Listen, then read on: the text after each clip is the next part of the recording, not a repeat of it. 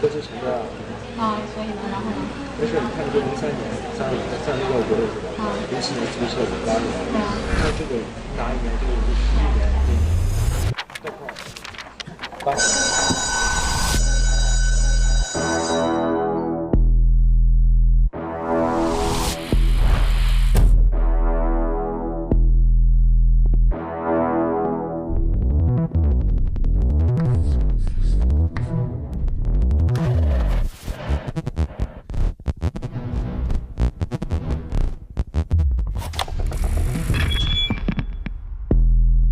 Fate.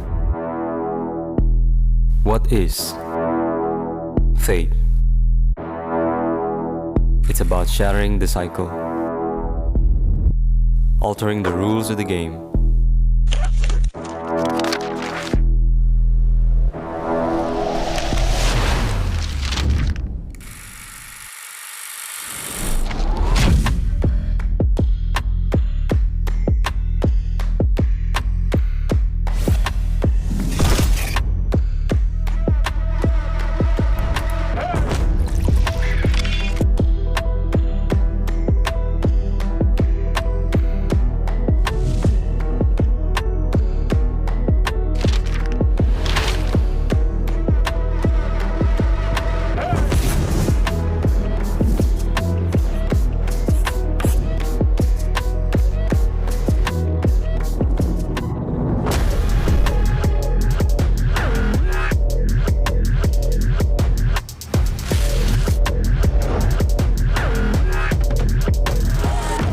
New challenges will be ignited, and a new order is poised for reshaping.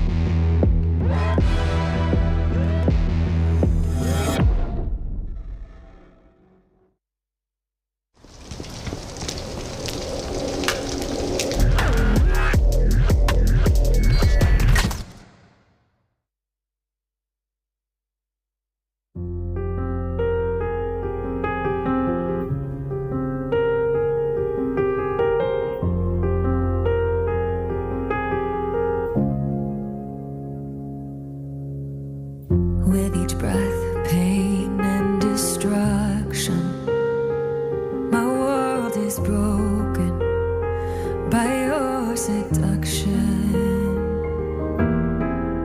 Your touch, a whisper from the past, a memory that's fading fast. So I search for you where souls go to die, keeping hope as life goes passing by. The flames of fate turn my love for you into ash. So much pain, but still I can't keep away. I'm ready with this chance.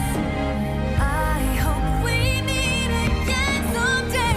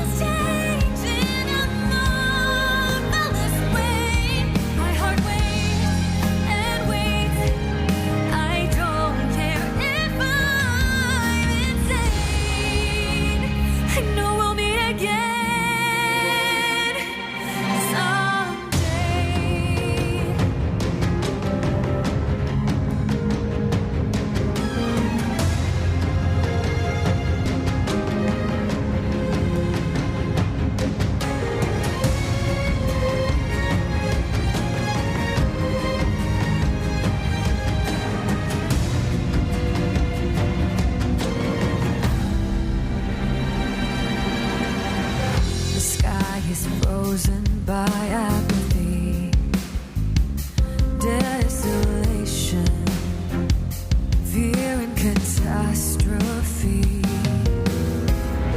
But I won't stop hunting with blade points. This pain, a fire consuming me. So I search for you where souls go to die, keeping hope as life goes passing by. The flames of fate turn my love for you into ash.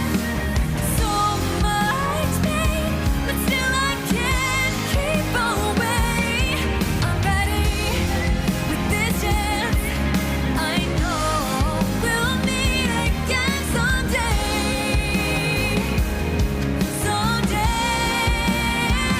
The flames of fate, torching love at the galaxy's gates. Our souls change in a marvelous way. My heart waits and waits. I don't care if I'm insane.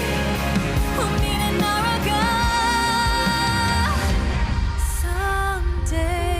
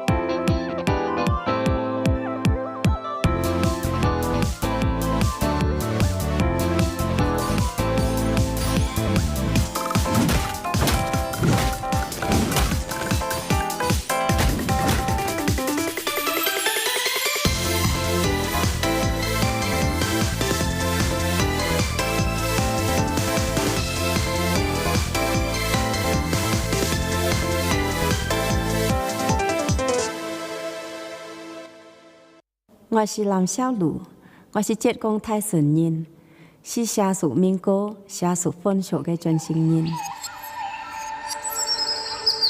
这小兔子的吧，在最穷国你们仨，小鹿也要穿凤凰装。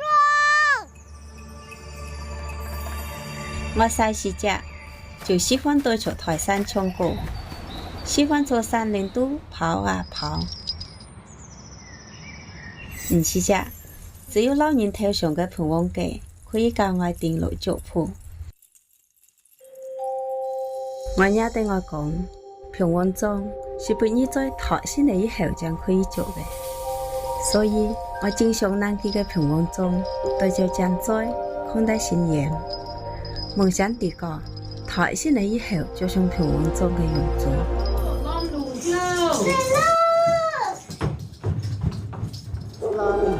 每一次一趕上早前，我都好衝着去攔路，就為了多睇幾人信仰頭上生好嘅佛跡。當時懵裡懵懂的，本人出上嚟好事情嘅活大會，更是台人為得老都唱對歌，其實都是強王包容嘅人唱台，就符我人自由嘅象徵。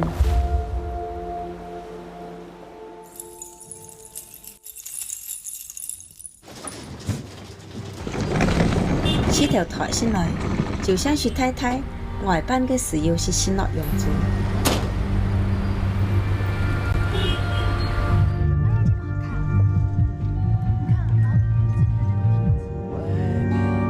體驗生活也好，網絡也好，出台小時都當然唔同嘅生活，去了好多地方。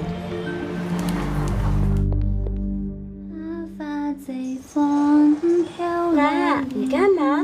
老给我戴这个呀？我要戴上这个。伴隨我女面面台先來，也面面教我，像啲細細隻怪雲對平旺嘅熱愛盡顯露出。所以我十分堅決將頭掛上。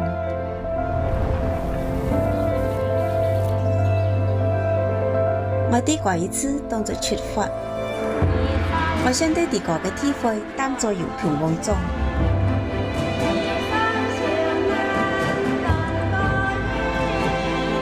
山下嘅歌啊，唱了一輩子，現在我在舞台上唱出啲個嘅故事。啲民俗嘅進行都上了革新嘅色彩。革新衣裳唔只是俾你在相處嘅標誌，而是俾我人勇氣，讓我人無拘無束做啲個嘅披風弄開角。愛來自山下，我是熱愛嘅勇氣弄勇上，我是憧憬平旺嘅傳道中嘅一員。愛也是平旺，愛是書記，愛心無懼。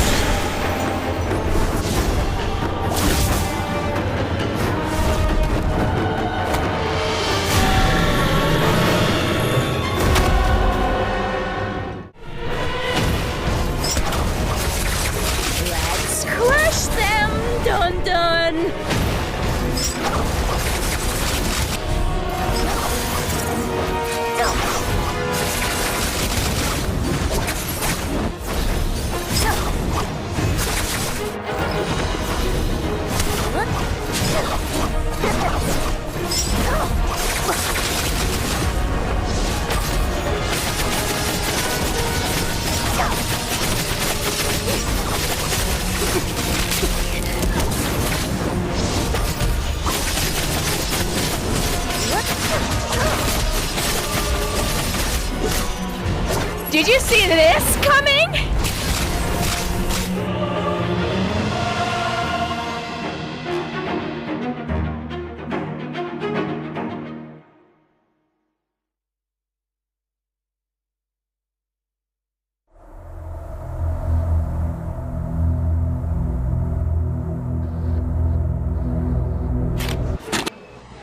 你俩任务是各自承担啊。所以呢，然后呢？没事，你看你这03年31个国内是吧？07年注册08年，那这个哪一年就是11年逗号8年。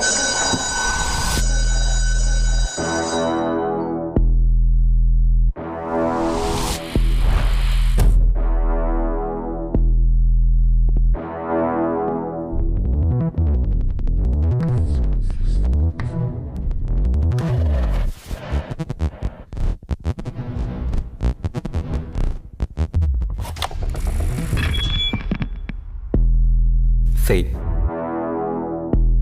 What is fate? It's about shattering the cycle, altering the rules of the game.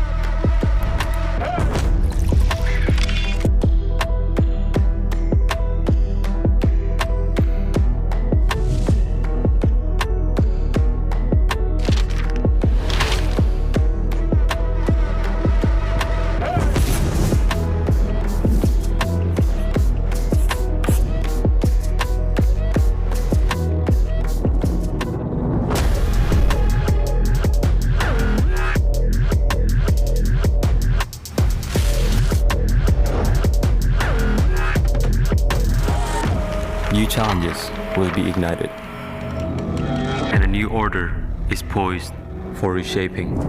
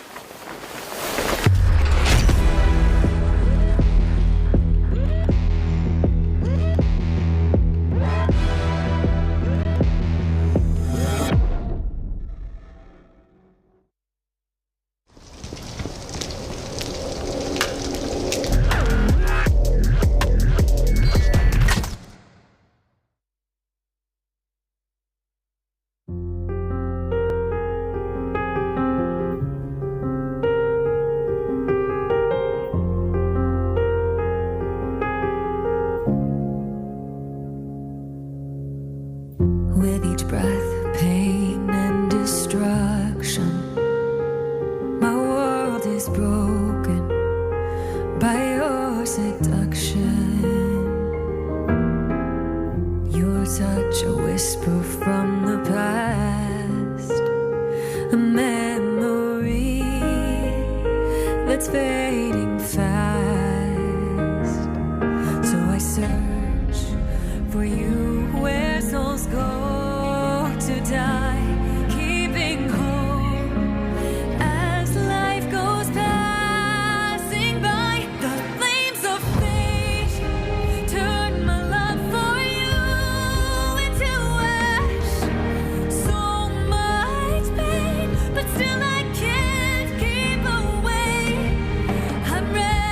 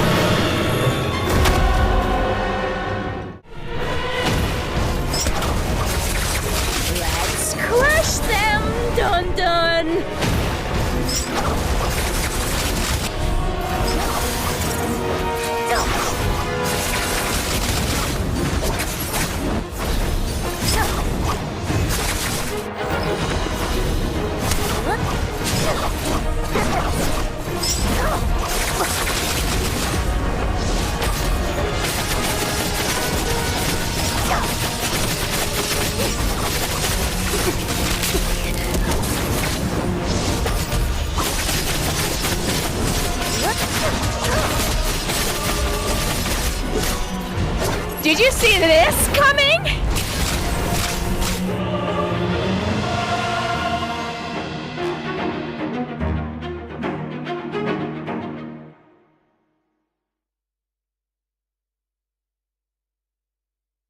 我是蓝小璐，我是浙江泰顺人，是下属民歌、下属分手的专心人。在小富姐姐吧，在最穷国你们仨，小鹿也要穿凤凰装。我细时只就喜欢对着台山唱歌，喜欢坐山林都跑啊跑。唔是只，只有老人头上嘅盘王記可以教我定路腳譜。我也對我講，平王裝是不你在台先嚟以後將可以做嘅，所以我經常拿佢嘅平王裝對着將在看待新嘢。夢想地個台先嚟以後就像平王裝嘅樣子。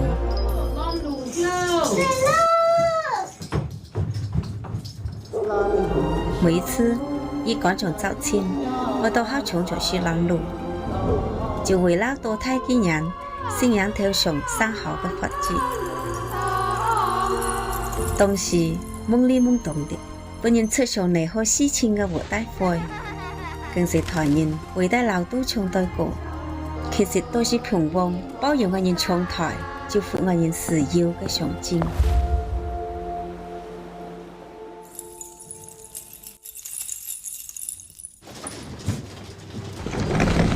這條台先來，就像是睇睇外班嘅時要是先落樣子。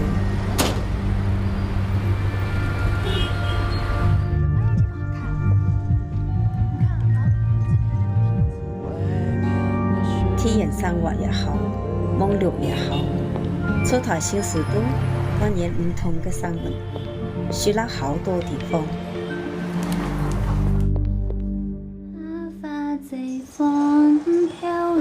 你干嘛老给我带这个呀？我要带上这个。伴隨我女面面台先來，也面面教我像啲細時隻怪運對平王嘅熱愛盡顯露出，所以我十分堅決將頭歌上。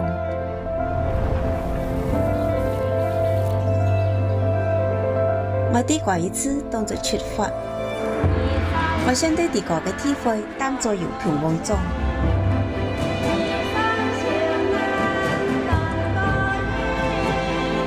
山下嘅歌啊，唱了一輩子，現在我在舞台上唱出地個嘅故事，啲民俗嘅進行都上了革新嘅色彩。革新意義上，唔只是俾你在相處嘅標誌，而是俾我人勇氣，讓我人無拘無束做啲個嘅披風弄開角。愛來自山下，我是熱愛嘅勇氣弄英雄，我是憧憬平穩嘅群島中嘅一員。愛也是平穩，愛是書記，愛心無懼。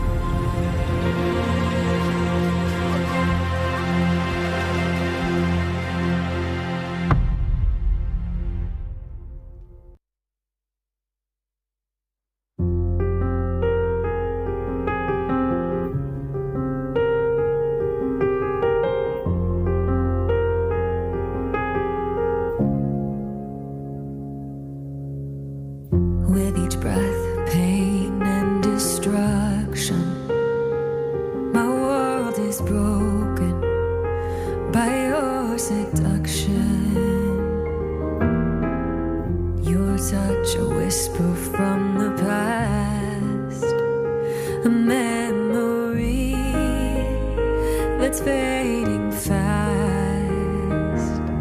So I search for you where souls go to die, keeping hope as life goes passing by. The flames of fate turn my love for you into ash.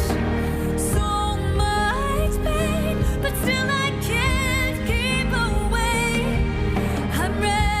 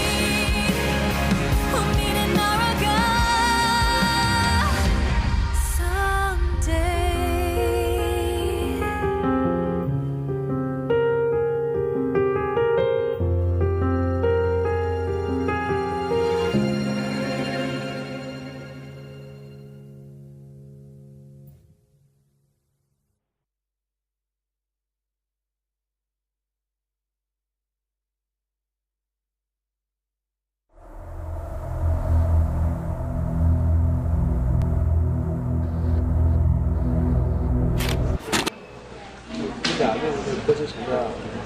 所以呢，然后呢？没事，你看这03年36个国的是吧？07年注册58年，像这个哪一年就11年概况80。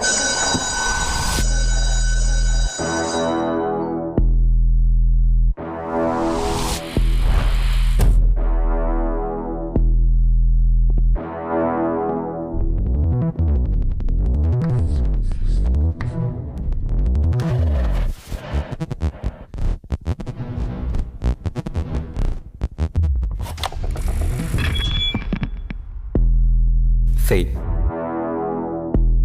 What is fate?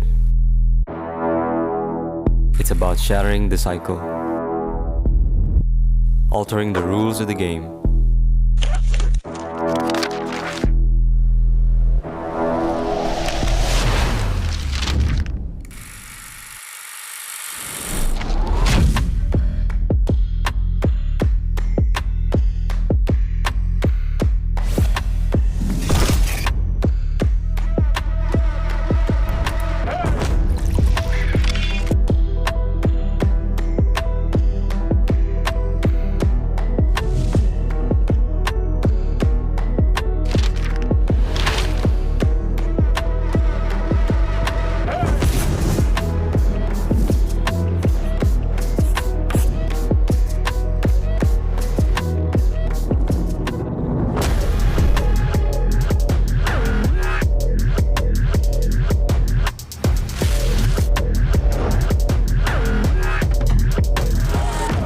New challenges will be ignited, and a new order is poised for reshaping.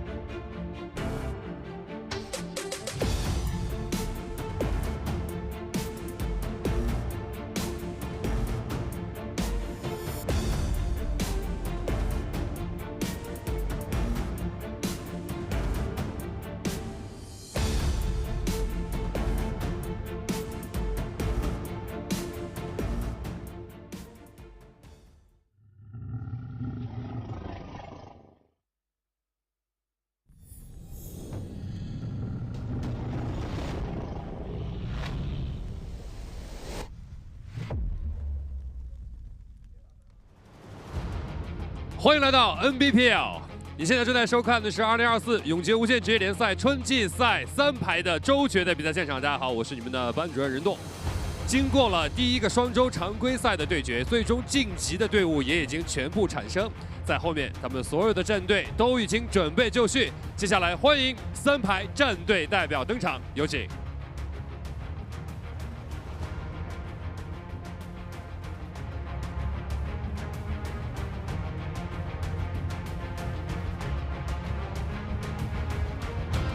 哇，今天明显感觉这右边走的比左边稍微有点气势啊。那么我们先站成一排之后，然后今天所有的战队代表都已经来到了我们的台上。先问一下小玉宝吧。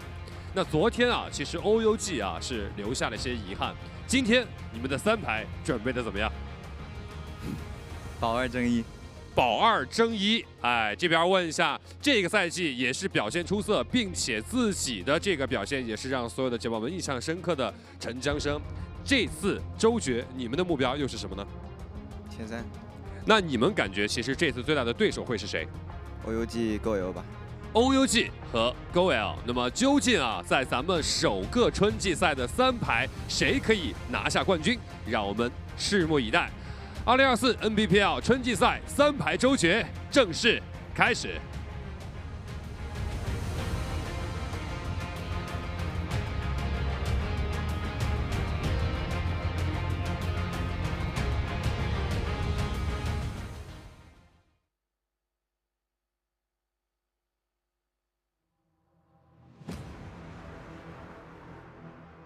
恭喜你获得2023永劫无间世界冠军赛300赛总冠军。节杯之后，很多事情都发生了改变，现在是新的开始。第一次进入周决，我们会拿出最佳表现，请做好准备。我们还没完全展现实力，接下来我们只会更强。以我们现在的状态，绝对不虚任何队伍。打到这边再一个小腿棍，迷魂影一放，这一波的话再直接一个翻摔，能吃花，再已经1打2了。找到了是吧？应该是，要不然这个玄壶技是不会教。对，应该是被微博 gaming 找到了。是这样子，不会用单练了吧？啊！坐在悬崖边上保了一手小命，冬青也是被远程轰掉，陈江生太舒服了吧这把。完全就是一个打靶练习呀，成都季姐。哎呦，从天而降的烽火神脚加狂浪怒涛，袭击直接选2个，而且就找这个人3段直接交，我就不带半点犹豫的。而且吃我穿银甲还差1点，而且吃了这朵花应该还能再刷1段，因为是30的怒气。这波天罡护体已经被这边青龙给电掉了，直接被打雷带走。这OUG这边是个满编，现在的话场上的话应该是一个3打1打1，场上的话最后一个。就是一个小尾了，这边的一个小尾，这一波小尾真要一打所有人吗？不管到哪里，我们的目标都只有一个。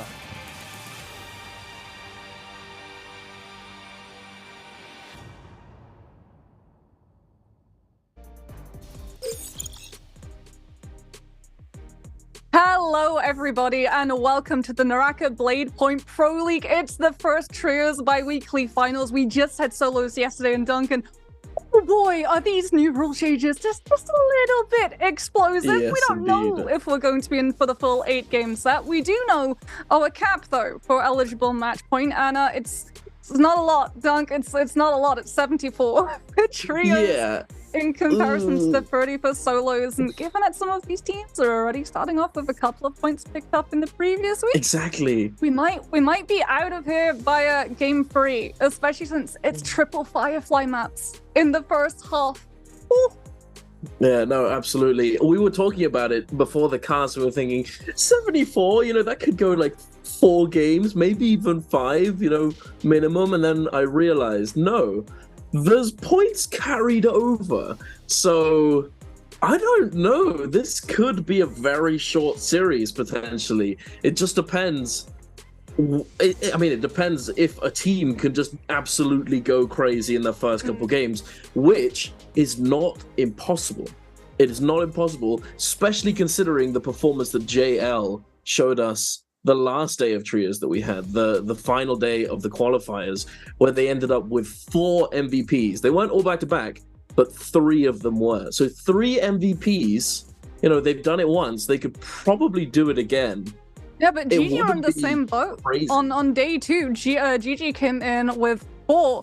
But speaking about something that you guys can be coming into this channel with, it is going to be drops. It's a bi-weekly finals. In fact, it's bi-weekly finals 1, which means that, surprise, it's the Chain Scythe Zai pose that everyone has been wanting to get their hands on. And I know a lot of people in chat came a little bit later to the day 4 solos and were asking whether or not those drops would still be progressing. They absolutely are. If you started progressing yesterday, that progression is going to carry forward. All you have to do is tune in for 60 minutes with your account linked to Twitch, and you will be able to scoop that one up in your mail. Mine came yesterday. I'm super happy. I don't play a lot of Zai, not gonna lie, but I might just have to break her out for a couple of games just to show that one off. Indeed. And just to save Samsara the trouble, you have to have your account linked to Twitch. So you can go to the official NARAKA website and make sure that your NARAKA account is linked to your Twitch account, because otherwise you're not going to progress the drops. So make sure that that is done, and then just instead of just randomly asking in chat, go and click in the top right where it has your little icon, click it, there's a drop down menu and it says drops and rewards. Go and click on this, make sure to see if it's there, make sure it's progressing. If you don't see it above the chat, it's not the end of the world. Just refresh the page a couple times and you'll be all right. Just to help our mods out a little bit, because I have to say I've seen this question asked 1,000 times. But back to NARAKA, ladies and gentlemen. We are currently taking a look at the teams that are going to be playing today, and oh my, it is looking pretty spicy. And I have my eyes on a few teams, Wolves being one of them. Wolves has definitely shown up this year, and I'm very, very happy to see that, especially considering that, one, my boy CDY has moved on over to Wolves. It's an English organization, the Wolverhampton Wolves. If you don't know who they are, they're a football team in the UK. They are technically owned by, they're not technically English owned. That's why we have them here in the Nbpl. But it is a representation nonetheless. Not only that, but Alliance has been doing extremely well. I mean, at least if you compare it to their previous performances in the past year. JL just going crazy. OUG performing extremely well. GG, another team that I think we need to keep our eye on though, is because I feel like it could either be one of those days that GG just goes mental and just dominates the lobby, or it could be a day where they're just not feeling it and they don't do all that well. It's kind of been evident that that's the case with them. They either do extremely, extremely well, or they kind of, they just they get a little lazy, or things just don't go their way. It is what it is. It could be the pressure, it could be the mental, could be they didn't have a good breakfast in the morning. Who knows? We're going to have to wait and see. But who are you going to be looking at, Moxie? I mean, I've got to have my eye on GG, right? Of the 12 games that they've played, they came away with 5 MVPs, 4 of which were all in one day, which is absolutely insane. And they, just like JL, were able to put those together very much in a succinct fashion. They won game 1, game 3, game 4, and game 5 of Trios Day 2. Alliance coming into the mix on that 6th game. To play a little bit of spoiler, poor CJS had no actual realization that there was lane on that Justina dropping down onto him until that Heartstopper had been able to connect onto that Yodo, and he got hit by the silence, wasn't able to use the F2 to peel for his UHN, and they just disappeared in the absolute blink of an eye. But I mean, these games could be done in the blink of an eye, because as we've said, right, this is going to be 3 back-to-back Dusk Night Dusk maps on Morris, which means increased Fireflies, increased aggression. Normally, we had that phase at the end of the day, but now it's going to provide so much aggression, so much heal potential early on. So I would not be surprised if we start to see things like the Sand Siphon and also the Cannonball compositions come out in full, as opposed to when we were having Holleroff for the first couple of our maps, and we saw a lot more of that Viper variety with the Tessa instead of the Yoto. Indeed. I definitely like this new system. I think we can all safely say that we like it at this point, because it does make it a lot more exciting. I remember when we first heard about it, we heard about it a little bit before you guys in chat. I initially was a little skeptical, as I thought, well, this could go in a few different ways. I mean, it could just result in the games being over very, very soon, and just the series being extremely short if one team is just completely dominant. But the thing is, we've been seeing a lot of teams put those numbers on the board. We had OUG, we had JL, and we have GG all popping off. And hey, it's not like it's super top heavy, which is the cool thing about it. And then not only that, but for solos as well, I thought that potentially it could get one-sided or top heavy again. But no, we had Arano, Spider, and Mike all sitting at the top with a few players not very far behind as well. I just got a bit distracted with what I'm seeing on screen. GG with his copy. Making sure that the cup is secure. Don't spill it. But yeah, no, it was very, very close yesterday. It could have gone either way. In that final game, if Spider had been taken out by CDY in third, and then CDY took down Mike, it would have gone to game 7, and we would have had CDY in contention potentially to win it all as well. So it really can get very, very, very tight, very exciting, and I'm excited to see it. It puts a lot more pressure as well on your macro decision making though, right? Because you have to understand which teams are in the lead and which teams you want to drop on, and whether or not it's worth sacrificing, maybe not putting as many points of your own board up, but making sure that another team who is further ahead is not going to be able to get any further ahead than the rest of the teams. That's something that we saw DRG's Feng do. The 3 games.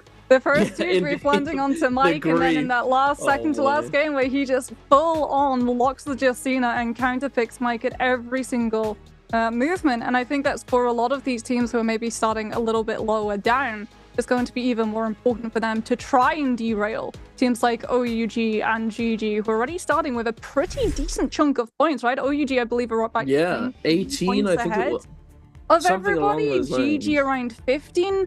Like, that's already pretty much a full game's performance. So I really can't wait to see how many of these teams are actually going to be circling around a lot of these drop locations that GG and the likes of OUG favor. Something else that I'm really looking forward to seeing is our compositions that are going to be picked. Like we said, it is going to be Fireflies. That means that potentially we see the Sand Siphon, so the Takeda can keep that ultimate as active as possible. Maybe we get to see a little bit of the Cannonball as well, so that your Pharaoh always has that V3 to be able to cover for the Yota once her ultimate is burned out. And who knows, maybe Alliance pulls like the Justina as well. And if they run the Justina variation of Cannonball, then they're going to probably pivot from the Yodo F2 to the F1.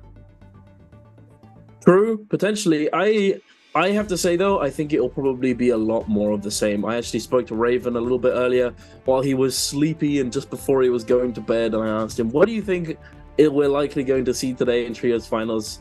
And I said, do you think it's going to be more of the same? And he said, yeah, probably. Because quite frankly, these are just the 3 best compositions that we have right now. And then we have Transformers slowly trying to claw their way back into the meta, but not doing a great job of it, as we saw only a couple teams the other day pick it up. We had, I think it was TE and Wolves. I think it was it? Yeah. I think Wolves picked it first game. Yeah. And then TE picked it on game 3. TE, Wolves, and WBG have all tried to run Transformers. Yeah, and I think they double picked it as well. I think Wolves and TE also ran it on the final day as well, or something along. Oh, on the final game, sorry. But yeah, it's not really been doing all that well. It can do well. I mean, we saw TE getting to the late game in that 3rd game of the other day, and having 0 kills going into the very final circle, and then coming out with 9 at the end of it. You know, it does have its strengths. But the problem is getting to that late game position and having scaled up throughout the game is what makes it so difficult to play now, because of all of these other compositions that can play much more aggressive and don't necessarily have to worry about scaling all that much, as their abilities allow them to essentially just kill you without a lot of you at home, you know, you're gonna feel like it doesn't have all that much counterplay. There is counterplay, but it's just not that evident all the time when you get Tessa ulted into a Viper ult into whatever else, you know, and then you there's an inkling of hope. You've killed one of them. No, Wu Chen, the Uber drivers got them out of there. You know, there's nothing that you can do. It's really frustrating at times, and I'm sure a lot of you have played against it in your own games. Can you imagine how frustrating it would be in a tournament like this? 100%. But speaking about getting out there, we're going to be getting out of Kassadaskin into Game 1 very shortly. In fact, we can get to see which ability versions everyone is going to be locking in with. I'm really excited to see whether or not we see more Viper V3 coming through, right? V3 doesn't have the stun afterwards. It doesn't ever have the silence, and it also frees the Viper up to be able to keep strapping with the boys, as has been said in the previous week. V1 going to be starting on out from Wolves along with the F3, so that heal reduction, anticipating a lot of Sand Siphon with those Z-Pings. There we go, that's a Viper V3 coming on out from LXM. GG going to be locking that one up, and LXM is going to be getting incredibly scrappy with the rest of his team. And from Dongqing as well, I think it was. Tessa V1, and yeah, we've got Dongqing also locking towards that V3. No surprises to start to see a lot of those Vipers really starting to favor that particular playstyle, because I think like just having the extra pair of hands as well as that 40% damage reduction when you're actually in that V3 chain tether state is really good towards final zone, when your Viper just needs to be able to tank through all of that pressure from everyone. Indeed, absolutely. And not only that, but I think being able to constantly stay on the move as opposed to only being able to jump and dodge, you know, it can be very helpful, and it can act as somewhat of a deterrent. And quite frankly, you can just jump in, just absolutely go, just pedal to the metal, just get in there, pop the V3, and just try and burst somebody down, burst someone down as fast as possible. No one's landing on GG. Where are they? Wait, I didn't manage to catch them. No one's landing on OUG. So a lot of these teams, I think, just prioritizing getting their hands on Fireflies themselves. Yeah. I mean, it doesn't really surprise me that much. The other day, I was talking about it, and I thought that although it is easier to grief I think it's easier to grief a solo player, because they it's kind of hard to actually always predict what a team in trios is going to do. You can't always tell what they're going to do unless your name is J-Team, you know. J-Team they were extremely predictable, always landing as City of Tang or Sunwing. We're on Mars. That being said, LXM coming in with one of the first kills in the lobby. That F3 just doing such a huge chunk of damage when Armor hasn't already entered into the equation. That's going to be really good news for GG, who already picked themselves up too. You start looking to loot on up scale through to be able to challenge and contest some of these other teams that are going to be out for them. 3-3-0 away from the rest of his team, however, I think got a little bit greedy in terms of that kiting loot path. KLA looking to keep the switch and separated. And 3-3-0 is going to go down away from the rest of his two players. Indeed, it's not looking too crazy so far. We do have 5 people currently in soul form. We have GG and Wolves getting pretty close to each other. It's possible that we see an engagement happen here. Wolves is definitely at a bit of a loot advantage, I would say. They also have that Tessa ult ready to go, but it doesn't look as though they're going to be fully engaging this. CJS with that white armor, trying to be as inconspicuous as possible. KLA now rolling through with their purple armors already.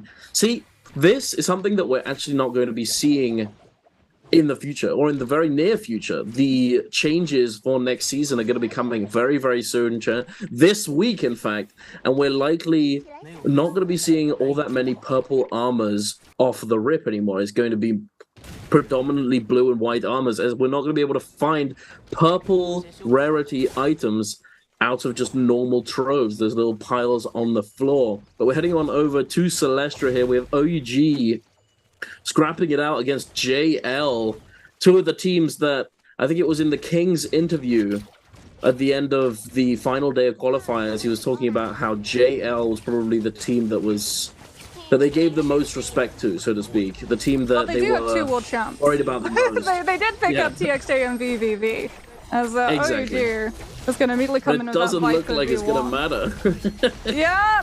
Oh, well, we Yeah. dodged the Tessa ult. JL He did, FX yeah. does get clipped by it, so he's going to get enchanted in a matter of moments. SS with the horizontal charge on that longsword, just sending it fully into these players of JL. Really good initiation coming through from them. They do have to worry about being third-partied by Alliance, as we're going to see Bo start to roll on through as their namesake equipped in the secondary. Just wants to get a little bit of pressure out onto OUG's players. Maybe see if you can bait out that second state of Tessa ultimate. As well, off screen, we actually did see, I believe it was Wolves picking up another kill onto one of the GG players. Tessa V1 comes on out, and immediately everyone from Alliance just dogpiles onto that poor Viper. Dragon Slayers into Netas. The Wuchen teleport is immediately called in. SS just has to book it out as quickly as those grapples can carry him. As Alliance are going to continue applying a little bit of that pressure now, knowing that the Wuchen TP is going to be taken away, and that Bo is going to be able to come back in with that Tessa V1 to try and land another of these stuns. And this time, if they're able to get one player locked down, Alliance do not have the cap to call in to be able to survive it. Alliance's Revenge just avoiding getting grapple cancel, or rather Revenge trying to look for the grapple cancel onto OUG's The King, who's trailing a little bit behind. Wait. Wind Walls coming on in to be able to block a little bit of ranged projectiles if Alliance try and pepper through with that bow. As OUG kite towards the no-ult zone, ring the dinner bell, and make sure that Alliance aren't able to use the ultimate deficit between the two to just steamroll onto the team. Bo going aerial with the bow, trying to just come in with a landing hit. Maybe isolate a player from OUG. The King is going to be isolated. SS is the target that they decide to go for. He dodges the Tessa V1, however, and returns with a Viper V1 to create zoning. And as a result, lane gets left behind. Oh no! Awful disengagement comes through from Alliance. Now OUG have a numbers advantage. SS without the armor just has to play a back position with the horizontal longsword charge ups. Hitting onto all of these players, picks up the Soulburn to get a little bit of a heal. Alliance this time. Other ones who are going to Wuchen teleport out, but it is not 100 meters down. It's nowhere near far enough. Lane just jumped onto with a pulse on top of the grapple, and immediately OUG are going to be able to turn this fight around yet again. What a performance coming out from OUG. So I was initially surprised. I was thinking about it. There is a Firefly that spawns very, very close to where they are. I wasn't sure if that 3-ban zone was up initially because we didn't have vision of it, but I was anticipating that they were running directly to that Firefly to try and grab it so that they could potentially turn and fight this, but I don't think they did manage to pick it up. Instead, they ran straight to that 3-ban zone, locked it down, and then they played around it very nicely. The fact that you can stand just outside it and use the Tessa ultimate as well as the Viper ult, and it's still having an effect on somebody who's within range but inside the 3-ban zone. Very, very nice, very nicely done, a very smart play. I'm not gonna lie, I do feel like the 3-ban zone getting cheesed like that is a little bit sad. Yeah. Because if you get what I mean. But hey, you gotta use it to your advantage there. XCG there picking up a kill onto Bowder's Yeran on his lonesome in a 1v3 situation, unable to get away, unfortunately. We're heading on over to FPX, who's scrapping it out with BBE. 2 men down. FPX Water still trying to make it work with that Moonbane, and he manages to get the kill! Oh, the Moonbane dropping down onto Roy Shishi's forehead in that Yoto ultimate, and he's unable to avoid it in time, unfortunately. Very nicely done for FPX there. BBE having to go and resurrect themselves somewhere else, unfortunately. GG heading on over to the desert, scrapping it out against JL. JL kind of need to win this fight or disengage, as they unfortunately don't have their resurrections available. TXJ getting taken down extremely low. The V3 not offering that stun, so he wasn't able to get the stagger onto the Farrier mech. Although they do get the shorter 3-second stagger from the Tessa ultimate, so it's not nothing, but it's not as long as the Viper stun would have been.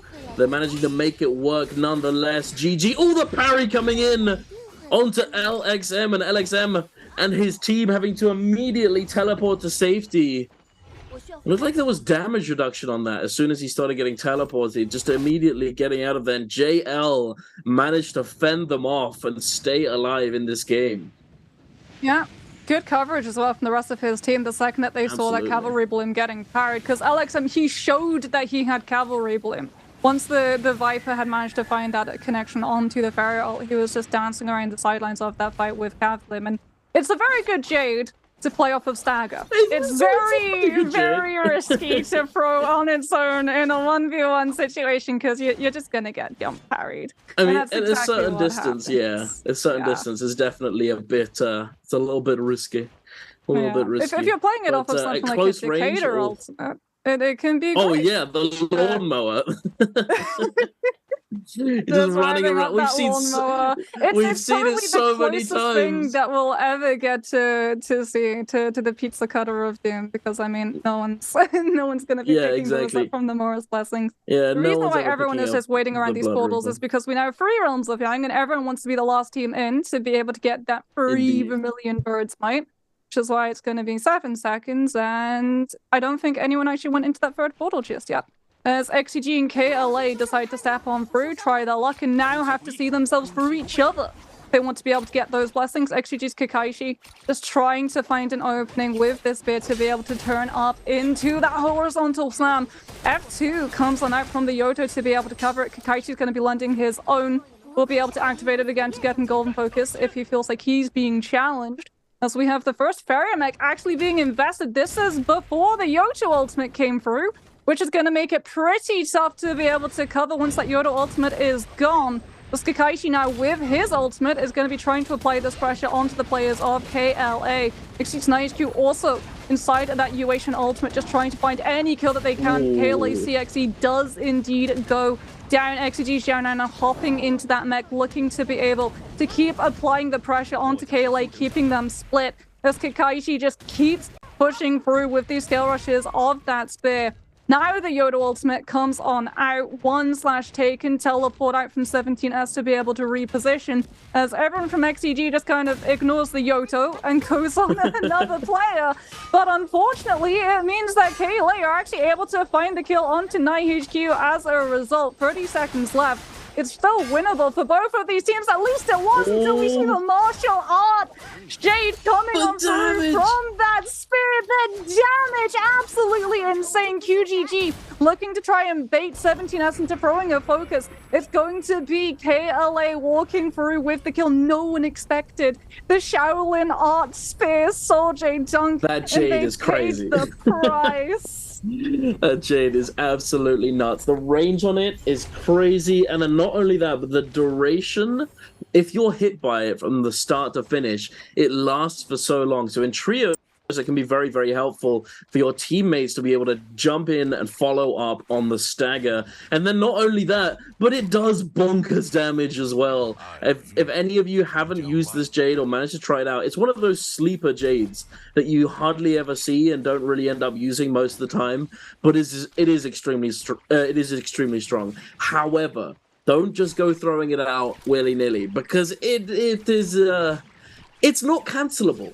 So some Jades, you can cancel them, or some animations, you can cancel them by dodging at a specific time, or you can even throw out a grapple to cancel the attack. However, with this Jade, you cannot cancel it unless your name is Taka-G and you've popped that V button. You cannot cancel it, unfortunately, so you have to be very careful by heading on over to XCG versus WBG. The Tumult ultimate has been thrown out. Axial, he's suffering. He's had his ultimate popped, and he's always so very low, and he does get taken down by NiHQ.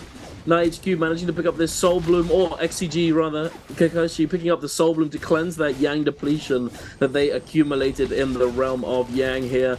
Kakashi trying to lock down Baige. Baige's trying to climb the tree, but no, he's not managed to hide behind it in time. The Farrier turret shot hitting him in the dome, and he's hold checking though. He's holding these blues as long as he can, trying to bait those parries out, and then overholding them just enough so that he can get that damage. Unfortunately, he's not able to survive. Only one member of WBG makes it out alive, but not for long, considering the Yang depletion he has himself. But we're heading right on over back into the action. DRG versus KLA. KLA is in a pretty good spot here. They still have a minute left on their Vermilion Bird's Might. They are able to die and then come back to life if the moment arises, but they don't need it just yet. They take down Wu Xing from DRG. 17S throwing out the Yoto hold, 1/, teleporting.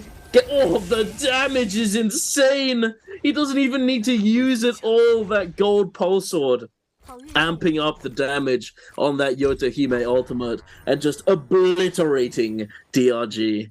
What a performance. Not just that, but the amplified damage as well from all of the players that are standing around. Because a couple of patches back, they changed the Yoto ultimate, where it now amplifies. That's not for all of them, is it? That is for V1, yeah. That's true. I think that may have been V3. V3. That being said, I'm pretty sure they also have the Arachnid Soldiered attached to one of their players. So they're going to be doing oodles of damage when they're going to be able to come in with those melee hits. As XCD are actually going to lose a player to OUG. And I do believe that WBG's third player, Sleepwalker, has still not been picked off, which is going to be problematic for the team that they were fighting, because that means that only 2 players got cleansed of that Yang depletion. Very true. So I also think that the rebirth charms may have been bought. Yeah. I think they might have been bought out. Fat Milk bought a rebirth charm for the side of BBE. XCG might go for the play of just having one player go down to zone, just drop all of their gear, spend the coins to be able to come back into the rebirth charm, which is one of the reasons why we're seeing so many teams in terms of glyphs, which are also going to be changing next week, running discount on those shops, as OG's U is just scrolling up at the moment, wanting to get a little bit of an idea of scenery, as XCG's players going all the way out into the zone. Are they hunting for someone, or are they specifically looking to pick up one of their players for I think they might be trying to just sort of completely avoid wolves here waiting at the edge of this at the edge of the zone. But another quick note, actually, incredibly low. Yeah, very, very close to each other as well. Wolves are 100% looking for a team. Yeah, you can definitely see. GG just won their realm of Yang free, I believe. Since they didn't have any kills in the kill feed, and they're automatically going to pick themselves up White Tigers first, which means that they're going to get a lot of healing in the next couple of minutes. I'm surprised that they picked that up as opposed to the Mystic Might. Yeah, Mystic Might is definitely one of those that a lot of teams gravitate towards, but I guess with Triers, there's already still 32 players left, so you don't really feel like you need to be able to use it. Speaking about using it, Aurora's comes out into the open and everyone scatters away from it. DRG's WFS is that focus light that the Takeda has. It is That's going to be incredibly problematic for these players in a 1v1 situation, because you can't parry it, and that's exactly what he's doing. He's just sliding into everybody.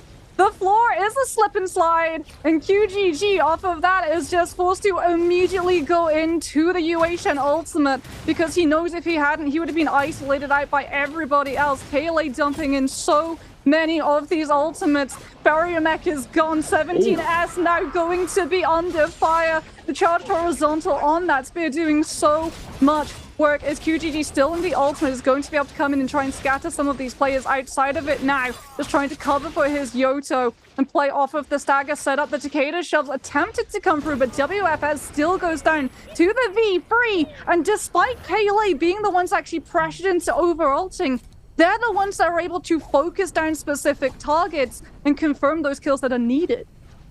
Maybe this is the line. Just use it all at one time. Just use everything. But yeah, they are going to be picking up that Mystic Might buff. And yeah, I do think that the Mystic Might, although I think it's just...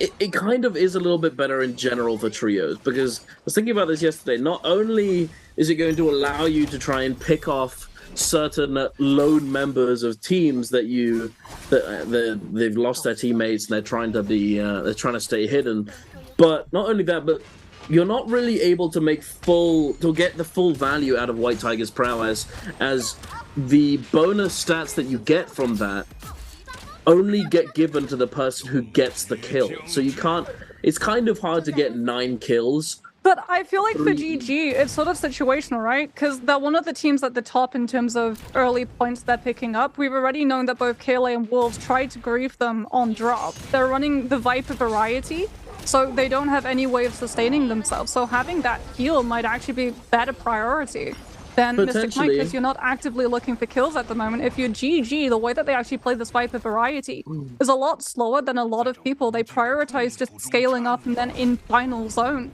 protecting one in their own, always guaranteeing that all 3 of their players make it, and sharking through everyone isolated fights when everyone's scrapping out for the center. Yeah, potentially.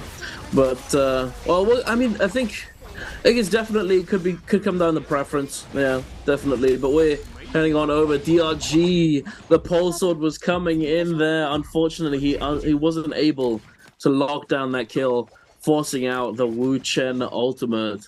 They do have the Yang depletion. They need to chase them down to see if they can actually cleanse it and make it out alive, make it into the end game. But one more thing that I wanted to know is another thing that is changing next patch, ladies and gentlemen. These gold jades, the arachnid jade, all of that, the crossover jades are finally being removed, it seems.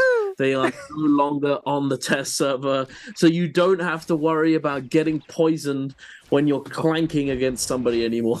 Don't worry about that's Soul Jade. That's Soul Jade. Yeah, that Soul Jade is just in absurd. solos, I mean, Mike got that for a couple of days in a regular week, and it was just GG's as FBX.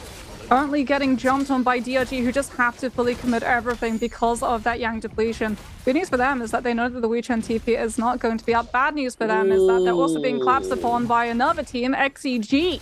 Showing up to the mix. FPX's water just trying to throw the arms on that vampire carriage. No!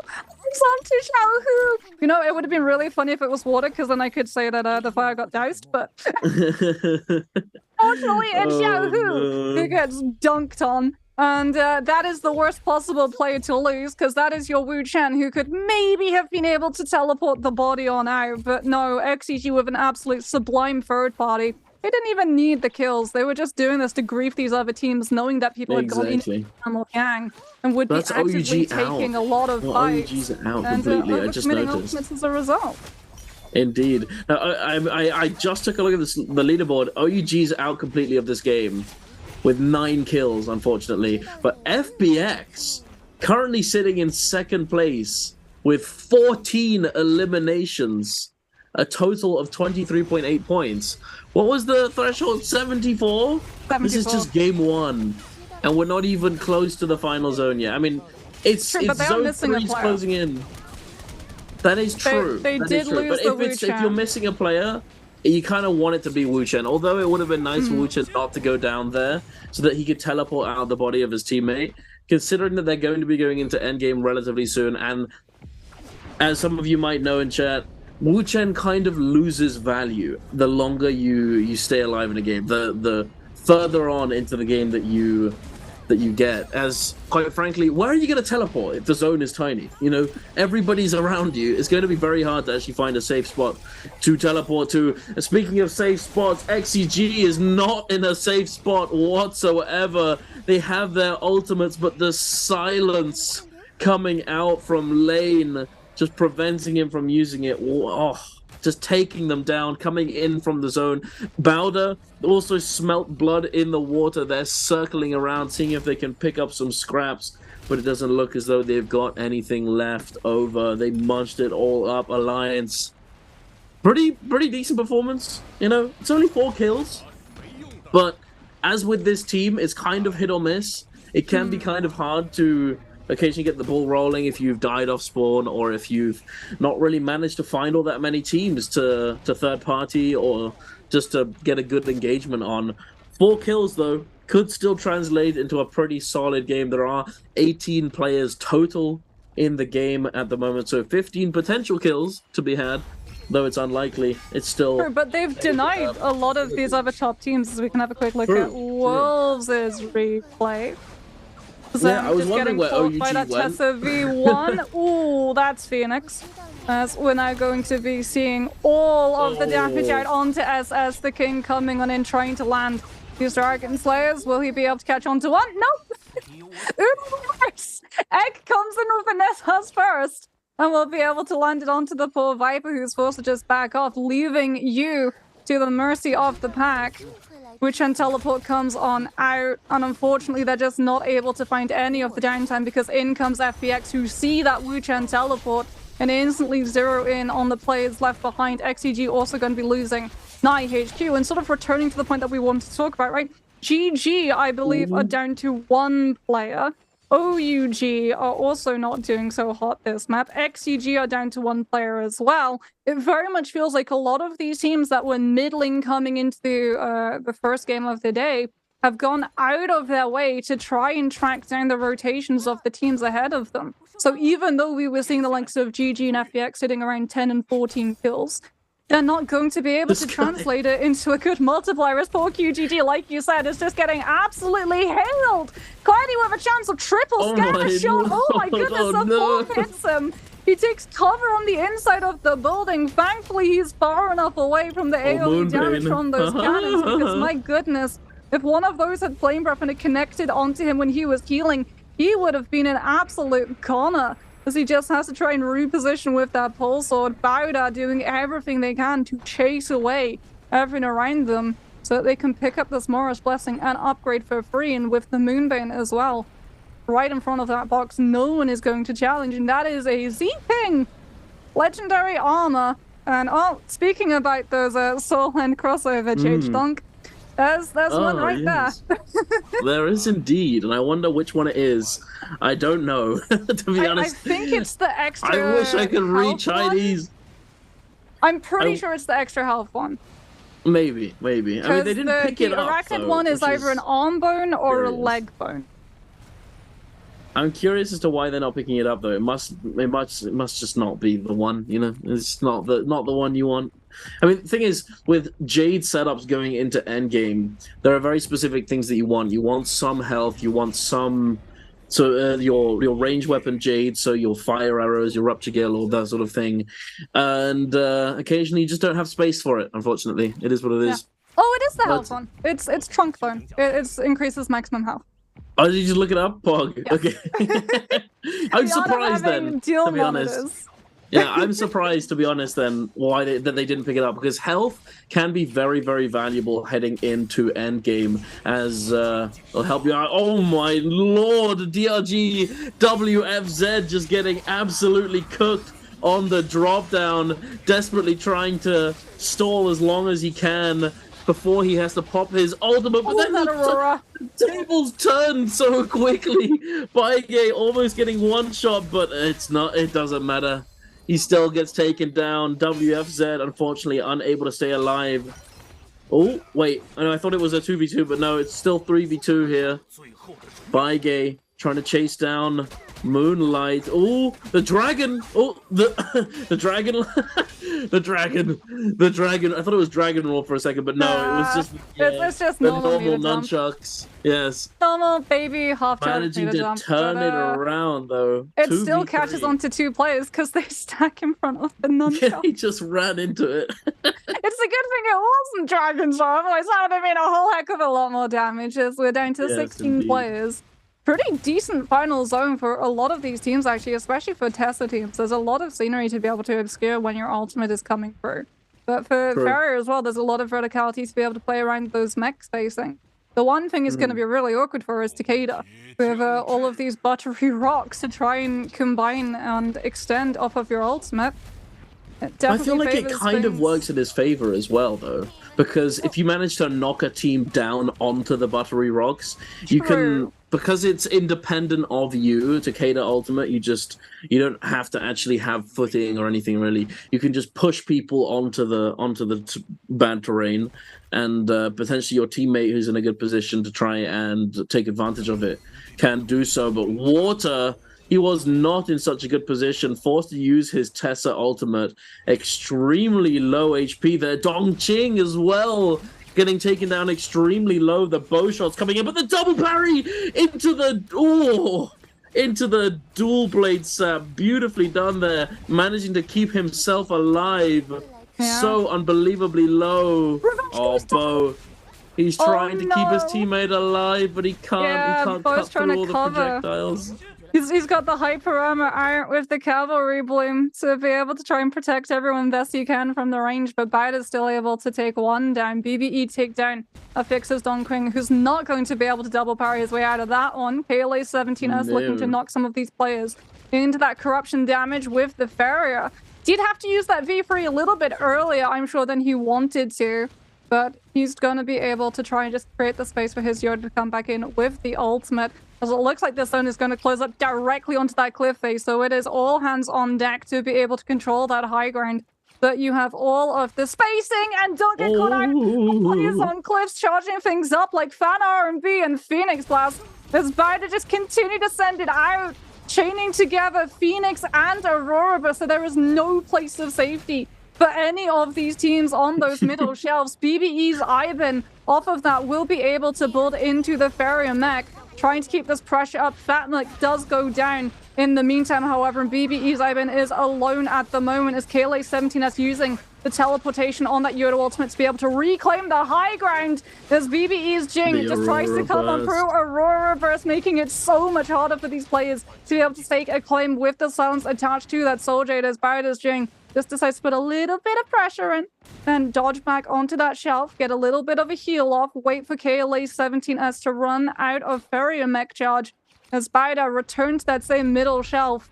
Durant charging up with the pulse, so scale rush to be able to land a connection onto all of these players. Viper ultimate comes on through, 17S caught directly in the middle of it. KLA just letting it go, does dodge the Tessa V1 coming on out afterwards. Huge plays coming on through from KLA as the zone starts to collapse on through. That Yuashen ultimate going to be starting to come into play, but it's actually the tumult right now that's making it so incredibly problematic. Everyone losing all of that stamina and forced into the corruption tick damage. JL's TXJ now in prime position to come with the Yoda ultimate and collapse onto every player left behind. All of the stagger, all of the knockback. Yoda ultimate is one of the best in final zone. He's going to continue to get a lot of hits out onto Baida's peak. The F2 coming through just to get a last hit, but Baida are going to be the last ones standing. Is it enough? Did they have enough kills to be able to claim that MVP? Or does another team steal it away? It looks the camera pans. It's cutting over to JL. And I think with that Yoda ultimate, maybe TXJ was able to clinch it. Or maybe it goes to Koalas instead. Oh my lord, that was insane. He came out of nowhere. TXJ on the Yoda Hime. I thought JL was dead, I'm not gonna lie. I thought they were all out the lobby, but no. One of them was still chugging along, still managed to stay alive to the very end, and he almost clutched it. That blistering edge from the Tumulk just going underneath TXJ when he was suspended in the air by the Tumulk Wisp. Thankfully, they were able to close it out because that would have been rather hilarious. I'm not gonna lie. If JL had managed to stay alive that long, come in with the perfectly timed Yoto ult and take it home. But no, KLA are going to be able to take the cake for this first game of the day. Very nicely done. Kind of a crazy game. Nothing. We had OUG go out to Wolves. Like, before we even got close to endgame, we have Alliance doing extremely well. He almost tripped. UGG just falling over the stuff. I've seen so many players stumble over the last week and a half. They're still getting used to the new stage setups. But I definitely think that Wolves aren't just like trying to get used to this new rule set. I think they're already used to it because, like you said, they take out OUG before we even get close to the final zone. And who is it that drops super close to GG at the very beginning of all of that? It is Wolves. Wolves and KLA both decide to try and like sandwich pins on to GG to just mess around and grief their early game because they understand that GG are a team that like to play a little bit passive, a little bit slower towards that early game, and if they can knock GG out before they can hit that snowball momentum and spiral all their way into an MVP in the final zone, Wolves are going to have a much easier run of it to being able to climb up that leaderboard before one of these top teams hits 74, suddenly puts themselves onto that match point eligibility, because that's something that's changed this season. Hello, if you are just joining us for NARAKA BLADEPOINT's Pro League in 2024, welcome to new bi-weekly finals rules, where in solos you have to hit 30, in trios you have to hit 74. Once you hit that match cap, any game afterwards where you find an MVP, day ends. Doesn't matter if we're on game 4, doesn't matter if we're on game 8. If you walk away after that 74 cap with an MVP, congratulations, you win the day and you get to sign your name and team onto that scroll. Indeed. And I think it's already getting reasonably close. We have quite a few teams already nearing that 30-point threshold, which, although is not 74, that's still pretty close in the grand scheme of things. You know, this is a series that could potentially go all the way to 8 games. But for some reason, I slightly doubt that we're going to get there. I think it's probably going to... I mean, okay, so let's say we have a team that just happens to get, 10 to 15 kills in a game, God forbid they get 20 kills in a game, and then it's just a massive point difference. It's going to be difficult for anyone to really catch them. And no, we're going to have MVPs for different teams in all of these games leading, so each game is going to have a different team being MVP for it to ever even get close to 8 games. Yeah. As it's usually the case that one team will always have just a crazy number of kills, and then the rest of the team, not so many. But more on that in a moment. You know what time it is, ladies and gentlemen. It is time for Answer for Treasures.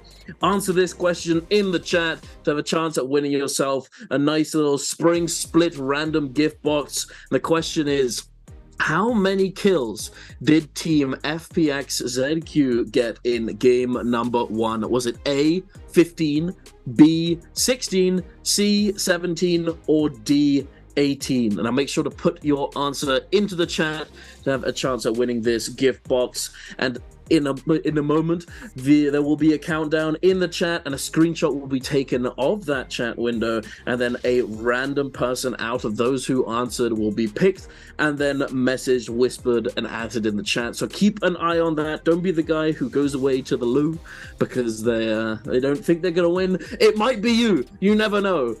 But make sure that you keep an eye on it to not miss out. But back to NARAKA. I genuinely think that we might be out after 5 games. It might be 5 games. I'm gonna say 4. I'm going to say 4? Ooh, spicy. I'm gonna say 4 because we've already seen a number of these teams in this lobby, right? Take back-to-back MVPs. We've seen JL and GG both walk away, not in a row, but still being able to carry out 4 MVPs in one day and put up 100 points in one day as well. So if you think about it, 74 points, where they're already coming in with that head start because of all of the prerequisite points that they'd picked up earlier in the regular week, they're already going to be at a pretty significant lead. But I think this game was a lot of these teams trying to stop that lead from continuing.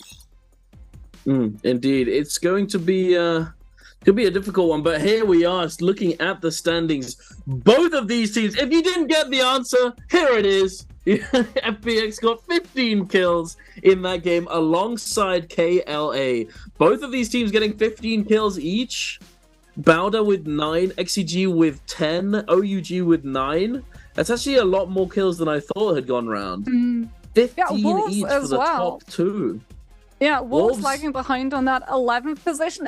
It feels very similar to DRG's thing, where he sacrificed a lot of placement points for himself in order to grief out and stop players from being able to hit that cap faster than everyone else in the lobby. So Wolves, even though they continued to pun fully intended, hound down the likes of GG, FPX, and OUG, they only picked themselves up 4.9 points, but look at what they've been able to do. They were able to reduce a team like OUG to only picking up 9 points as opposed to something that could have been far, far more, as we can have a look and see those statistics coming on through from KLA. Pretty even spread of the damage, saying that 17S coming in with almost 30,000 on that Yodo. You can definitely see the hyper carry, that V3 doing a whole lot of work, especially when we see a lot of those final zones where there's only one safe space at the very, very center and a little bit of high ground, and everyone sort of has to scrap over being able to control that tiny little circle.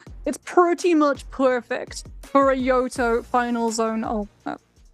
Indeed, you're absolutely right. But here, taking a look at the total standings, JL, a team that we somewhat envisioned them doing a bit better, just considering their performance the other day, getting 4 MVPs, sitting in 7th place. Now, 7th place, it's not too bad. You know, it's just below the top 6, the top half of the lobby. We have GG getting 6.5 points, taking them up to 21.7. But, hey, OUG, FPX, KLA, 27, 28.3, and then 31.2.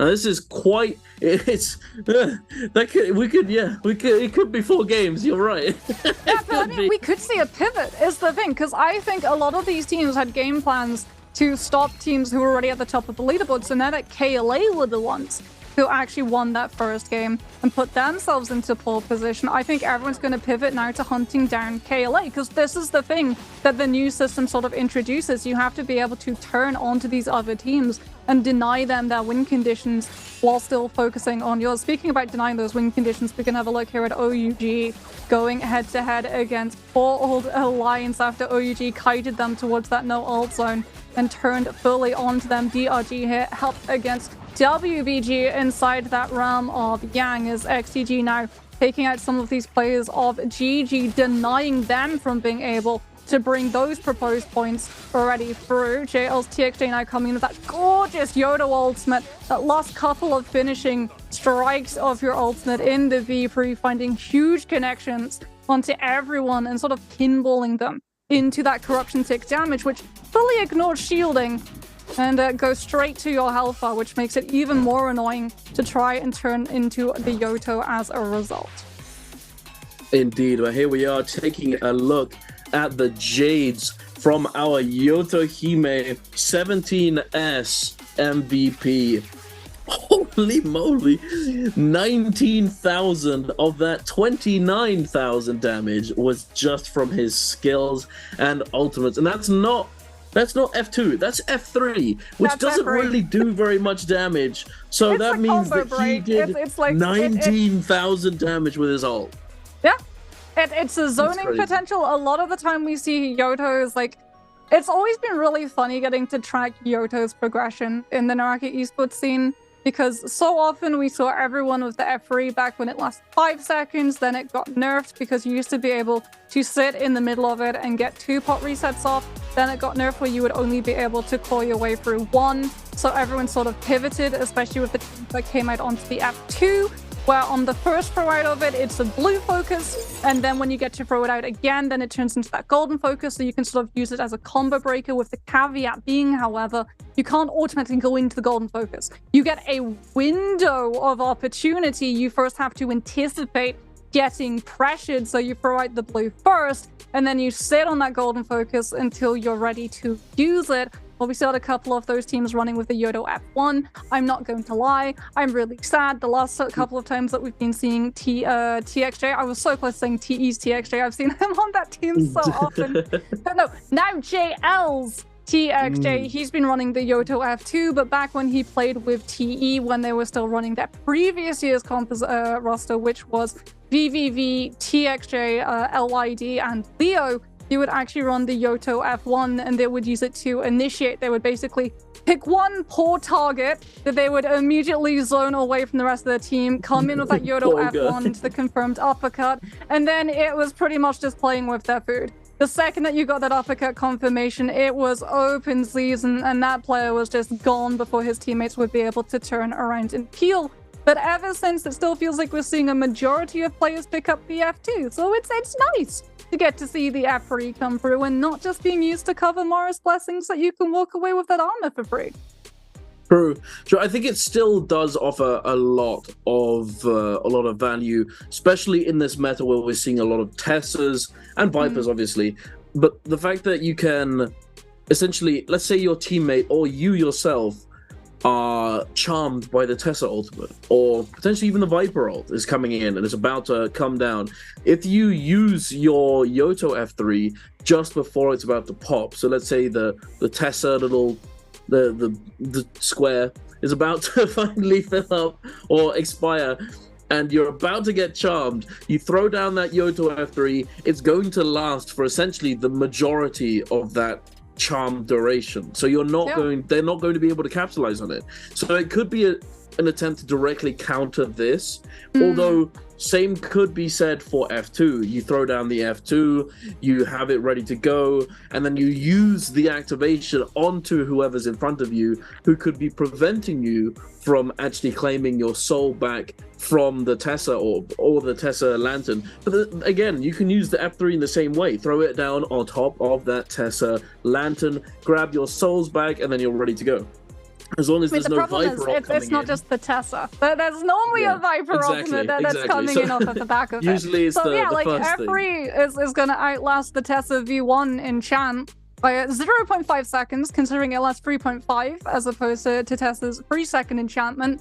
Problem is that the Tessa ultimate is set up for the Viper V1 with that 5 seconds, which lends an 8-second block out rate as opposed to the 3.5, and unfortunately that cooldown is not going to be able to match on up. So you better hope that throwing out the F3 has bought your teammates time to be able to turn and anticipate that Viper coming out.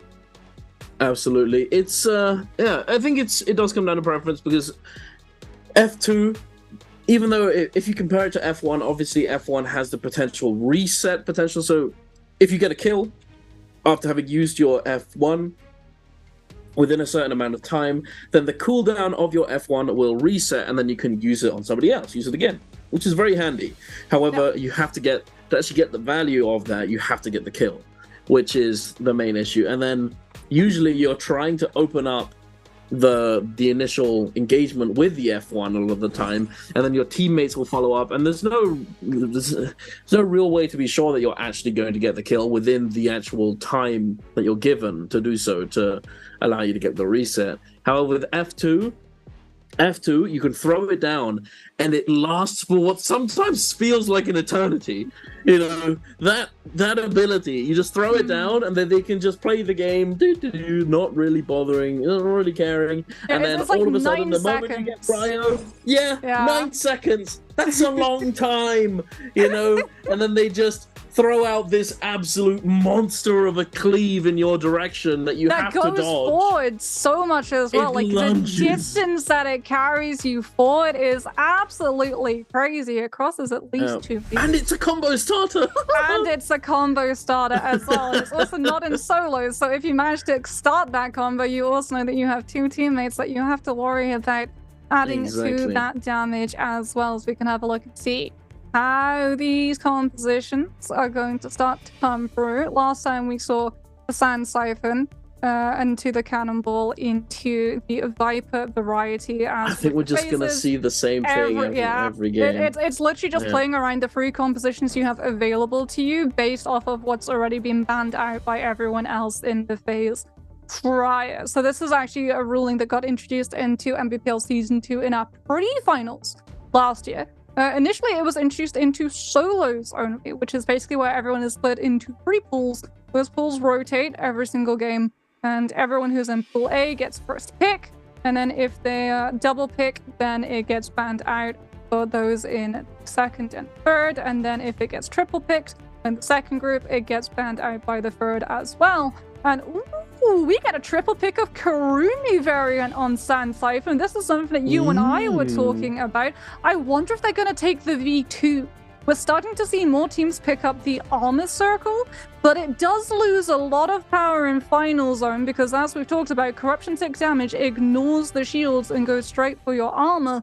The Kurumi V2 variant, although it still has the element interaction with the Temi F, it only reheals your armor, not your health. So in Corruption Tick, it is literally useless. True. I'm not really sure because it can the health version can also be extremely useful in the sense that you know what everybody likes in trios. That's fire damage and also poison damage with that Jade, but it soon will be removed, but regardless. Fire damage, Venom Tip as Flame well. Breath, Rupture Gale, yeah, and Venom Tip. We have all of these Fire Jades that access your health bar directly. We have Armor Pierce as well, of course. Having that healing circle, that health circle, to be able to sustain through that is very helpful, I have to say. And then not only that, but there is another key difference between V1 and V2. The two different variations that we're talking about. It's that V1, the health circle, cleanses those within it as a faster interval. No, but it does it at a faster interval. V2 cleanses at 1.5, yeah. Yeah, so you can get more ticks on the cleansing effect with V1 than you can with V2, which can sometimes make the difference. It can be the difference between you living and dying. Although, of course, you still have that Kurumi F available almost all the time because of it being a reasonably low-ish cooldown. You still need to be careful, because if you're not careful and you're getting taken down very, very low HP but still have full armor, and then all of a sudden you take a hit from a Rupture Gale Flame Breath cannon shot, you could get taken down. So it's hard to really say, but as you said, the healing in the final zone can be extremely helpful. However, unless you're actually within the zone, you're not going to get very much healing at all. So I'm not too sure. I do think we've seen a few more V2, the armor circle, being used than the V1 recently, at least in the games that I've seen. Here we are, V2 coming out from Xiaonan. Yeah. Alliance running the Yodo F1, by the way. Yodo F1 with the Justina. Because they do have lane with that Justina. Very aggressive.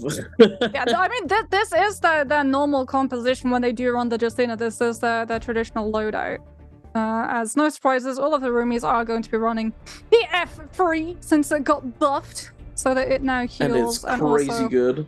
Yeah, damage reduction of 20%, 50 heals per second, as well as when you snap the tether, it goes to 90% damage reduction for a window of 4 seconds. So, you know, pretty good to be able to keep yourself alive. And if you do feel like you're going to be pressured, it can be really handy on drop as well. If you see one of your players getting hard focused down by a lot of teams, you know, like GG are about to be, because as I said, Wolves continue the game plan. Drop on a team that you know was towards the top and deny them early control to be able to snowball into late. So having something like that Kurumi, which is not dependent on the loot to influence how much healing you do, is really strong. Yeah, indeed. They're looking to contest those Firefly spawns, and here we are. Right on in, GG versus Wolves. Are they able to find not only the Firefly pickups, but also the weapon pickups? It looks like Wolves is currently at a bit of an advantage. They have that Viper roll coming through, and there it is. Wolves ZK using that F1 to knock those teammates away, to prevent them from being able to move immediately. They already have the team advantage, the player advantage, and there's the Tessa ultimate as well. The initial rage coming through. Look at this ultimate. It's so fun and interactive. We love to see it. 55% requirement to cast. Oh my. Good googly mooglies. We have WBG going up against DRG. Moonlight has already been taken down, sliced and diced by that Yotohime, and Axiao is going to pick up these kills for his team. WBG, another team with 3 eliminations so far. But it looks as though DRG, who just got taken down, had also picked up 3 eliminations. So I'm not sure if there was another team that they killed, or if it was just a salty run back and they actually ended up coming out on top. It's hard to really say.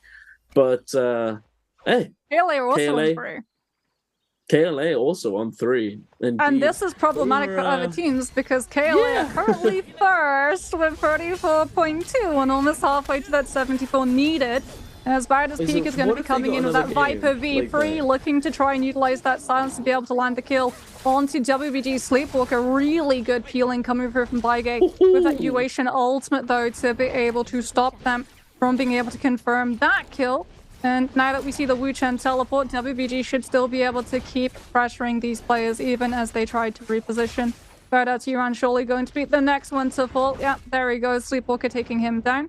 And Baige doing a very good job there of just sitting in that Uation ultimate and allowing Akshao to be able to hold on to the Yodo ultimate as well if they get third-partied, which is about to happen as we cut over to a wider POV and we see TRG getting ready to initiate in 94% on that Justina ultimate as well for Sleepwalker if he runs into a Wu-Chen team, and that is exactly what DRG are running. If we do see them use that Wu-Chen teleport, Sleepwalker is more than likely going to pop that Justina ultimate and use it to be able to continue applying pressure onto the Wu-Chen even after the team has utilized that teleport, since you can cover so much distance so quick.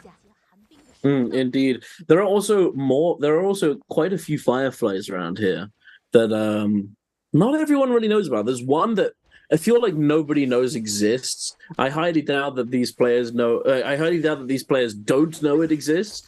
But hey, things could get pretty spicy over there. We are heading on over to the other. Just a lot of little boonies out here. And all these teams just looks as though teams have slowed down a little bit.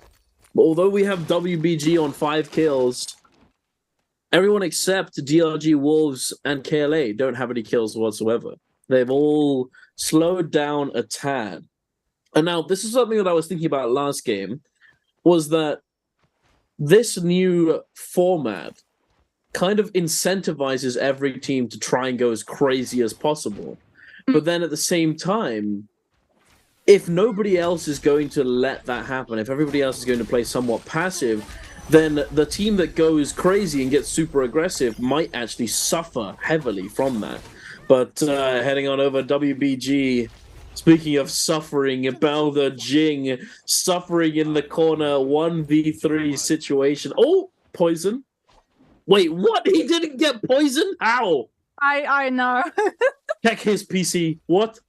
Well, I mean, check the purple bush. The question is he also, going to be checked? Because he has no choice but to just put himself into that one, crouch and hope that it doesn't get.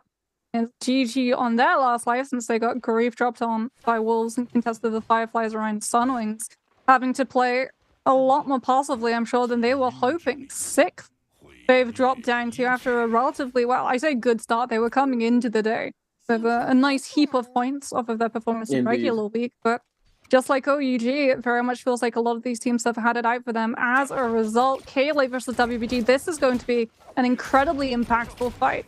Moving on forward for the rest of the day, if KLA get denied from being able to pick up another MVP, then WBG are going to be incredibly happy, given the fact that this should be their pop-off game, as they're already up to 6. UGG going to be utilizing that Takeda ultimate. 4 shelves left, 1 connects onto WBG Sleepwalker, who's immediately going to use that free shell form. UGG still trying to keep the pressure. We see that Karumi Teva coming on out to give that damage reduction, as well as the V2 on the armor to make sure that QGG is going to be able to live through all of the pressure as the ultimates came on out from WBG. And now KLA are going to look to hunt down one of these split-off players. It is going to be the Yodo. No Yodo ultimate available for Akshao to be able to continue repositioning or maybe stop some of these members. But WBG have worked together to get one of the players from KLA down low. The Justina freeze hits from Sleepwalker, and they confirm the kill off of it. And now it's turning up against KLA. WBG's Akshao with the horizontal on that longsword, continuing to apply the pressure as Sleepwalker with that spear looks to play off of the light stagger set up by his teammates, gets the parry into the Dragon Slayers, into the Nezhas, and WBG Sleepwalker, what a Justina, what a freeze to crack that fight wide open. Absolutely. We're heading on over to the desert lake with JL fighting it out against OUG, a team OUG had said was their rivals, or the team that they are potentially worried about. And hey, it seems as though that was very justified as they all get taken down. JL sending KL to the spirit realm. But we're heading right on back to where we were just before. Bowder fighting it out against WBG. WBG doesn't have all the cooldowns. Okay, I thought, okay, he does have the Justina rod again, but he immediately dies, unfortunately, and it looks like Bowder are going to take them down here. WBG in a precarious situation. And indeed, they do get taken down, but thankfully, they do have their resurrections available, and they're sitting on 9 kills. It's a bit of a sad one, a bit of a rough one, considering that Realm of Yang is about to be coming up. And they were scaled for it too. They were indeed. They could have very easily gone into the realm of Yang and continued to snowball their lead, but they've now been checked by Bowder. Bowder been performing pretty well, and to say that it was so close to not even playing today, they were the line. They were the line that all the teams below the threshold had to cross to get in, but in that final game 2 days ago, they didn't manage it, unfortunately. Or fortunately for Bowder, they managed to stay in. But to think that they almost didn't play is Dunk, rather... look on the map. 17S is about to run directly into 3 players of WBG and the other 2 members of Kalia and Celestra. Wait. I don't see it. You can't see it because he's just absolutely overwhelmed by WBG players. Wait, is he on his own there? In the middle of WBG, there was a KLA player, 17S, and KLA as a result had to... Wait, are they all... I think they're all in spirit form. Well, some of them are. I think they're in spirit form. WBG were in, like, Soul Altar, so because they're in spirit form, the fight doesn't break out. But oh my goodness, that could have been very... really dicey for 17S, and I think he actually saw WBG, because if the spirits get close enough to you, you do actually see their outlines. You know that there's a spirit nearby, and that's why KLA immediately rerouted from Celestia to be able to back him up as, oh my goodness, Lane, with the back-to-back freezes coming on through. The Wuchen teleport instantly popped, but Wolves, unfortunately, it's so obvious where they ran out onto because of the flat and narrow one. Justina dash left for Lane to be able to use to try and close up the distance. He's going to hold on and use grapples for now to see whether he can find that last little dash to connect onto the player. Oh no! He just this is a mistake! Oh, this is, like you said, a mistake. He'll use the free shield form to be able to buy his team the time to come back in. Revenge with that Aurora Burst. But the wind spike comes through from the fan. Lane going incredibly low. The Aurora Burst being used to try and just keep the cover onto the Justina. Wolves had kited. Here comes BBE as well. BBE with the third party. They saw the no ult zone. They knew a fight was going on. That dinner bell got rang, and 2 players were lunch. Absolutely, but we're heading right on over to the realm of Yang, ladies and gentlemen. JL scrapping it out against XCG.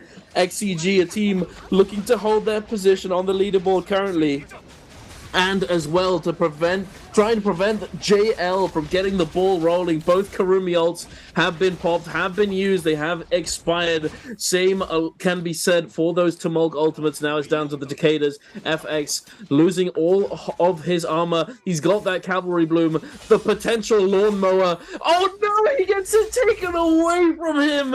And XCG, they're in they were in a 2v2 situation. But now it's all down to VVV on the lonely Karumba. He's fighting, he's scrapping, he's trying to finish off this Takeda. Oh no, wait, it was a Tumulk, the Mortal Defiance. Oh my lord, he's so low. Jiaonan, he's trying to cover for his teammate, trying to keep him alive. He uses that F3, the scale rush comes through, but it whiffs, it goes wide. VVV has enough rage to pop yet another Karumi ultimate. The Hang Sword doing so much work, he gets knocked out of the circle. He can relocate it now, because that's so much fun and cool. It definitely needed this. To be fair, it kind of did need this. It kind of did need this. Jiaonan, he's still on the chase. They're trying to take him down. VVV, he's still going. 2 seconds. Can they finish him off? They can! Oh no, he did not! No, he did not!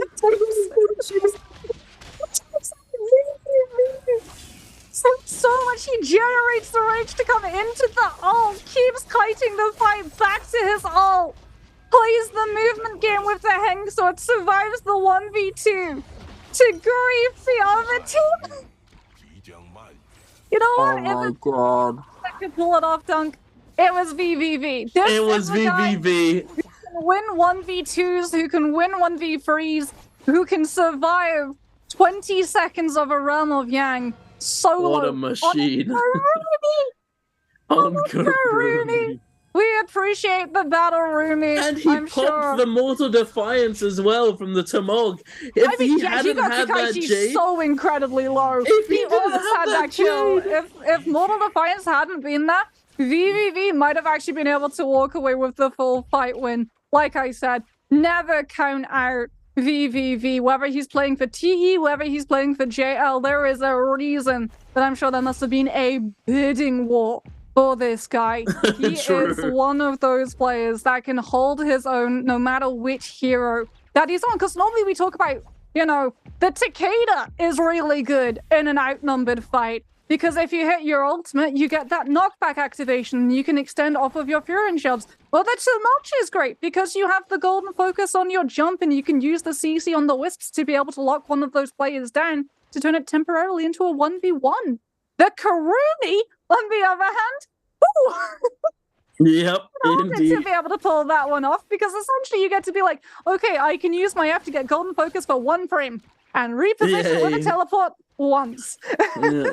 He gets a little bit of damage reduction. He can maybe take 1 gambit. But that's and for about all of it. that, he's the one they pick to die to the zone so that they can buy him back. No way. I mean, to be fair, even though he's definitely showing prowess on the Karumi, it's still probably not the pick, not the character you want left alive in that kind of situation. As 1v2 apparently is possible, but 1v3 I highly doubt it. It's a bit rough. I mean, I'm sure it was either a 1v3 or 1v2 last year in Nbpl. It's the trove just around Shard Lake that he has to take a fight against. And it was either Viper or Justina. And he yeah, not you were only talking about lives this it, earlier. I don't remember. Yeah, he not only lives it, he wins it. It was crazy. Like I said, BVV is one of those players who I think has a reputation not just for like the specific heroes that he's able to play, because in my eyes he's the best Viper in the world. He's just able to survive those situations and come out on top. He has the clutch factor, and that just makes him absolutely invaluable. As for XEG, well, they have their time right now, and it is ticking down. They're currently hunting G. 3-3-0 out a little bit in front. The good news for them is it's not a Wu Chen team. The bad news is it is a Z-Ping team, which means that you're gonna have to pop that zip ult and also manage to lock a kill down before they just decide to zone you out with that Tumult. NiHQ looking to find that pressure, go straight into the Mythic grab. We'll be able to find a connection onto CJ as Karumi ultimate, the V2. Comes on through. Bauda, however, see all of the flashing neon lights, know that there's a fight, know that with the state and timing of the game that we're currently in, it has to be a team with Yang depletion. Oh, the Ballista! The third party, the Ballista coming on through from the right side as well. NiHQ taking so much damage from the fight. Oh, no. Then he goes down. Bauda knew that there was a fight going on, sent 2 of the players onto the low ground, had 1 player stay on Ballista, and used those 2 players on the low to flush everyone out in the open and away from blind spot. Oh my lord, what what a scrap is going on here. There's so many teams, so many players just running around. Kakashi trying to get some value before that Yang depletion finally times him out, but unfortunately didn't really get all that much. That Ballista was doing so much work from Bauda. JL as well in the mix. They're not immediately close by, but they are engaging onto Bauda here. The Tumulk ultimate gets thrown down. The 3-ban zone is popped. Unfortunately, one of those members, JL, TXJ, he's unable to get out of there before the Tessa charm comes through and locks him down. FX in the 1v2 situation here. The tether is attached. He's trying to stall as long as he can, but he can't really manage it. 1% till his ultimate pops up. No! The Poison Jade is going to take him down. That's don't worry, bro. Next patch, it's gone. Don't worry. That's so unfortunate. Oh, it really is. It's so sad.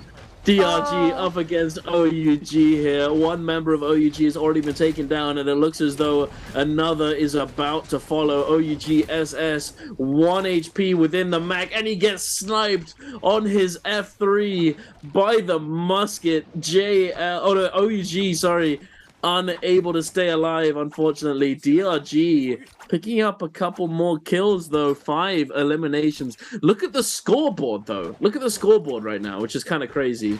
Yeah, Bauda in first with 9. That's kind of nuts. Yeah, Bauda just rocketing up from seemingly out of nowhere. I mean, they're on a composition which does thrive in skirmish, right? They can see a lot of these fights going on. They can play off of the aggression that other players are initiating, and they can come in third party, and that is all of the places that their kills have come from. We have never seen Biter fully initiate a fight. They have only ever waited for other teams to actually engage first, be bereft of ultimates, and then just come in and absolutely chucked a grenade in the water. Literally. Yeah, I mean, they threw the ballista into them. But they've been doing an extremely good job. The butterfly flaps the wing. It's Biter puts the player on ballista, and 3 teams just have to try and reorganize themselves around not only ballista pressure, but also zone corruption positioning as well. As we're going to see Dunkling now looking to try and utilize this Viper V3, but he's going incredibly low. The 40% damage reduction saves his skin long enough for the Wu Chen to teleport him out. Dongqing is thanking his lucky stars that he opted for the V3 rather than the V1. Literally a frame of health. That's insane. Actually, yeah, without that 40% damage reduction, he's cooked. Yeah, literally. He literally is. That's insane. But one thing I wanted to ask you, did you happen to hear the other day when I was casting with Hipbrain, the new name that I came up with? Blind Date. Yeah, no, the other one that I came up with, the one to replace Blind Date. Oh, I know which one you're Unseen talking Riz. about. Unseen Riz, yeah. We still need to get to a consensus here, ladies and gentlemen. Stun Spell. I call it Stun Stun Spell because you get the stun, but you also get the play on words of spell in, like, it's a cast, but it's also a frame of time. So it plays into the whole, like, you play off of 8 seconds of stun to kill a player. True. I think we need a poll in chat. Stun Spell, Blind Date, or Unseen Riz. I mean, I'm pretty sure coaches just call it Viper Variety.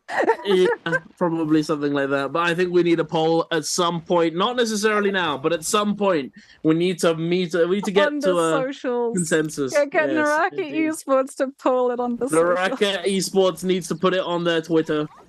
And we need to sort it out. X. Or on their X, sorry. Yes, on their X. And if you're not following the NARAKA Esports X, I don't know what you're doing. Maybe you're new to the esports scene, but that is where all of the news is updated. You'll be able to see the schedule of NBPL. You'll be able to catch up as well on the scoreboard. They post the MVP of each game as well as the overall winner of the day. So if you miss the streams, if you're not able to connect your account and get all of those lovely drops, speaking about drops, GG's Alex M is not dropping anytime soon. He is clinging to that scene like his life depends on it to get that third-person POV and understanding of the team of FPX around him, relaying that information to CGS, who unfortunately, as a result, is having to just ever so slightly eke his way out of that purple just bush. Crawl in. I mean, if there's a team that's up for camouflage shenanigans, it's GG. Come on. They chain res like 15 times last year in zone corruption damage, and I lived like 7 games. But no, going back to that earlier point, make sure to follow the socials, because that is where everything is going to be updated. Indeed. No, make sure to check it out. I will try and post the link in chat at some point during one of the breaks or something, just to make it easy for you, because it's definitely worth following. You know, it's where all the updates come through. And also the official NARAKA BLADEPOINT Twitter as well, if you're ever interested in potentially getting news on new skins or anything like that, as soon as it comes out. We've got a new Battle Pass coming. I'm excited for that one. I don't think we've gotten a sneak peek at the new Battle Pass just yet, but probably very, very soon. It will probably be put onto the NARAKA Twitter. I think we have luck in the current. Oh, speaking about free, I think CGS has 3 seconds. 1 Mississippi, 2 Mississippi. Oh, this is the Decatur ultimate and 3 Mississippi. Unfortunate. We still have 1 player alive, though, I do believe. That's Tumult. They do. Is well, maybe not alive for long, as Wolves. Oh, there he is. He's been found. As he's going to utilize that Tumult ultimate to be able to zone. Okay. He's going back in. What a Chad. Back in. Pops in the ult zone. Tumult ultimate already being casted. Is going to be able to stay there. He goes inside the ult to try and take the 1v1, but Wolves are able to regroup. Tumult ultimate gone. The R&B on that fan. Temi F now invested. 1 wisp coming through. But Alex, I'm just trying to utilize that golden focus to get away, but eventually Wolves will be able to chunk him down with the help of that Viper F3. Indeed. Unfortunately, he's not able to clutch it up. My guy, what a beast though, what a Chad. Just, he pops the ult, pops the 3-man zone, immediately turns around with like less than 1,000 health. What a it's beast. the only way he was getting out, let's be honest. If he was True. able to get a kill or last the fight long enough, like the fact that he popped the no-ult zone also brought Bowder into the mix, who'd come looking for the third party, but the action was over so quickly. Oh my goodness, Wolves Gem. I mean, they don't have the Wu Chen. They're not able to rotate. So actually just sees the lone player, comes in with that Yodo V3, and here's the great thing about Yodo as well. You can cancel your ult early, and because Akshay didn't need to invest the full thing, surprise, he's still got 53% of it. Yeah. It's pretty rough, and it's also pretty rough for DRG, who just got picked apart by FPX and KLA there. You know what else is interesting? Is that we haven't talked about the fact that there is a team running Tessa V2, or Tessa F2, sorry.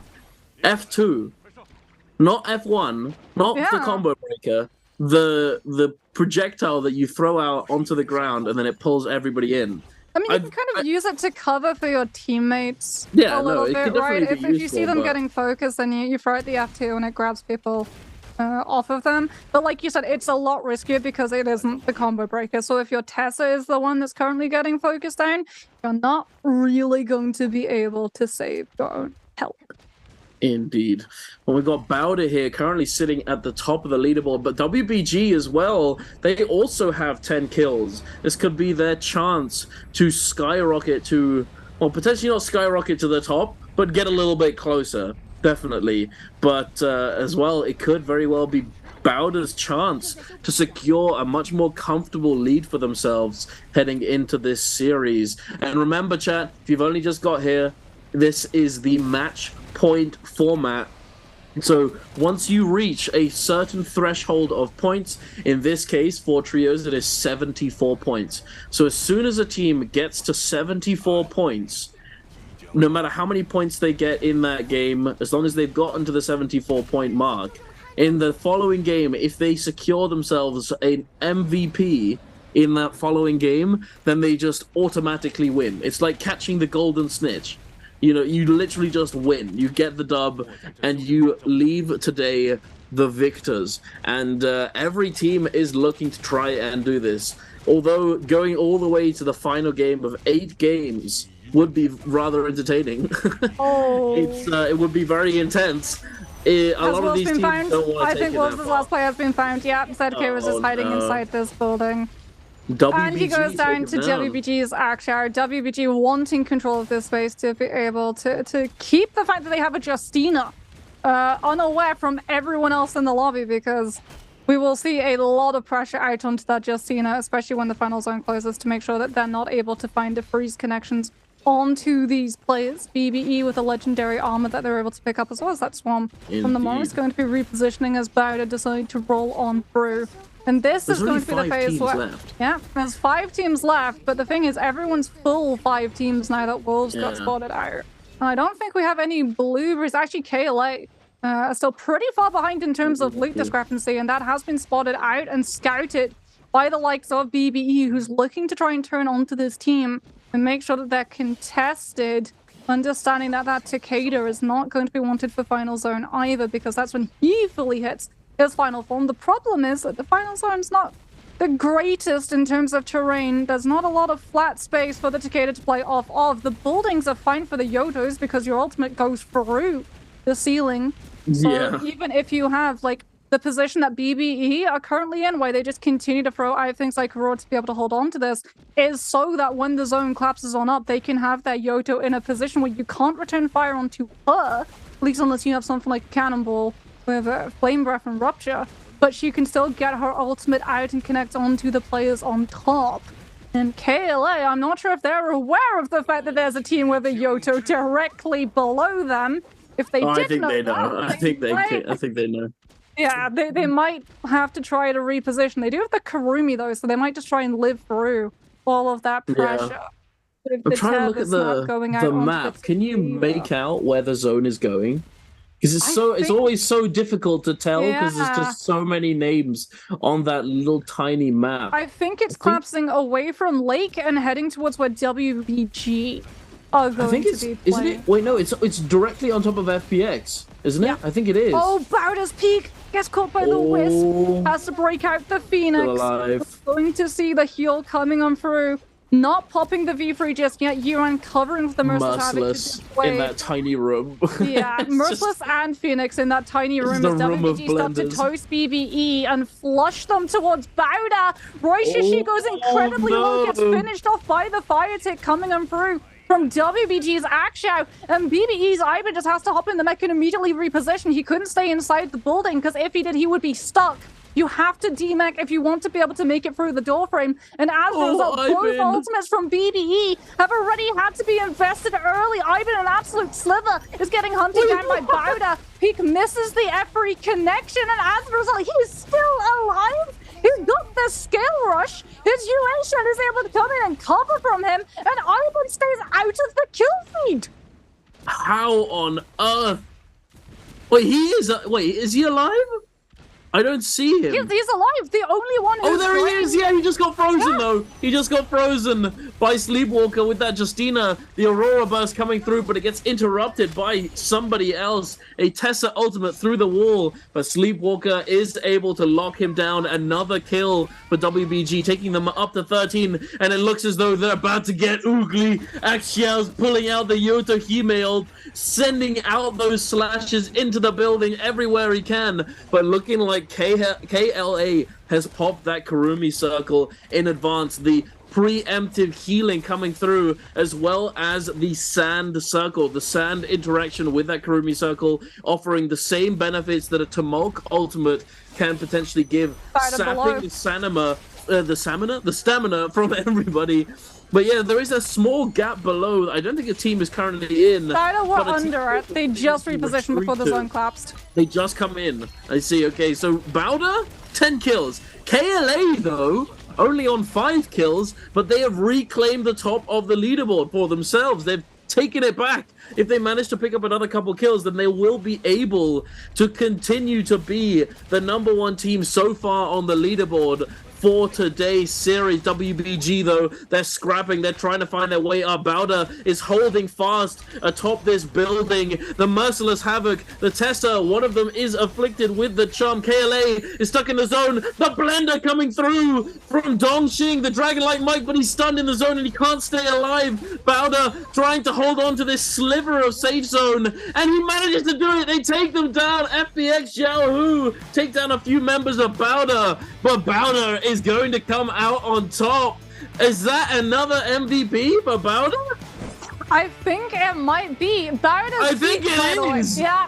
Bowder's peak. Oh, wait, KLA that plus play. took first game, my bad. Yeah, KLA took first game. Bowder takes second, but peak.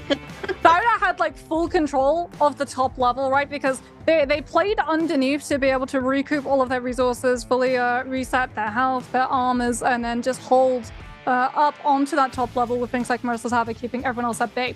When that zone fully collapses and it goes to heal off, Peak actually gives up that position to drop onto the low and comes in with a huge connection of the Viper F40 onto everyone who's trying to stand in that safe space. And as a result, he's just able to get so much damage onto all of the players who are already having to play around things like Tessa ultimates coming through, Tumult Wisps coming on out, Phoenix bursts being thrown on repeat. The Dragon-like Whoever had the longsword, the Dragon-like coming through. Every little bit of pressure, every little bit of focus and attention that was turned away from the Viper, and every little bit of focus was turned away from Bowder for the majority of that final zone as well. Like, they played that sort of be very, very quiet. We already have 10 kills. We don't have to be throwing ourselves into the scrap and potentially burning through our ultimates or losing one of our players early. So if it does go to something like a heal off, we're going to be able to have the numbers to try and outlast some of the other players. Indeed, very, very nicely done. For some reason, I thought that they managed to take home the first MVP of the day as well, but no, they came first. They got the first place placement. Yeah. But I don't think they didn't come out on top in terms of MVP. But what a performance coming out. The team that was almost eliminated coming into the finals is currently popping off. It's ridiculous about it too.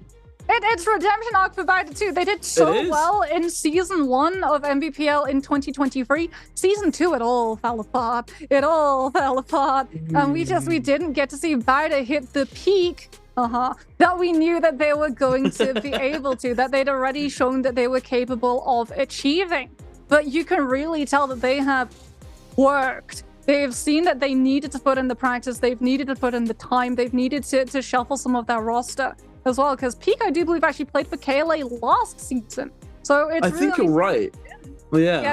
Getting to pop off against his former team too. Not a bad feeling, I can imagine. But, ladies and gentlemen, it is time. You know what time it is. It is Answer for Treasures. Answer this question correctly by putting your answer into the chat, and then after a short countdown, a screenshot will be taken of said chat, and then a random person out of that pool of people who answered will be chosen, and they will be the lucky winner of a Spring Split random gift box. And the question is, ladies and gentlemen, which team is currently leading the total scoreboard? Is it A, OUG, B, KLA, C, FPXZQ, or D, Bowder? Make sure to put your answers in the chat and keep an eye on your whispers and the chat itself. You'll be whispered and atted. Don't be that guy who steps away. Make sure to claim your prizes if you do happen to be the winner of this Answer for Treasure. But back to NARAKA, back to the games, back to these insane performances from these players. Bowder, it's lovely to see you. Welcome back. Yeah, because welcome back, Bowder. The last time we were seeing Bowder pop off, I think they said like my man playing for that team. That was the old Bowder roster. So it's really nice to see that a lot of these teams who struggled towards the latter half of Nbpl last time have put work in, like Wolves, Bowder, Alliance, all really showing leaps and bounds in terms of improvement. I'm really interested as well to see how that's going to affect the rest of the day. Whether or not Wolves are going to start grief dropping onto Bowder and switching up their position, as opposed to just trying to dive them onto GG, which they've continued to do now for 2 games in a row, as we can have a look and see those statistics. And this is like the really interesting thing, because this is what we were talking about actually through that game. Bowder did not initiate fights. They preyed off of fights that were already going on, which is exactly how you want to play the Tessa variation. You wait for a team to have their attention turned away from you, being focused solely on a fight that they're already in, so that they're not able to, on reaction, dodge things like the Tessa. Being able to come in, instantly confirm a kill, and then prey off of all of the confusion that you've just thrown out onto the field. Indeed, and Bowder currently sitting atop the leaderboard, ladies and gentlemen. There's your answer. If you didn't know the answer to that question, it is in fact Bowder sitting on top, 23.6 6 points from that game number 2, putting them at 48.3 total. That's getting pretty close to the like 120 bomb away. Point. Literally, yeah. Well, actually, wait, how much is it? 50. So okay, so pretty trying close. To do maths. Maths. Roll. If they get another game, like they just had, just with a couple more kills, they actually meet the threshold. Yeah, meaning that we could have a 4-game series, ladies and gentlemen. I could told be you. 4 games. I said at the start, I was predicting it was going to be 4. It all really is going to come down to whether or not these teams pivot their attention. But here is where I think it's going to get really problematic. Because let's be realistic. Who out of all of these teams was expecting to have to counter-strat Bowder? You're expecting GG, you're expecting XCG, you're expecting OUG. I think that's another reason why the likes of WBG and Bowder are doing insanely well, because everyone has counter-stratted the higher teams. And as a result, like the time that they've put into learning things like rotations and pathing and drop locations of some of these other teams has been a lot shorter. Indeed, no, I'm still very surprised that JL isn't popping off. I have a slight feeling that it could simply be due to the fact that it was a lot of pressure. You know, their first day they got something around 45 points or so. I think it was something like that in the first game of this bi-weekly, in the bi-weekly qualifiers. And then in their second day, so 2 days ago, they come out with 4 MVPs and absolutely run the lobby. And they just decimate all of these teams, all of the teams that were going crazy beforehand. Oh, his peak dropping down. Yeah, had the huge Viper F3, absolutely massive, popping what off. A play! What a play! Yeah, Well, absolutely it's the Tessa right. MVP though.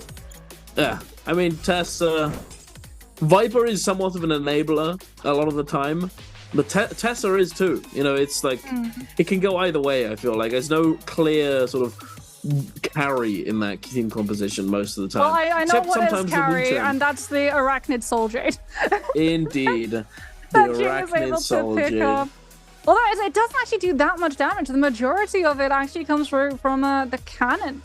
Funnily I feel like it's a enough. But again, pressuring this, tool a lot more than anything else. This sort of like goes back to what we were talking about in terms of how Bauda took those fights. A lot of the time you can tell when a team is just like steamrolling over 3v3 situations, or whether or not they're going into the more like brawl heavy, we're gonna third party fights already going on off of the damage statistics.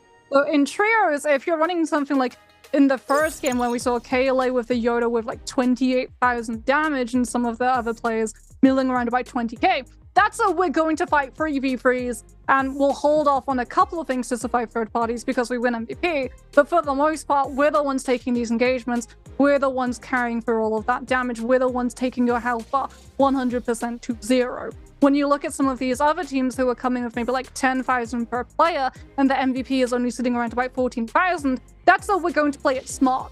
We're going to work the same, like at the same level. We're not taking away from the fact of like, oh, this team third party, there's less skill involved. If anything, there's more skill involved because you have to be able to predict how that third party is going to turn onto you.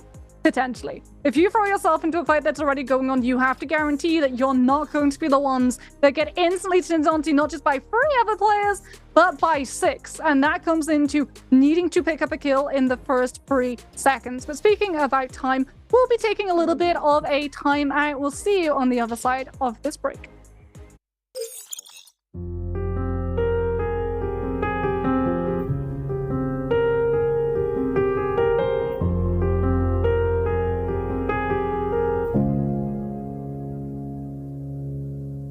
With each breath, pain and destruction, my world is broken by your seduction.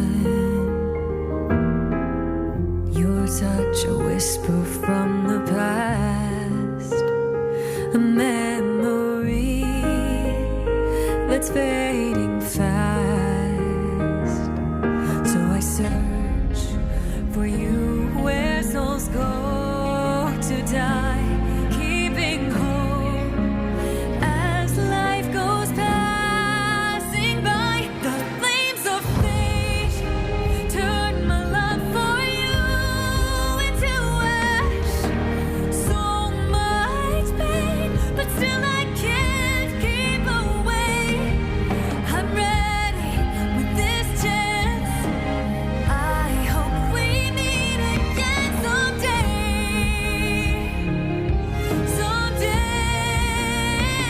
The flames of fate, torching love at the galaxy's gate.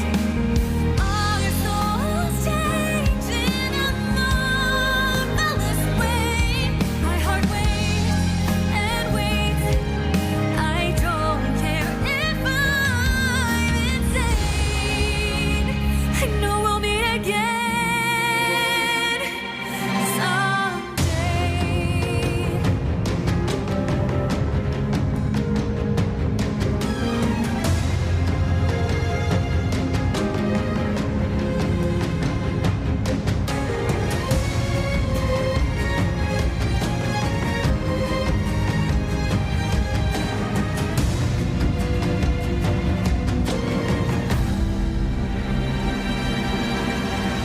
The sky is frozen by apathy, desolation, fear and catastrophe.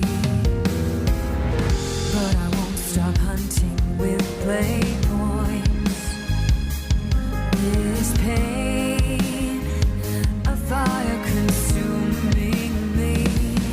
So I search for you where souls flow to die, keeping hope as life goes passing by.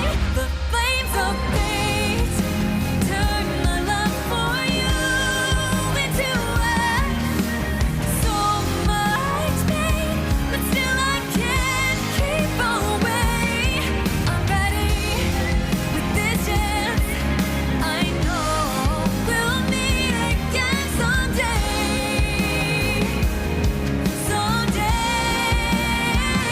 The flames of fate, torching love at the galaxy's gates.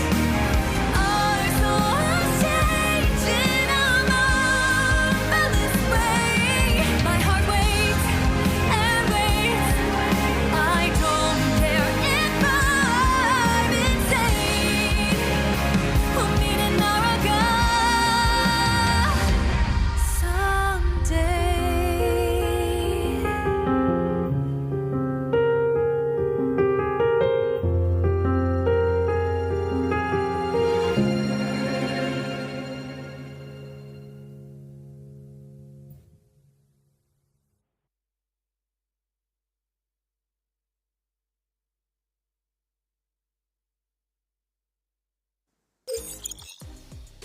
Hello and welcome back, ladies and gentlemen, to what's about to be our third game of today, our bi-weekly trios finals, and it's getting pretty exciting.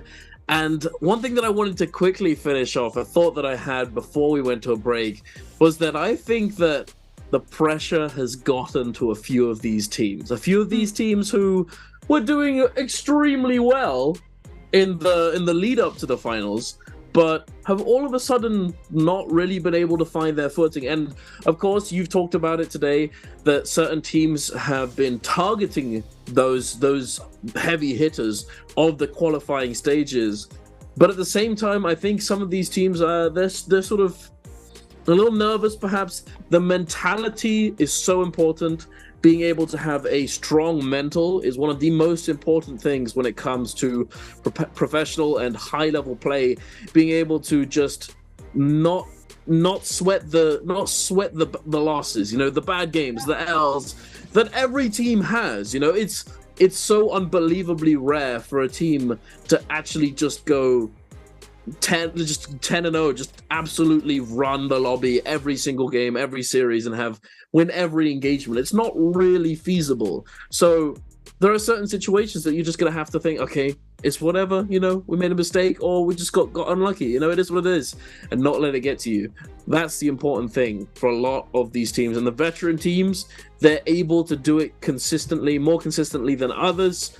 The not so experienced teams struggle to do so, and it kind of separates a lot of these teams. But hey, I don't know, what do you think's going through the heads of some of these teams like JL, GG?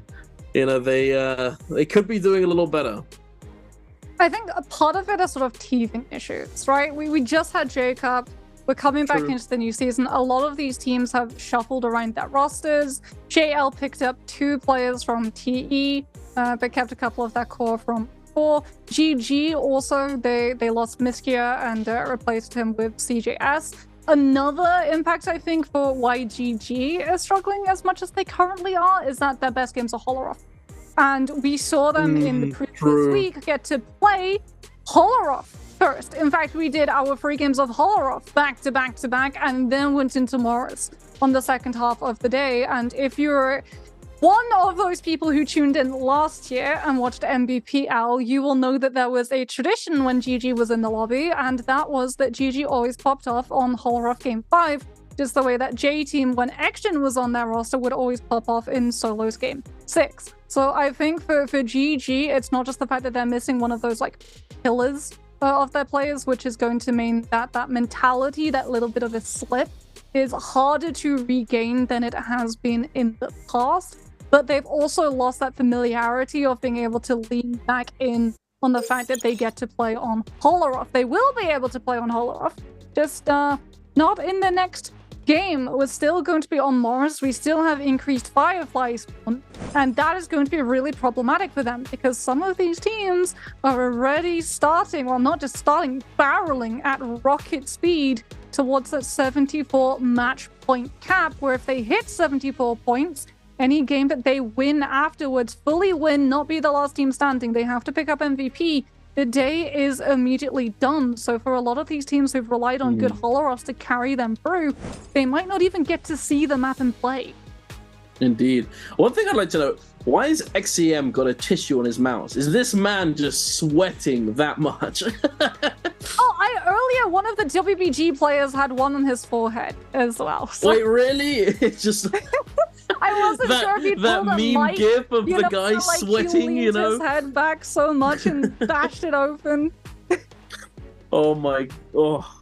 Do you remember that? When Mike got the NBPL win last year?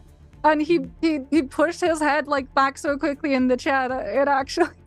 Oh, he yeah! started bleeding. So wait, he actually started bleeding? I didn't know he was bleeding from that. Yeah, I remember seeing it. As we said that he put in to be able to walk away with that title. But what a we're going to be walking away from desk and we're going to be heading into game so we can have a look and see how the pools and phases have been shuffled. And I mean, we're expecting more of the same, right? Everyone who's in first phase taking things like Sand Siphon and then getting to play into things like the Cannonball, into the Tacit variety. Indeed, it's so I've been talking about this. It feels like the meta is more stale or more repetitive than it was before, when in reality there's actually more characters in different combinations being played than there was before, which is interesting. And I think it's mainly due to the fact that beforehand we used to have certain maps and certain games, certain rounds within the series that were more one team, so one composition. So you'd have your game one daytime Morris that was almost always exclusively Transformers. Yeah, we'd have like 16 monks in Final Zone, and it just Yeah, became exactly. so hectic and chaotic, yeah. And then you'd go to Holoroth, and then it was almost exclusively Tumulk compositions with a few Viper Wuchen comps thrown in there as well. But now, it's because of the new format, as well as Transformers falling out of meta somewhat, we've got a little bit of almost every comp in every single game. So although there is more variety, there's less variety at the same time. Well, I wonder if we'll see more variety when we get the new patch coming in, right? Because a couple of heroes are getting ultimates and abilities absorbed where they go from 3 to 2. I know there are a couple of reworks for specific heroes on the way. We've got a new hero as well coming into the mix, even though it feels like we just got Sheol. Very soon. That is the joy of having a hero drop in the middle of off-season, because it means that you start off the new season with the new hero, but then halfway through your next season you get another hero. So that's going to be... It doesn't feel like we just got Sheol, Moxie. It feels like we've had her for an eternity. Like we just got Sheol. But hey, the good news for all of you people who aren't the biggest fans of running into Sheol and your solos, Lovey, she is going to get nerfed. She is getting nerfed. Thank the Lord! Thank the gods of NARAKA!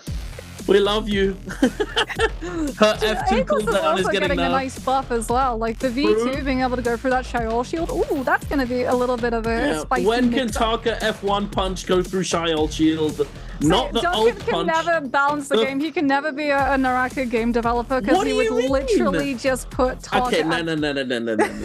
Taka F1 can go through almost everything, but for some reason Sheol just says no. It's almost like she has a shield. Yeah, but so the shield can't block Valda Bubble, and it can't block Takeda shove. Okay, it can't block the F, but it can block the shove. So that's true. But the same time, if you want to get fully technical, you could argue that the Furin should be able to make its way through one of the cracks, given the fact that those shield blocks do have sizable chunks of space. between each of Also them. true. But we're getting like really into the weeds. Yeah, let's not get into Let's that. get We'll out be of here for a those while. and into game number 3 so we can have a look at these loadouts. A lot of Yodos running that F2, a lot of those Vipers are running the V3, and I do believe that Xiaohu is running the V2 variation of that Karumi, as WBG gonna actually be locking the Justina back to back. Drops I feel are like now more and more going to be teams are revealed. locking And it. hey, look, now that GG are behind the rest of the pack, Wolves are choosing to turn their attention onto a different team. In fact, is that Powder that Wolves are going to be dropping onto? Is that Bowder? I can't tell. It's a little bit It's either obscured. Powder or FPX. I think it might be FPX actually. Yeah, Bowder's on the right hand side. Yeah, that's FPX. They're dropping on FPX. Yeah, that's Okay. Bowder on the eastern side, I think. Oh, yeah, on their own. I forgot new logo. Yep. New logo, new color scheme. I'm so used to looking for the red and being like, that's Powder, but no. Indeed. But yeah, not too much action. We will get a bit of action off the rip with Wolves and FPX, and also seemingly GG. And we're heading right on over to Alliance and JL though. I said there wasn't gonna be an action. They heard me. They're like, no, there's gonna be action, big dog. TXJ jumping around with that spear, trying to do the aerial horizontals. Revenge catching him with the 1-2, but unable to stand strong in front of the Ferrier mech. Ferrier absolutely exploding him with that turret bomb. But we're heading right on over to the money spot, as many people like to call it. GG up against DRG. CJS so unbelievably low. He's going for the holds. The fans doing so much work, but finally he does get parried and taken down. DRG managing to take down a wait, no, not WB, sorry. WBG now coming in. GG grieved because WBG coming for the third party. GG lasts so long with those fan RMBs that WPG third party in. Able to clean take up onto advantage of DRG. it. And Very here's like the nice. really painful thing as well for both of those two teams, both DRG and GG. Because the fight happened immediately, they got zero downtime to actually take advantage of why Money Spot is so sought after, which is those 3 buildings. If you Yeah. run through all of the destructibles inside those buildings, you not only get loot drops, but you also get a hefty amount of money. And in a Mortal War, if you go to a shop, you can buy weapons. And if you're running something like Discount, you can pick them up for like 8,000. So Indeed. No, they are very, very... It's definitely a very fruitful place to go to. And, hey, there's going to be lots of changes coming soon. Not only are you going to be able to buy weapons, you're also going to be able to buy armors. I mean, there's a lot of changes coming. If you are interested in finding out more about the upcoming changes, just quick disclaimer, I don't think we're actually going to get the changes that are coming in this next season in the Nbpl next week. I don't think so, considering because traditionally we play on a patch like behind. Yeah. If we start the season Exactly. on a patch, we hold on to that patch because it's unfair to the players. Exactly. To have to adapt. But yeah, check out the YouTube. The NARAKA BLADEPOINT official YouTube channel has a dev update video where they talk about a whole bunch of the changes. And if you're lucky enough to have access to the test server, go and check that out if you can. But we're heading back on into this game. BBE fighting it out against Wolves. ZK trying to cover for his teammates, who desperately trying to disengage from that V3 Viper, but unfortunately doesn't look like he was able to survive long enough. But KLA are coming into the mix now. The Ferrier mech gets dropped down. QGG gets stunned up by the Tessa ultimate, and unfortunately wasn't able to capitalize fully. But sadly, it seems as though Wolves teleported away. Anyway, what's going on? I'm so confused now. BBE teleported away. BBE but they teleported missed away. They missed Roy Shish's body. That's so unfortunate. And then And Wolves also get cleaned unfortunately, up. by trying to, I think, see whether or not the coast was clear to maybe try and res it, they've also given that position away to KLA. Yeah, indeed. So it looks as though that he's milk going to be is cooked. about to, go out. And QGG now immediately Oh, XCM. just trying to see whether or not Wolves were trying to do the same thing and backtrack And towards another body and get the res. And that's exactly what happens. The poor old gem is now going to be in a 1 versus 3. Has This the is not nunchucks what is you going to get want. grapple cancelled, has to utilize the F to be able to escape, but will go down the pole sword horizontal This is directly. not who you want to this be giving kills to. Yeah, this is definitely not who you want to be giving kills to. The thing is that KLA Biowda, like, they landed so far away from everyone that they haven't really been able to come into a whole lot of kills. In fact, they are sitting on a sum total of 0 right now. However, by going and dropping as far away from every other team, they have guaranteed that they've had time to be able to loot on up. So they've got purple armor on their Farrier, a purple fan for Yuran to play forward front position to try and find a connection onto one of these plays from XCG. The F2 is on cooldown. Yuran vulnerable. As a result, it's actually one of his other players who has to step in and be able to cover for his Yoto. The parry pushed my HQ so incredibly low, and now Biden know that they can finish off the fight. They're going to utilize the Yoto ultimate to chase down Kakaishi since he ulted first, and Yuran was able to connect onto him. Oh my goodness, Biowda, what a play. This is what we were talking about, right? The fact that they were able to just scale up to have the better loot when a fight eventually broke out, and they were so far away from the rest of the pack, they didn't have to worry about being third-partied, so they could fully invest things like the Yoda ultimate, which is so flashy, it's a dead giveaway of fights going on. Indeed it is. We're heading on over to FPX. Oh, Dongxing, he was on the chase. He was doing work, but he gets frozen up, forced to head on over back to the Karumi circle to heal up just a little bit. Axiao, he is reasonably low. Having just come out of his Yota Himeo, he might have to try and find a moment to heal, but no, he doesn't need to. He gets the blue armor swap, and it looks like the turns have tabled, and WBG take down FPX. There was a glimmer of hope for FPX, even though they'd lost a member. They were on the chase and had them so low, but unfortunately weren't able to close out the kills before they were able to use that Yota Himeo to cover for it. Unfortunate for that team there. Alliance heading on over to them. They've used their ultimates. It looks like we've just come over to them as they've just had a little bit of an engagement, having used those ultimates. Takeda not having his ult available, now jumping into the sky using that F1, but the poison mushroom has been popped. Bo and one of KLA's members, the Yota Hime there, I think it was, got inflicted with the poison and is forced to disengage for a moment. Yep. The ultimate's coming out. Revenge so unbelievably low. He's trying to stay alive, but unfortunately that pulse sword stone form nerf was a little bit too much. He's not able to stay on his feet, and KLA are going to come out on top here. The team you don't want to give kills to. Unfortunately, Alliance just aren't able to stay alive, and they don't have their resurrections either. Lane, or also known as Ian, has managed to stay alive. He's still going, and he's trying to grapple out of there, but they're going to chase him down. KLA, they're hungry. They want their lead. They want the lead back. They're only 4.3 points behind, and they currently have a kill advantage. Oh yeah, he's just standing still. Oh no. Yeah, he accepted it. He just did so. But no, Biowda and KLA both starting to get kills. WBG, however, sitting on 7.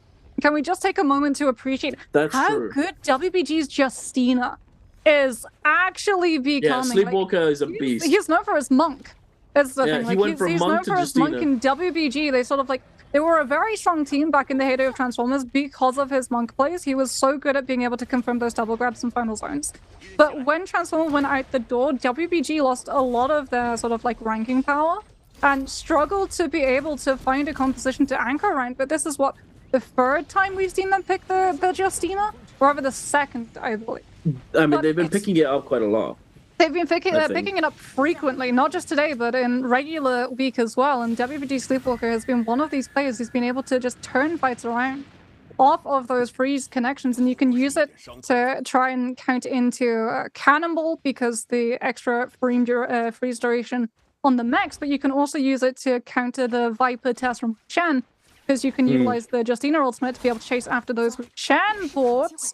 Not going to see Wu Chen at the moment, as he does suffer inside the realm of Yang. Instead, it's going to be Sand Siphon with the Z Ping. WBG Sleepwalk, however, with that Justina, utilizing the free shell from Yoto. Already pops the F. Yu's going to be coming in with the ultimate, but he's being staggered out by WBG's Baige with the UX. I don't think this was a simple shove.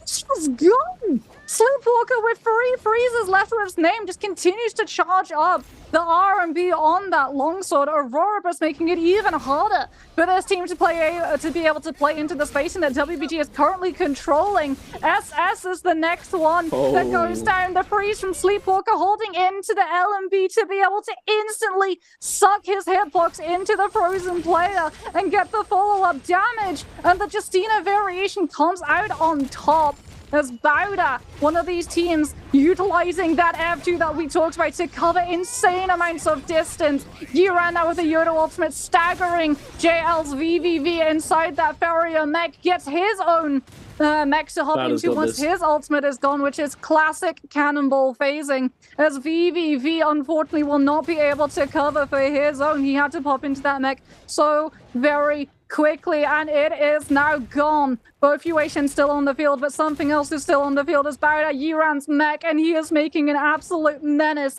for JL to position around as a result. So far, however, no one has actually gone down. Bauda's Yiran going incredibly low. Peak coming into the R&B on the fan to be able to cover for his player, and the Yoto stays standing. Bauda again with the insane amounts of the range. He's able to find the reach. The RMB onto JL's FX takes him down. Yiran still alive. Bauda in a 3 versus 2. 30 seconds left. Peak under fire. JL pins her onto him and finally conspired to take him down. And it's now a 2 versus 2. TXJ throwing out the F2. The Windspike going to be finding a connection. The F2 still has not been followed up onto. VVV comes through, but it's not in time. VVV goes down before TXJ commits the gold focus, and now it's a 1v2, and he can't get the Yoto.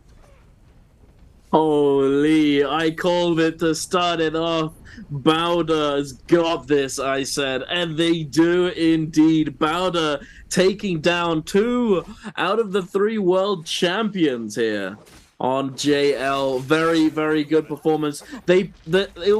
I knew from the start that they were favored to win that fight, and it was simply down to the fact that the very first Farrier mech from JL didn't find very much value since they used the ultimates in somewhat of a better order. So Bauda was able to chunk down the enemy Farrier mech so quickly and prevent him from getting very much value. And then as soon as he comes out of that Yotohime ult, instantly just jumps into the mech and then continues to focus down the other mech, taking them out and able to capitalize on the cooldowns much more effectively. Although it definitely did look as though JL could have come out on top there, considering that they were all so healthy in the middle of that fight.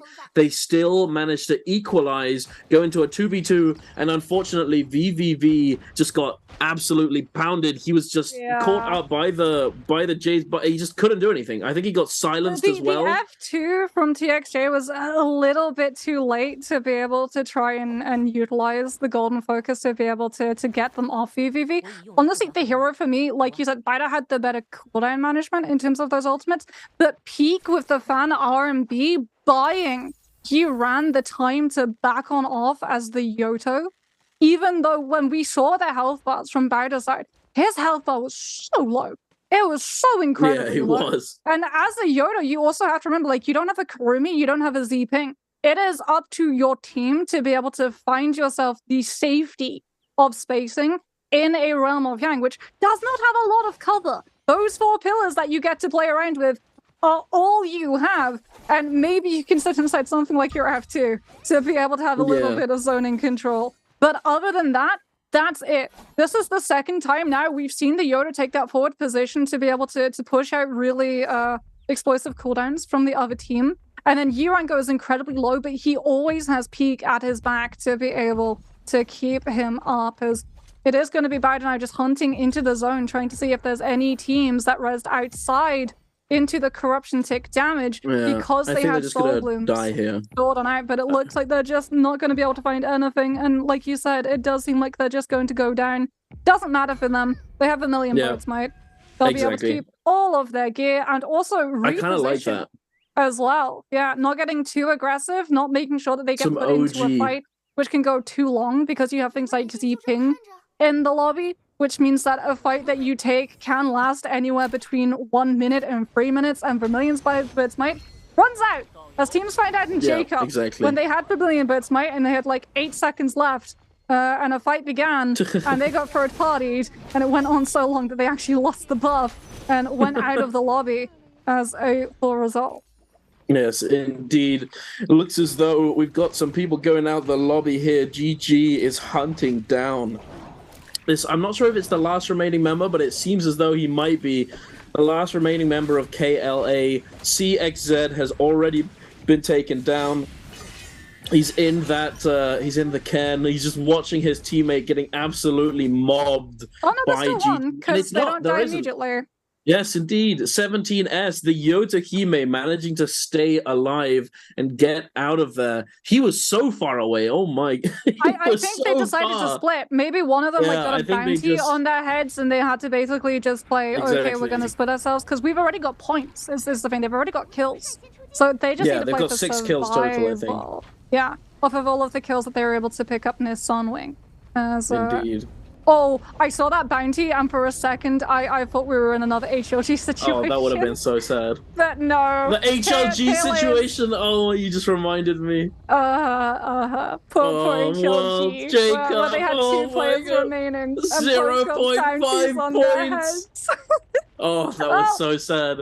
For those of you who don't know what we're talking about, the finals in the final game of J-Cup last year, HLG was legitimately 0.5 points off of winning it all. One kill or outlasting another team away from being able to take it, but they both got bountied. As a WBG Sleepwalker going into a Realm of Yang again with this Justina having to play around that Tumult ultimate, which is one of the harder counters for the Justina to have to deal with. Good news is that Sleepwalker hadn't actually popped his ultimate. So he just waits for the wall to be out and then comes in with that Hangsword to keep applying pressure onto these players of OUG. Bygate with that Uation is making it so much harder for this Takeda to be able to try and create space. The Takeda ultimate comes on through. Sleepwalker now looking. Oh no! Goes low, goes out immediately. OUG's U is going to lose a little bit of health, but comes back in with the fan RMB and OUG. In a matter of moments, are able to come in with that Takeda shove displacement and absolutely steamroll through all of the players on WBG side. This is the problem with the Justina variation in the Cannonball, right? You don't really get the same coverage for your Yoda once you drop out of ultimate. And also, because you don't have either a Zip or a Karumi, unlike the Sand Siphon, if a player goes low, you better aggress to cover their position as opposed to being able to defend and heal them fully back up. So when someone goes low, you don't have that Zip ultimate to be able to pop and guarantee that they live through what should have been a fatal hit. This is KLA 17S, the last remaining member of KLA, fighting it out against against FX. Yeah, he's one of the. Wait, was that an RMB uppercut? That's a bad taste in the mouth. Oh no, how does that ever happen? What is going on right now? At least it wasn't the full heaven step. But it's just RMB isn't true into uppercut. Chat, if you're doing RMB into uppercut on Katana, stop. It doesn't. It's not supposed to work. If it's working, the person you're doing it to is either I don't know. They just shouldn't. It shouldn't work. But that is worse than an RMB. That's rough. Sleepwalker manages to make it out alive. Thank the Lord. Yeah, he's just a sliver of health. Trying to cover. They've already dropped the V3. Ooh, that was close. Just makes it in. Oh my goodness. His life flashed before his eyes. He does get hit by the Tessa V1. The enchantment comes through. Does he manage to drop out of mech and get back to his team in time? No, he does not. As here comes DRG with the third party. Viper V3 from Wuxian looking to confirm into these LMDs, pushing these players into the air so that he can come down with that dreadful whale. That dagger, when they gave it a gold stage charge, we knew it would have a serious impact in trios. The problem is for DRG, they're also getting third-partied by Bauda, who are now on the scenes being hunted down by OUG, who killed them inside the realm of Yang and said, watch me do it again, because they're hunting this team down. Bauda gonna... They've already got He ran And it's now Peak who's getting grapple cancelled onto by WPG, who have to try and get these kills to be able to cleanse the ammunition that OUG brought to that doorstep. Dunk, this might be the last fight. Given all of the teams in the area, GG's here, WPG is here, OUG is here, Barrett is here. Everyone is here. Currently Everyone here is and trying oogling. to play off of the aggression that has been forced into all of the teams that lost the realm of Yangs, and as a result have just continued throwing themselves into the blender, into these fights to be able to pick up these kills, pick up these blooms, continue to stay alive in this lobby as GG see another team on the horizon as BB and immediately decide to reposition. We cut back to WBG to see, unfortunately, that it is now just Akshao, and he has not been able to pick up a soul bloom either. But maybe with all of the absolute chaos going down and players falling left, right, and center, he might have been able to stealth his way. Roll the dice, hit a nat 20, and not just go unnoticed, but also pick up a bloom on his way out. But unfortunately, the only way he's heading, Dunk, if this continues, is to the next map, because he has 50 seconds left. And everyone has suddenly stopped fighting. Oh, I say that. As you say that, we cut straight to an absolute skirmish going down here between GG and BBE. BBE, unfortunately, hasn't really managed to find their footing so far in this lobby. Oh no! The teleport into the zone onto the tree! And BBE lose 2 members. No. Oh, not like this. I think that it's possible that they... Wait, can Axiel get a soul bloom from one of the members of BBE? Oh, no? potentially. He's trying? 9 seconds, 8, 7, 6. Oh, he gets it! He gets it! Pick it up! He gets it, but it's zone 4! But he's and he's getting cooked! Oh, it's over for Axiel! Yeah, OUG got the last hit onto him, though. So OUG actually get the kill. Well, do you know what's crazy is that KLA 17S did end up getting taken down somewhere, and now Bowder is sitting at the top of the leaderboard, somewhat uncontested. If they do have a member missing, so their Yotahime has been taken down, and so has their Farrier now. And Peak, he's on his lonesome with no armor and half his health, no ultimate. He manages to get the grapple. That grapple was kind of illegal, I'm not gonna lie. OUG, you should have counter-grappled this. He's still going, and he manages to do that little bit of grapple LMB tech and get away. I think he's living. He's living what here. he needs to do, and he's led OUG into GG. And now they're going to be so busy fighting it out that he's going to be able to fully reposition and disappear, even though he had to utilize his ultimate. Do you think he goes back for the res? Yeah, I don't. It's possible. It's theoretically possible. I don't think he goes for that res. You have 7 kills. I think you just play for survival points at the moment. Probably, but unfortunately, it looks as though, OUG managed to take down a member of GG. Narrowing down onto GG. Wolves are looking for the third party. ZK with the Takedo ultimate activation, going to be knocking OUG is the king into the rest of it. He's cooked! And OUG is the king just disappears. SS trying to cover with the Aurora is going to be able to find the silence connection onto the Takeda. ZK still has 2 shoves. Now he's only got 1. He's playing off of the cavalry bloom on those drill blades as well. Revving the low. Oh no! He gets out into position right now. Coming through. And he's just gone in seconds. Alliance stroll up onto this scene. Wait a minute. OUG, you got the revive on that. Well, all that's going to do is feed a kill. I mean, he got his ult off. Alliance. Maybe. He does, like you said. He comes through the fire damage, though. Soul is now popped, but OUG is the king is going to go down a meter away from where he first fell. The fire damage cut that healing in half, prevented him from getting enough value from that Mortal Defiance proc to keep him alive. No, Bowder's Peak! He gets taken down! FBX managed to find him. This lobby has gone insane. Everyone is getting it's just getting super oogly. That is OUG on Ballista. Oh boy. Speaking of oogly, OUG SS on the Ballista. But he's forcing him off of it, at least. He's forced off. Which is a good thing, considering the fact that Weathersmore's blessing is going to be spawned. And he's the last remaining member on his team, and he dies. What was that? What did I just watch? Honestly, what was that? You go to the Ballista, Well, it's I don't know. I think that was a little bit too a little bit, but I mean, you want to try and get the fire tick. You want to try and force these teams into fighting each other. You know, Morris Blessing spawning up too, so maybe utilize the ballista to control the spacing of that, so that you force a fight and make people back off, and then you can maybe scurry your way on top of that Morris Blessing. The only problem is that there's a load. Unlike solos where you can just open it immediately, Churros requires you to have a load to be able to open Morris Blessing, which is why Yoto F3 was so in fashion for as long as it was, because the 5-second duration would be used to cover. And if you had But you want to know what's crazy, Moxie? Parasol. You want to know what's crazy? This is game 3. Not a single team has met the threshold. Yeah, that is true. Bowder came close. Bowder came so close, but unfortunately they just weren't able to stay alive. KLA were also pretty close. They knew. Like, when they dropped away from everyone, they knew that they would be the ones that were being hunted. Actually insane how crazy this lobby went. Every team was just third-partying and coming in at the perfect moment to grief.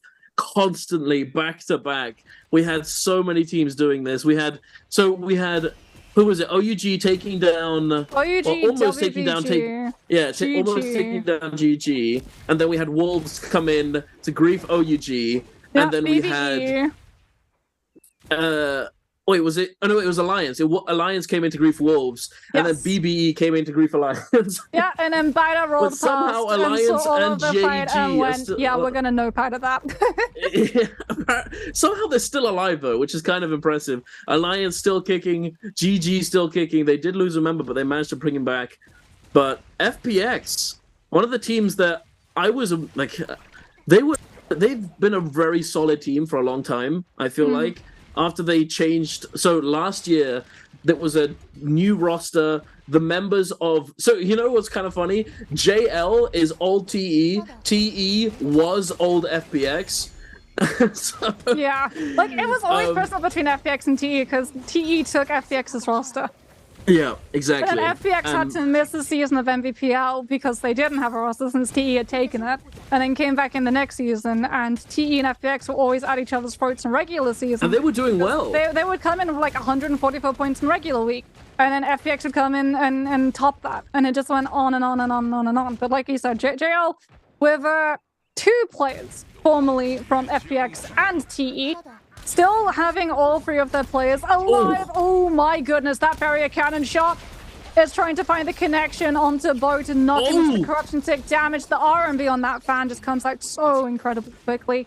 Alexander's not able to react in time to be able to stop that one from coming on out. And off of that, I think Alliance have actually been able to buy themselves a little bit of safety, especially now that they're turning onto JL's BVV. Especially, You're in shove to push you out of the zone. Flamer coming through as well to make sure that you either go into the Takeda shove, into the Flamer, or into the corruption tick damage. One way out, and it is out of this lobby. As JL's TXJ now coming in with the zoning Yoda ultimate to be able to try and clear the spaces. FPX see the absence of VVV and decide to move on to that Yoto immediately. Dongqing with that jabbing, finding the connection onto the Yoto, and is now going to continue to get aggressive, given the fact that he still has 2, well, now 1 Huron shoves to his name. And so we can see TXJ taking so much damage that, yeah, he eventually is going to fall down. GG also currently getting harassed by FPX, a Viper ultimate coming on through as the zone starts to collapse on up. LXM with the LMB on that dagger. Dongqing getting the parry. However, but it's Alliance who get to capitalize. Again, the RMB on the fan, and Bo steals the kill away from FPX. Karumi V2 now going to be invested, and it is before final zone collapses, so they will be able to use that to keep their armor fully healed up. Have to be careful, however, as Bo with that cannon does, I believe, have Flame Breath attached to it, so you can see the cleanse going into overtime as Dongqing playing off of the Aurora Burst that scattered all of the players of Alliance into the zone. Going to be used by FPX's water to clear the mid and force everyone from Alliance into the sidelines. Dongqing with that jabbing still hasn't done that. He's using it. The Fury Shoves instead used to just corral Bo. And this is FPX in their natural habitat. FPX and TE last year were the two teams that understood zone positioning as the circle collapsed absolutely perfectly. And this time around, there is no TE to stop FPX from picking up that momentum and continuing to turn it onto player after player. Free-O is now the one that's going to come under fire. Dongqing with that just absolute continued pressure on the staff. The Wuchen teleport being utilized, just trying to buy some space, but Free-O goes down in the cast. LXM, I grapple cancelled, was trying to play up in the sky to be able to play for a longer survival and make the 7 kills that GG had already picked up more worthwhile. Tumult Ultimate going to be invested as well from the side of FPX, right in the center of the zone. And as a result, everyone just tries to take their chances and go down to Corruption Tick, but FPX are able to hunt down the last player from GG. And FPX, talking about teams making a resurgence, suddenly put a whole chunk of points on the board. Good to see, lovely to see, in fact. I'm a big fan of FPX, and Dongqing, he's kind of a beast. This guy is an absolute machine. We've seen him time and time again in previous seasons just run the lobby on his Takeda with that cavalry bloom, just having the time of his life. And hey, it's good to see it.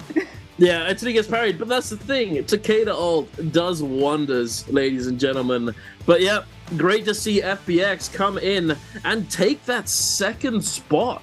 They take it away from OUG. It was OUG in second spot, I think it was. No. I'm not 100% sure. Was it KLA? KLA was in first, OUG was in second. I do. Or was it Bowder first? Was Bowder first? Oh, yeah, no, Bowder wasn't first. Bowder wasn't first because they came out of nowhere. Then KLA dropped to second because Bowder displaced them after the MVP in game 1. Yeah, exactly. That was it. We're getting all mixed up. Like, this leaderboard has seen so many shuffles. It is absolutely insane. It has. Also, I think FPX would have even more kills on the board if Alliance hadn't literally just thrown the fan R&B. Like, Bo was doing so much to grief Dongqing. He essentially, I know Takeda has, like, Furin, but he essentially became a second Furin. He was like, I am the shadow. If I see you get a parry or cutting over Furin shove, I'm throwing my fan R&B out and catching onto whoever you just hit. And because it was second hit, a lot of the time it was actually the one that confirmed the kill. He got like 3 kills off of that Takeda as a result. Indeed. Absolutely popping off. Hey, we love our FPX. We saw their performance at Worlds. I can't remember exactly where they placed at the end at J-Cup, but they've always been a name that we've been paying attention to. I'm fairly certain they were doing it very well in the group stages at J-Cup, but so far in this previous bi-weekly, I didn't get to cast them playing. I was watching, but it felt as though they weren't really making too much of a splash, so to speak. They weren't making a big impact on the lobby. They're just sort of biding their time, and they may have been simply playing to qualify. You know, in the qualification rounds, one MVP up to the finals. Did they? Okay. They got one MVP. I believe it was on the day that GG got like 4. It was GG got 4. FPX took second, game number 2, and then Alliance took game number 6 on Trios Day, if memory serves. I can't remember exactly. There's been so many games. We've actually had so much NARAKA, and there's plenty more NARAKA to come. Yeah, because no one hit the 70 cap. No one hit the 74. No one's hit it. Yeah. Started popping off. Like, hey, we're in a long day. We could be. However, it is still very possible that Bowder and now FPX and KLA even, all of those sort of top 3, top 4 threshold there, they're all pretty close. They could, in this next game, if one of those teams gets a big pop-off game with 15-ish kills, they could very easily be put into that position for match point and be able to take it home. Is the thing. They'll need a pop-off game to hit the 74 cap, and then they'll actually need an MVP. And if you think that like the pressure is on these top of the score teams before, when we hit that 74 cap, that is going to be dialed up to 11, as we can have a look. And you know what? There's no 11 kills, but there is 10. FPX with 10. walk away with that first place and an 18 game score. WBG also picked themselves up 12, and that is a team that we also have to keep our eyes out onto, especially since Transformers has been making somewhat of a return. Not the full return to glory, but it's definitely looked a little bit more viable in the past week than I think we were all expecting after J-Cup. So if anyone can make it work, I wouldn't be surprised if we maybe see Sleepwalker attempt it. But crucially, Bauda, GG, OUG, all not really picking up that many points. So we can have a look and see the statistics. Every nothing too crazy there for Xiaohu. No crazy amount of heals, like you said, 17,982. Is not all that much for Korean trios, and it's also not a lot of crazy damage for like your Takeda and your Timon. Also split, like Dongqing and Water both sharing relatively the same in terms of damage. That means that they're not really playing the Takeda all that forward aggressively. It's much more adapting to certain scenarios that they're finding themselves in and picking which is more favorable in the moment. But also, you could also look at it in the way that they're taking less time to kill their opponents, you know? Because they still had 10 kills. It's not a 20 bomb, it's not there, but... And they probably would have had 13 if Alliance's bow hadn't been around. Yeah. You know what's... It's very sad for WBG that they didn't manage to secure a higher placement, because they had more kills. They had 12 kills, and if they'd managed to stay alive, they would have come out MVP hands down. They still managed to get themselves 13.7 though. As well. But like for the likes of WBG, Bauda, FPX, who were all starting off of the day incredibly low in terms of the top 12 teams coming in, like they've been able to shoot past the teams that were previously at the top. The problem is that you've now painted a huge target on your back. And the thing about FPX and TE and why we saw one come out on top of other last year, huge part of it was down to the fact that they were both incredibly predictable in terms of how they played late game, and that they would both prioritize controlling Mara's Blessing, picking themselves up a Flamer, and then utilizing that to be able to hostage all of the teams in the surrounding areas. You saw it in the final zone. Well, they have the Takeda ultimate out, but they also have that Flamer, and it's like, if you dodge into one, you dodge into the other. You literally cannot win.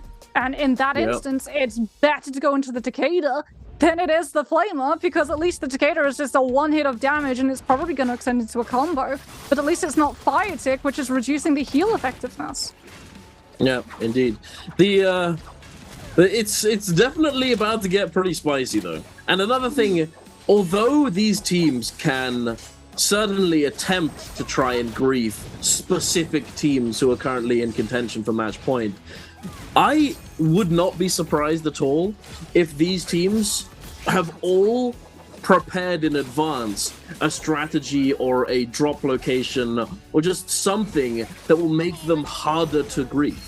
You know, if you're heading into this series, into this tournament, knowing that this is what's going to happen, it's very easy to predict that as soon as you get into contention for match point, that the other teams are going to try and slow you down and try and prevent you from hitting that match point.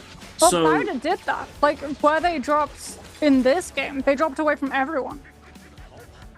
Yeah, exactly. But unfortunately, they just weren't able to find it. I think that may have been their downfall almost. The fact that they did opt to go for a much safer start resulted in them not being able to get the ball rolling. But anyway, it's one thing I did also want to say about WBG, the Kurumi MVP. Let's go. Sorry, I have a support main at heart. It always puts a smile on my face when supports get appreciated, because it's a thankless job. Okay, the Takeda was flashy and has the combos, but the support is the backbone to these combos. The support is always the MVP. Always the MVP. Keeping the carries alive, keeping those carry characters alive, managing to get 18,000 healing. Imagine if he'd had advanced group heal. It would have been another 10k easily. Yeah, that is true, actually. 18,000 without the god setup of all of the support soldiers. That does make it more impressive that he's almost able to hit the 20k cap. Indeed. But back to the WBG. I think that their main issue right now is simply getting to the late game and closing out their games. Because the other day we had a similar occurrence where they had a huge pop-off game with Justina.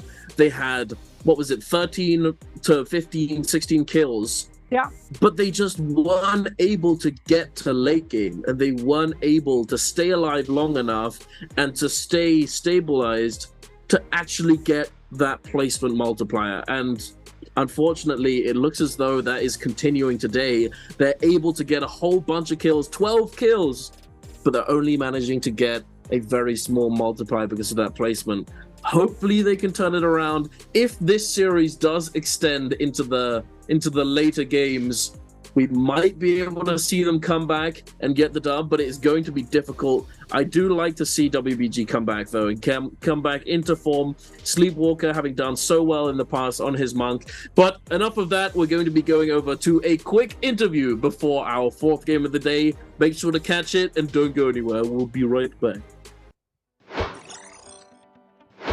Thank you all to casters, and hi everyone, this is Yeager and welcome to post-game interview. And now I'm standing here with 叶然 and let him say hello to our audience. 叶然先和大家打个招呼吧。大家好，我是来自暴打战队的叶然。欢迎叶然，我觉得现在应该也是一个比较兴奋的状态啊。Okay, so first of all, we would like to say congratulations. Now your guys are leading the scoreboard, and I would like to know, so how's your feeling? And maybe after the matches, just how you communicate with your teammate. 那我首先既然有这个喜讯，你们现在在我们总积分榜的第1，我们就要先来问一下叶然，怎么样？3把打完，感觉心情如何？那个看到总积分领跑的时候，有没有跟队友一起交流说些什么呢？就大家都很兴奋，就感觉就是大家状态都对，都在线，然后就感觉这周必须要给他拿下。一定要拿下。Okay, so we are really excited when we saw we are leading the scoreboard, and like we just communicated with each other that we really have confidence and we would like to get the championship because today is the bi-weekly final. Okay, and also because, you know, the latest game we saw that in the realm of Yon, you guys just fight with, you know, the championship of the J-Cup. So I would like to know how's your feeling, so how you comment on them right now. 那我们这把其实也看到，在回阳镜的时候啊，你们其实是有对阵到我们去年的2位捷杯冠军，怎么样打下来？压力大不大？怎么评价一下他们这个赛季的表现？我只能说他们还有待磨合，我只能说打下来没什么压力。I think that they still have to like get back into the track because we don't think we have too much pressure when we fight with them, and I think they have to like have better status in the game in this season. Okay, let's move on to next part. Answer for treasure. 好的，既然是这么轻松高兴的一个氛围，我觉得也是时间给我们观众也发些福利了。那今天我们一起来看一下题目是什么。So you guys can see the question on screen, and if you know the answer, just type them in the chat box. After our player counting 3, 2, 1, we will take a screenshot, and lucky guy will be whispered. So let's see today's question. Which hero did 暴打叶然 use in the game 3? 好，这道题目呢是刚才的那把比赛当中第3把比赛啊。那你自己用到的是什么英雄 ？A 呢是玉玲珑 ，B 是妖刀 ，C 是沈庙 ，D 是特莫尔。那我们公布正确答案之前啊，我们先来聊一聊。那目前其实可以看到你们这个阵容，其实应该说还是非常强的。但是你能不能帮我们分析一下，为什么这把看到其他队用你们这个阵容的好像不是很多呢？可能是因为我们就是抽签的那个池子的问题吧，然后就是大家还是会以比较稳的那两套阵容来，所以但是我们呢就是只能选这一套阵容，所以我们就选了这套阵容，但是我们这套阵容只能说也不弱。也不差。So actually, because the new rules, we have BP in Trolls game, so that's why we can just use this hero combo. But I think we are not very bad in this hero combo. So I think our players prepare and let's start counting. 我觉得叶然应该准备就绪了。那接下来就让我们进入倒计时。3, 2, 1. Screenshot. Okay. Let's back to the matches. So I think it's time for us to find out the correct answer. 也要请叶然先公布一下正确答案到底是什么。正确答案是 B 妖刀姬。Yeah, the correct answer is B. And last question, because we know that we have the new rule now in the bi-weekly final. So I would like to know, so you think how many matches we will have today? 那我最后想问一个问题啊，因为今年其实迎来了新规之后，我们现在赛点制是有可能打到8把的。那叶然觉得，现在目前看所有队的一个表现情况，觉得今天大概是要打多少把了？我感觉大家实力都很强，然后呢？今天感觉是要把8把都全部打完了。今天要打满了。Okay, I think every team now in the NBPL they are really strong, and I think maybe we will have 8 matches together today. OK, 那接下来的旅程也要祝你们还有几把的比赛一定要多多加油了，只能跟你们说 OK, good luck, 好运，好不好？谢谢今天接受我们的采访 ，Thank you for today's interview, and we will take a break and be right back later.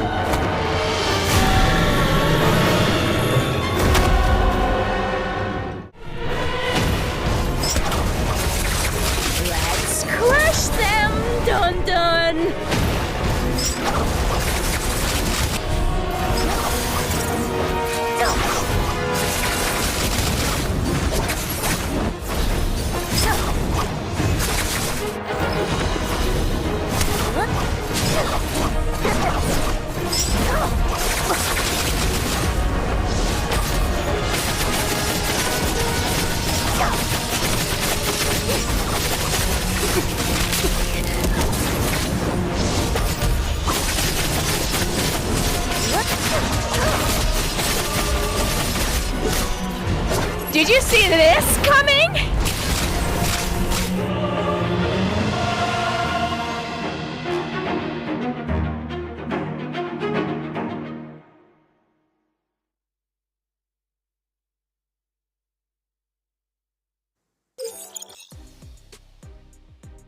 Hello everybody and welcome back to the second half of the day of the NARAKA BLADEPOINT Trios bi-weekly finals 1. Dunk, I say second half, I don't know how long exactly that second half is going to be. My prediction was 4 games. That can't happen because we don't have any teams already within the 74 cap, so we're guaranteed at least 1 game after this. Yuan on his interview says he thinks it goes the full 8, to which point you said, I think he's just being humble.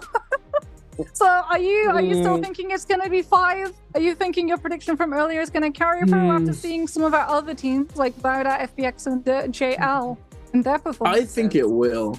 I personally think it will. I know. I think it'll go 5, maybe 6, but I don't think we're getting to 8 games. I don't think so, because we have multiple teams sitting at the top, all 1 game away from getting to that point threshold. We have Bowder, FPX now has gotten closer. We have KLA, lots of teams sitting up there, ready to just go for an absolute pop-off game and just get to that point and then try their very best to get that MVP in the next one. The hardest thing is to actually get the game. You know, once you've reached that threshold, it's the hard part comes to actually get that MVP in the following one.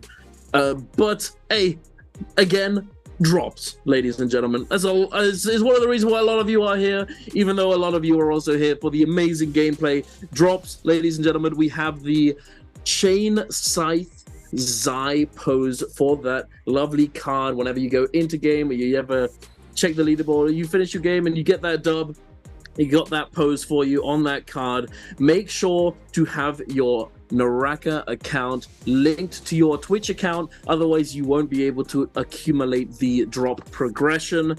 And then also, if you want to check if that's possible, if it is progressing or if you've gotten it, click in the top right of your screen on Twitch, on the website, where your little icon is. Go down to the little drop-down menu and it should say drops and rewards. Click on that and you'll be able to see all of your drops, all the drop campaigns, all of that. So there's no need to ask Samsara in chat. Yeah, because I'm not in chat it's a bit today of a meme at since this I'm point. on desk, so poor Sam is probably holding down the fort herself. Indeed. No, it's yes, it is. They are lovely little drops, and we're going to be having different ones for each bi-weekly final. But that's in the future. Now we are here in our first bi-weekly trios final, and it is starting to heat up. We have lots of teams sitting there at the top. Personally, I think we're not going to 8 games, as I think that these teams might have those strategies in their back pocket, up their sleeve, that they've been keeping hidden in the scrims and in the qualifying matches. I think that we're more than likely going to see an end to the series today in 5th or 6th game, as it's like once you get the ball rolling, it speaks to mentality again. I'm going to bring this up again. Once you get the ball rolling, although it can bring on the nerves, you know, you can get nervous. Oh, we're doing really well. We can do it. We can end this. We can get the dub. And you can get nervous because of that. It is also a big confidence boost when you do well in the first few games. Depending on your performance in the first few games, it can be a huge impact on the remainder of the series. So personally, I think that I'm an optimist, you know, I'm an optimist. I think that that's more likely going to be the case, but we're going to have to wait and see. Do you think it's going to go to 8 games? I think it might, and there's a reason for this, because teams are seeing who's popping off early in these matches, and they're making sure that they don't make it to late game. Is the thing. Like you said, WBG last game came in with a huge chunk of kills to their name, but just did not make it to final. And we're starting to see some of these other teams like GG, OUG in game number 1. They were all sitting around about 10 kills for each of their teams, and they just weren't able to actually take it all the way into the last zone, because the second that teams started figuring out, okay, some of these teams around us are going to be hitting double digits, the aggression in the lobby ramped up. And it wasn't even like the aggression level that we saw when Fireflies were in play. This went beyond that, and that is normally the most aggressive state of the game until final zone that we see. But I think a lot of these teams understood that they needed to get aggressive. They needed to knock out, or at least potentially take out, some key components of the other compositions around them to deny, so that if a team who was ahead in terms of the leaderboard had already picked themselves up 10 kills, they were denied that kill multiplier, allowing them to maybe surpass the 74 match point cap. And I think that's going to be something that we continue to see even when we move away from the increased Firefly spawn rate. I think we're still going to have that state where instead of a lull, where everyone sort of postures up and makes sure that they're stocked up on resources and prepares themselves for all of the cannons and the muskets and the bow duels for final zone collapses, I think we're going to hit an aggressive state where everyone just tries to group everyone around them. That is true. Although, I think so this is something we were talking about during the break. I think it's harder to grief and to target down a team in trios than it is in solos. Yesterday we saw Feng doing a very good job at griefing Mike, but the thing is, in trios there are 3 members on each team, hence the name. Therefore, I feel like yeah, exactly. I feel like there are plenty more opportunities for teams to make a recovery, although they might not be able to get an MVP. If they are griefed into the ground in the early game, you know, they could still get a reasonably decent point game. So just getting, I don't know, just a 10-point game, which it seems like it could be a lot sometimes. It's not all that difficult as long as you get a few kills, you manage to take down a couple teams throughout, and then as long as you make it to the end game and get decent placement and pick up another couple kills, it's definitely feasible to get one of those solid, consistent games, which is something that it's been less of a case of just trying to be consistent throughout the series. WBG locking the Justina again. Not surprising, to be honest with you. I feel like they've been doing very well with it. But I definitely feel like WBG, when it comes to the Justina, are doing a little bit better. Yeah, I think they're doing better on the kills front, but unfortunately they haven't been able to close out the games. That's their main issue right now. And the last time I think they played Justina or Holleroth, they managed to get a big point game, but they didn't get it translated into a big. They got a big kill game, but weren't able to translate it into a big point. Because the multiplier, yeah. Exactly. They ended up going out. We're heading over to Holleroth. So this is when I'm expecting GG to actually step up to the plate. They've been having a little bit of a quiet day. They got griefed hardcore by Wolves in the first game, and the momentum sort of got taken out of their sails for the rest of the day as a result. But heading now over to Holleroth, this is very much stable and familiar ground for them. They're very good at being able to translate strong kills picks up in early to mid into full team survival into the last zone, where they can just play a lot of the terrain. They're very smart as well in terms of the macro positioning over things like Ballista. If we do start to see those final zones come into play, I fully expect GG to be the ones trying to monopolize those spaces. But I really can't wait to see how teams play into things like the Mars Blessings, especially since we have the additional Bane Breath that comes through when one of those actually spawns up, which is going to be something that a lot of these teams are going to have to take into account, especially if they want to stop FPX from rising from the ashes and picking up a first win of the season in the Trios bi-weekly finals after what an explosive game that FPX are coming off the back of. Indeed, it's going to be an interesting one. I feel as though there's something to be said about the snowball potential on Holleroth. I feel as though it's almost more, at least on a daytime map, than it can be on Morris, as having so many Fireflies on Morris and the map itself being more, having more terrain, so more buildings and things of the sort, allow for teams to recover more easily, I feel like. Holleroth feels more punishing to some extent, because there's a lot of open spaces. If you're not careful on your rotations, you can get caught out in the open and just gunned down by every team in the vicinity. It can be very difficult to recover. But one of the reasons why we see Tumult, or why we have seen Tumult being such a popular pick on Holleroth in the past.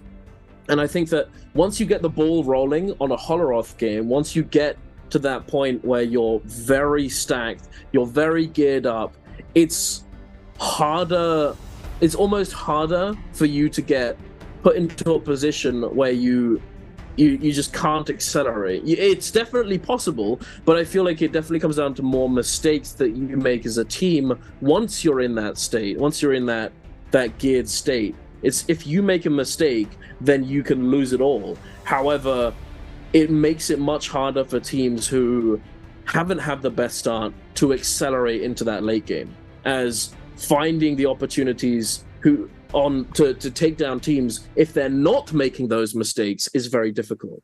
So we're going to have to wait and see, but we're jumping right into our fourth game of the day, ladies and gentlemen, and we have Bowder up against KLA, up in Imperial Village. Bowder seemingly in a reasonably good position, and there it is. CXZ has already been taken down. The Soul Bloom picked up by Jing, but it's not going to matter. He gets taken down. Bowder still in the advantageous situation, though. They're going to take him down. It's kind of cooked. You look at the armor situation, the effective health situation, it is somewhat cooked, and Bowder are able to take back the lead and sit themselves atop the leaderboard with 60 points, 3 kills so far this game. Heading over to Matop, XEG now going to be heading toe-to-toe with JL. HQ with that hang sword, just trying to find a parry opportunity, as BBE also coming in for the third party. That fan third party, it's such a strong weapon, not just in solos in the 1v1, but also in trios, because of how fast the focus attack comes on out, as well as scooping those players and the distance too. It counts as a melee attack too. So even if you have something like a Tumult ultimate, which is supposed to drop range projectiles, you're just like, I'm going to ignore this. And the RMB just goes through it, no matter what, as it looks like WBG are just cutting through the players of XCG. BBE also hunting a straight player of WBG's side. On the other end, however, as WBG tried to come in with the reinforcements, but unfortunately all that means is that maybe they just go straight into the Takeda ultimate. Roishishu with that pole sword. Charging on up, wants to find a connection. Sleepwalker might be able to find a freeze, but that Smolch ultimate is going to make it incredibly harder for the Justina to find the spacing to be able to dash. Tessa is now going to invest the ultimate as Wolves comes in for a fourth party. And Roishishu takes cover inside his... Oh, the damage! Huge chunks of damage coming on through from the R&B on the dual halberds, held by ZK, and BBE are still going to lose one, however. Snack goes down to pull sword from ZK. Roishishu now on the back foot as well. The light stagger 1-2 off of Wolves, and now 1 versus 3. Akshow is going to go down as well. All of these players wanting to be able to secure these kills in sort of isolated areas of the map, so that they have the insurance policy go into the realm of Yang. Make it a little bit too predictable for these players to be able to figure out where exactly is the prime location to third party.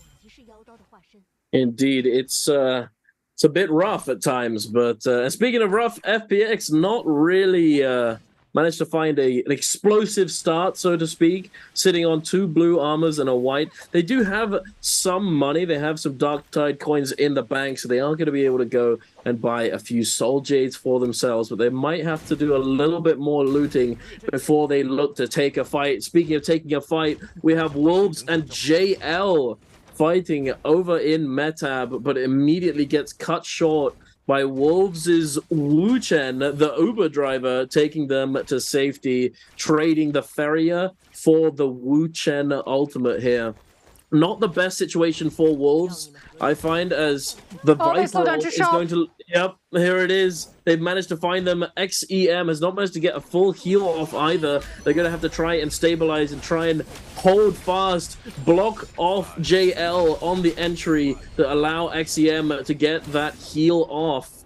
He's jumping back in. He's JL VVV trying to find an opening. He gets the F3 onto XEM, though, silencing him, taking him down to half HP as well with his teammates Yoto Hime ultimate. Oh, ZK, he's so unbelievably low. But he gets taken down by FX, and Wolves are going to have to try and disengage immediately, grappling into the desert.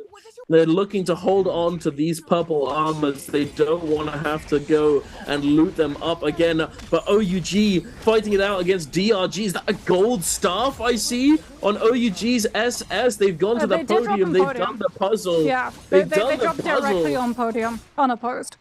The Strats managing to secure themselves a gold weapon, but it doesn't look as though it's going to be enough. And Moonlight takes down SS. The jump parry coming out from OUG's U, delaying the fight. Moonlight getting taken down. It's now a 2v1 situation. Jin Yu immediately goes for the res onto that teammate, looking to try and save him, pick him up. Get up, my bro. Get up. We still got plenty of NARAKA to play. Wu Xin, though, he's not doing the same. He can't find that opportunity. There's no way he's going to be able to get that res, and he's immediately looking for that disengage. KLA, oh no, they're not in a good position here. Stuck inside the Moonbane and next to the Ballista, taking a huge amount of damage. That is rough. This is what I'm talking about, right? GG are a very smart macro team when it comes to Holoroth, because they dropped the Bane's Breath and they knew that you either had to take your chances with Bane RNG while using your Yoda ultimate, or you would use your Yoda ultimate to be able to teleport disengage, but then you're going directly into Ballista field of view. So GG just have 2 people continue to chase the Yoto, and then 1 stationed up on Ballista, and they're able to keep their pressure on all of the control. And unfortunately, the last player on KLA, I do believe they were headed directly to City of Tang, which means that they're going to be going into a whole lot of players still in the area, especially if OUG decide to salty res and try and get their hands back on that gold staff. But I think knowing the loot deficit between themselves and their killers, they're probably going to be wanting to give that space a wide berth, as CXC, it does look like, has attracted the attention of WBG. The Farrier mech has now been removed. No boosters to be able to get himself out of the fight. Might be able to find a nice little parry to keep himself alive a little bit longer. Unfortunately, he is just going to get caught up into that Justina ultimate. The fact that he actually forced Sleepwalker into utilizing that Justina ultimate, I think he didn't even force it. He just popped it instantly. I was going to say, goes to show WBG are very aware of the situation of, like, if a fight goes on too long, especially with Justina, it's very easy to get third-partied by the Tumultuous in Sand Siphon compositions. And we are in Holoroth, which is where Sand Siphon is at its strongest, given the fact that, as we've talked about, the open space is really problematic for a lot of these teams. Great for things like the Viper, because it means that there's not a lot of terrain to be able to block liners like the Tether. But incredibly problematic in terms of taking range poke pressure. The Zip doesn't really have to worry about that, because you have your F to be able to make sure that everyone is able to avoid a lot of that poke pressure coming through, as well as the ultimate. But then again, you don't exactly want your ultimate to get popped in a reposition situation. No, you don't want that. As first Realm of Yangs are going to be spawning on up. One of the latest changes to IW is that instead of 2, we now have 3. So 3 teams potentially walking away with buffs, 3 teams potentially walking away with Yang depletion. As WBG, with that Justina, have been taking these Realm of Yangs. Sometimes it's gone well for them, other times not so much. They're definitely going to be taking the chances, though, as XEG and JOL all gravitating towards this one portal. No one should use their ultimates because they're not on the Grief team compositions. I do not believe they're running the Tessa, which is very much, we're not going to go into a Realm of Yang, as we're going to try and catch a team and isolate and separate one of their players before they're able to fully get everyone through those portals. FPX with Cannonball going to be taking one of theirs. That is 1, 2, 3, 4 legendary Soul Jades coming through. Everyone going aerial. Dongqing also having a bounty on his head. He's going to be able to live through a huge chunk of that 2-minute timer to be able to get a lot of money. But oh my goodness, FPX's water starting off incredibly strong. Going to be able to get so much damage onto the players as they drop down with that Merciless Havoc. As XCG's Night HQ is so incredibly low. Dongqing with the Yoto ultimate just trying to knock him out of the Karumi. Will not be able to, though, because Night HQ positioned himself with his back to the pillar. And as a result, FPX without the Yoto to zone and create a safe space for Xiao Hu actually goes down. And this is the absolute awful turnaround for the Cannonball, because now out of Yoto ultimate, you don't have the Furrier mech to be able to fall back into the safety net of. XCG with the cavalry bloom as well. Dongqing finding the parry, but the second he goes for the horizontal follow-up, Kakashi slams him in the back with the pole sword, and XCG take it to a 1 versus 3. The tumultuous catches the last, and they walk away with the win.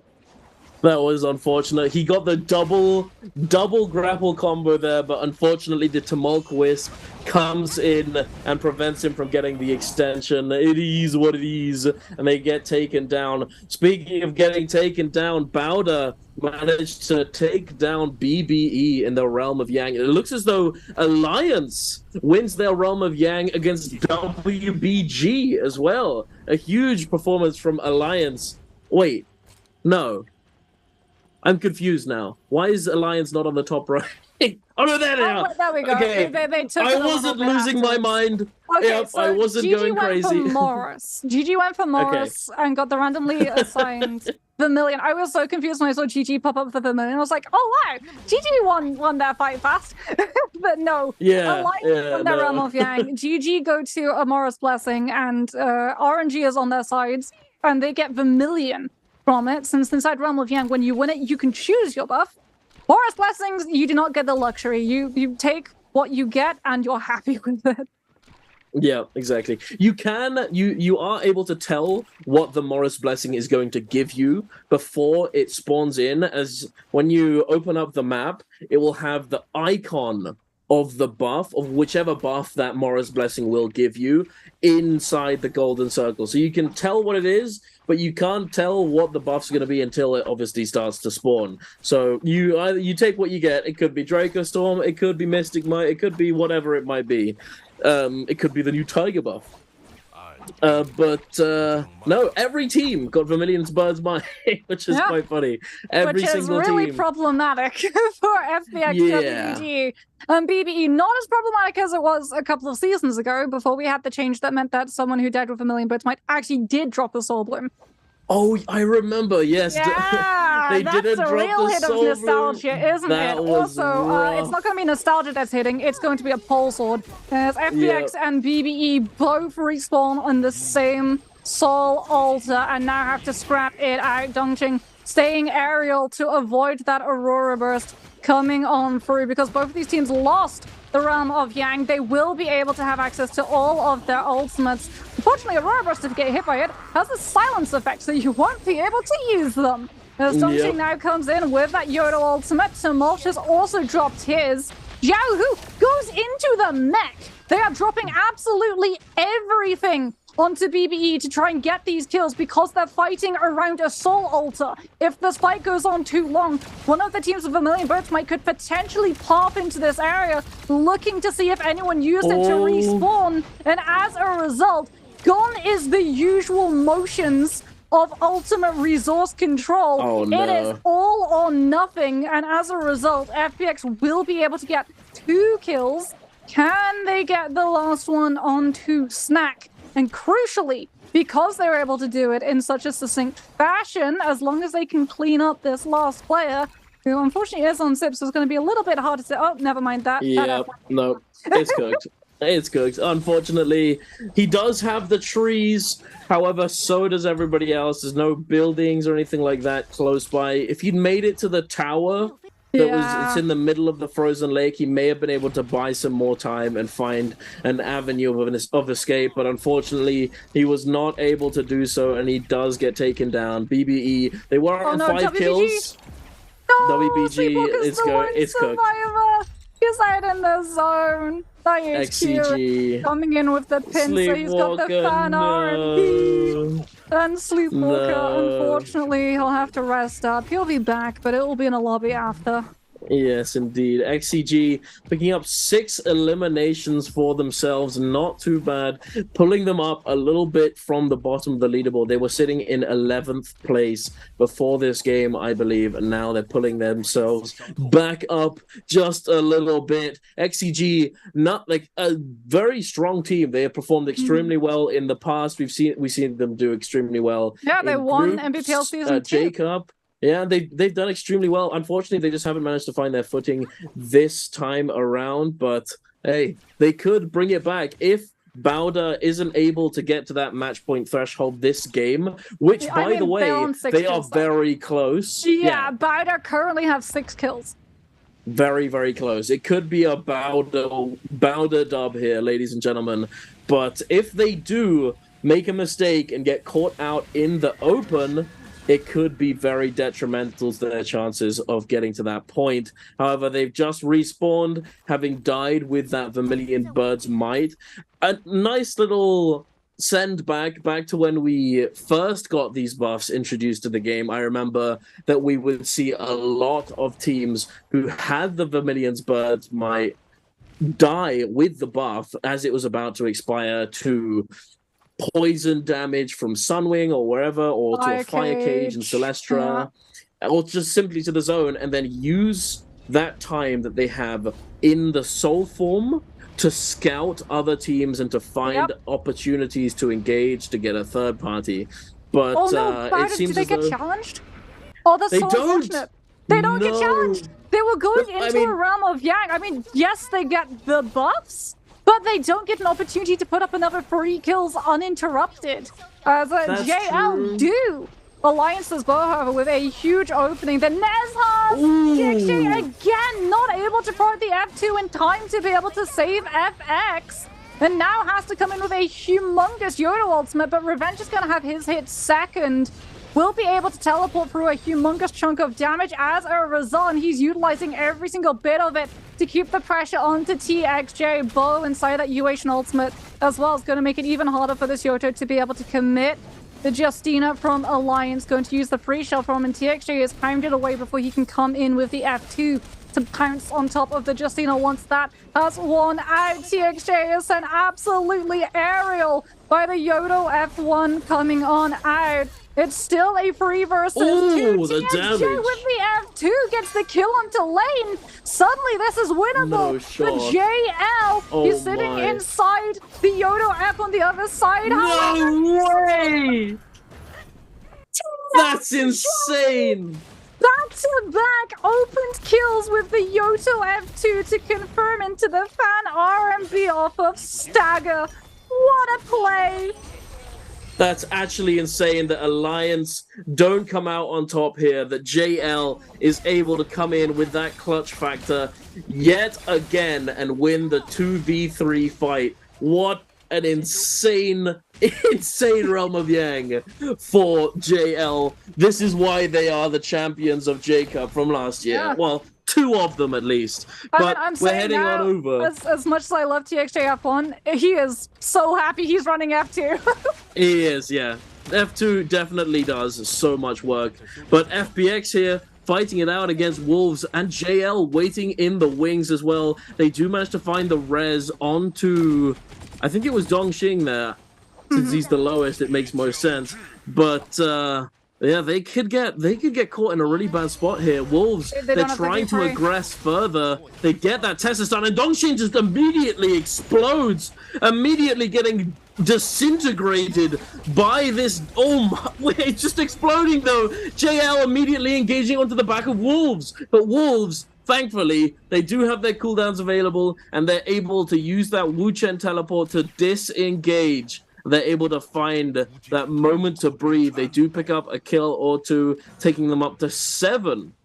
7 eliminations so far in this game, currently leading the kill leaderboard, but Bowder still sitting atop the total standings. XEG, though, they're coming in. They found the wolf pack, whimpering away after having used their cooldowns. They're trying to find an opening here. They have that F1 on the Takeda. They use it, and they have the ultimate ready to go. It's just charged up to 100%. But XCM, he has that Viper ultimate ready to go. He sends it out. The disengage tool trying to pressure Night HQ away from his teammates, but I'm not sure if it's going to be enough. Oh, he's so low, and there it is. The Wu Chen EG gets taken down, and XCM is quick to follow. ZK, he's stuck on the terrain, the buttery rocks. He's trying his best to maneuver around this giant leftover Tetris block. He's trying to get away. Night HQ has found him though. The double back, it's not going to work, my friend. ZK, he does find the ultimate activation, that quick heal, but it's not going to be enough, and XCG take them down, taking a few more kills for themselves, taking them up to 10 eliminations, ladies and gentlemen. And immediately, we're still in the action. OUG fighting it out against DRG in Plume Castle. SS still holding on to that gold staff. The damage that comes out of this weapon is phenomenal, especially the tech chase as well. Being able to chase people down with staff, it is so unbelievably hard to get away from. But JL, they're going to come in and take this kill from DRG and take him down, going up to 6 kills as well. Where is Bowder? Yeah, I was going to say Bowder, they won their realm of Yang because no one challenged them. They picked up Mystic Might, and I think they literally just picked it up to make sure that no one was able to approach them without noticing, and then they just picked a random part of the map that they didn't think they would be challenged on, and are hiding out because for Bowder, they are 10 points away from being able to hit that 74 cap. I think because they're they went just for the solos. They're using the Mystic Might to try and find the solos lurking. they could go for the solos. They could maybe just be playing away from them because like whenever we've cut to people like fighting into the corruption 6 damage, which is where you would normally be hunting for those solos, we haven't actually seen Bowder. It was XCG. Granted, we haven't actually got to see an overhead map POV since Bowder won their realm of gang. And their Mystic Might did just run out, as Alliance's luck might just have run out. But unfortunately, the only player remaining for this team, 10 seconds left to Yang Depletion, just has to try and put himself into Corruption 6 damage death so that he doesn't give it away to one of these other teams. Oh no, they do get it. XCG do indeed get it. Kakaishi, with that last hit, will be able to confirm the kill and the point. XCG, here's Bowder. Okay, yeah, they're not hunting for solos. They're They've been literally shopping. just shopping. Oh my! That's a lot of James, though. 2 Mortal Defiances. That is, yeah, 2 Mortal Defiances. Right. Well, That's the good news a is lot they don't of have so they're not right going to there. have free. Yeah. But no, like, oh, there's no way they get a Mortal Blessing for free. He does eat 1 Bane's Breath. Peek, stop! Bane's Breaths! Peek! Stop it! He's just buffing the heal stats for his support, okay? Ah, yes, But, like, of course. they're not even playing for the Morris. They understand that the Morris is going to put a target in the area, and they just decide to give it up and play for full safety instead. Like I said, like, they're not playing to take fights. They are playing to take the 6 kills that they already have picked up into 5 teams remaining. Kill multipliers. Oh no, they're going for it. Now they're going for it with the Yodo F to be able to cover. But they've still, like, every single thing they've done is just to ensure their safety. I think that's the fact that smart they have play. 2 people stacked. They drop their Soul Jades around the cliff to make sure that if there were good Soul Jades inside the Morris Blessing, they would instantly be able to scoop them up and trade them out around the cliff, as opposed to in the open, where suddenly you're like, okay, I have to mice over here, I have to mice over there, and then drop this onto the ground. And suddenly that Yodo F is gone, and you're gone alongside it. Bowder are just playing full safe mode to try and outlive as many teams as they possibly can. And XEG just decide not to take the fight. And as a result, Bowder get to sit on legendary armor for free. I think that is the play, though, to be fair. Because this game doesn't have to be the MVP. It just has to be the game. Exactly. It just has to be the game that gets them to the threshold. And currently, we're only at 4 teams left remaining. Yeah, last so game, they're in last 5. Game before last, it was 5 teams. I can't remember how many teams we had in the final circle last game. I think it was 5. I think it was something like that. It was 5 But because 4 we had that teams. crazy, like, 4 teams just piling on top of every single team that went by. Yeah, Oh, that's going to be a problematic Bane. Oh, that's going to be a very problematic Bane. That is a problematic Bane right over a Morris Blessing. Ooh! Squishing every team to the very edge of the map. You know, some people have said that Moonbane is an accelerant or a potential catalyst to certain things happening in these games. I think it's quite evident to see, especially here, that it's actually the opposite. Yeah, it in fact slows down the game. And I think that considering the fact that it's also somewhat of it's a mechanic that doesn't give you reward, so to speak. You can occasionally take advantage of it, but the majority of the time it's a factor that slows the game you are trying to take advantage of it, but SS might just be merciless havoc too. Yeah. That is not the best plan, my friend. Yep. Okay, well, we have a weekend teleport, at least. We're gonna immediately taxi out of that one, as we throw out the Dreadful Whale as well to be able to cover for our Viper with the damage reduction on focus. But that was dicey. That was very dicey. That was very very dicey. lucky, yet again, that we had a Viper running It looks as V3 though with the 40% damage reduction. No way does JL get this for free. I think they get it. I think they do. They've almost opened it. He walked away from it. He didn't get the legendary armor. He got it pushed. He pushed it all the way though. He almost unlocked it and then he dipped. Yeah, there we go. Now he's got it. Yeah. Yeah. I think like because he didn't have the F2 out earlier, so I think maybe he thought he was going to get pressured and then had to decide to go back to it. As oh my goodness, VV is so incredibly low.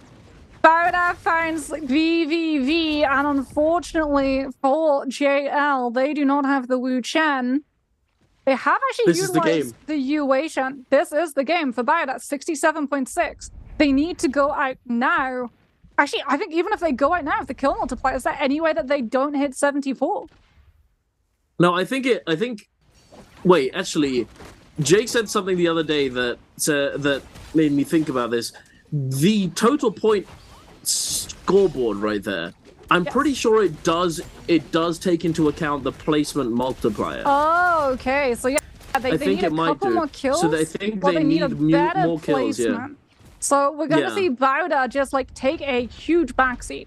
The only fight that Bowda is going to take is either off of them forcing aggression with the cannonball or just trying to bully back anyone who pushes onto them. He gets spotted and Jing takes him down. Jing inside the Farrier mech has to cover for Yiran. The F2 comes out as well to try and find the revive. OUG also, I believe, trying to revive one of their players to the right side. He gets the ult. XCG coming with the Tumult ultimate to cover over Bowda's res, but Peak is brought back up in the absolute nick of time and is able to immediately ult in with the Yue Shen to get that full health reset, and Bowda will survive another day, another team, as Peak now sees OUG on the wrong side, a little bit too close away to that zone corruption, and they decide to all in. The Yue Shen and the Yoto conspire to push OUG out as XCG third party and get the better of both teams. Oh no, this is indeed the downfall of Bowda for this game, it seems.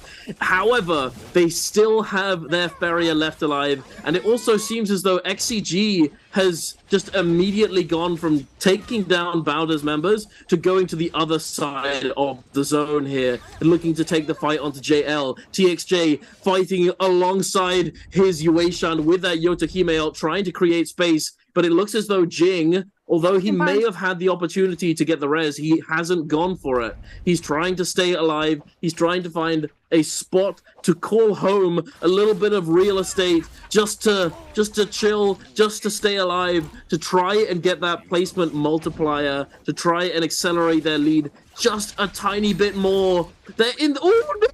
JLFX gets taken down. The multiplier. Oh my god, no! So, he was able to outlive JL, but I don't think that actually brought them past the threshold of 74. He didn't hit it. They did not hit it. Bowda might try to get aggressive and get the kill onto OUG. They got so aggressive so early. That's crazy. They did not need to push for those kills. No, they did not. That was insane. But XCG, survival, but, what a game for them. XCG, like you said, coming in huge turnaround for XCG. Like we said, halfway through that game, actually. XCG are one of those teams that you always have to watch out for. They were the ones that last year were the ones hitting the consistency that we were talking about, which coming into this season with the new rule change, you can just cut over to everyone's faces. I'm sure if we saw Bowda's cameras right now, they would not be happy because now they have to play another game, and that means that some of these other teams close behind them might be able to hit that match point cap too. But the thing is, they are, unless they literally get a donut, unless they get, so actually I think it was 72.6 or 72.4. Oh. So they are legitimately less than 2 points away from getting to that match point threshold. Even if they hit that 74 cap during a match, they have to get the MVP. They still have to get an MVP afterwards. So it doesn't matter if they qualify for match point in this next game. If another team is able to qualify for match point in this next game and wins MVP afterwards. Like, exactly. Honestly, so it could go both ways. Aggressively for kills in that final zone, might have just cost Bowder the overall win. We'll have to wait and see. We'll have to have a look and see like the full scoreboard, because again, like there's going to be serious movement from lots of different teams. Like FPX did not really pop off in that game. GG also did not really get to pop off. KLA too, not really getting to pop on off, but XCG surely going to be making their way up the leaderboard. Good news for every other team, however, was that XCG had started to, well, tumble down it in the first half of the day.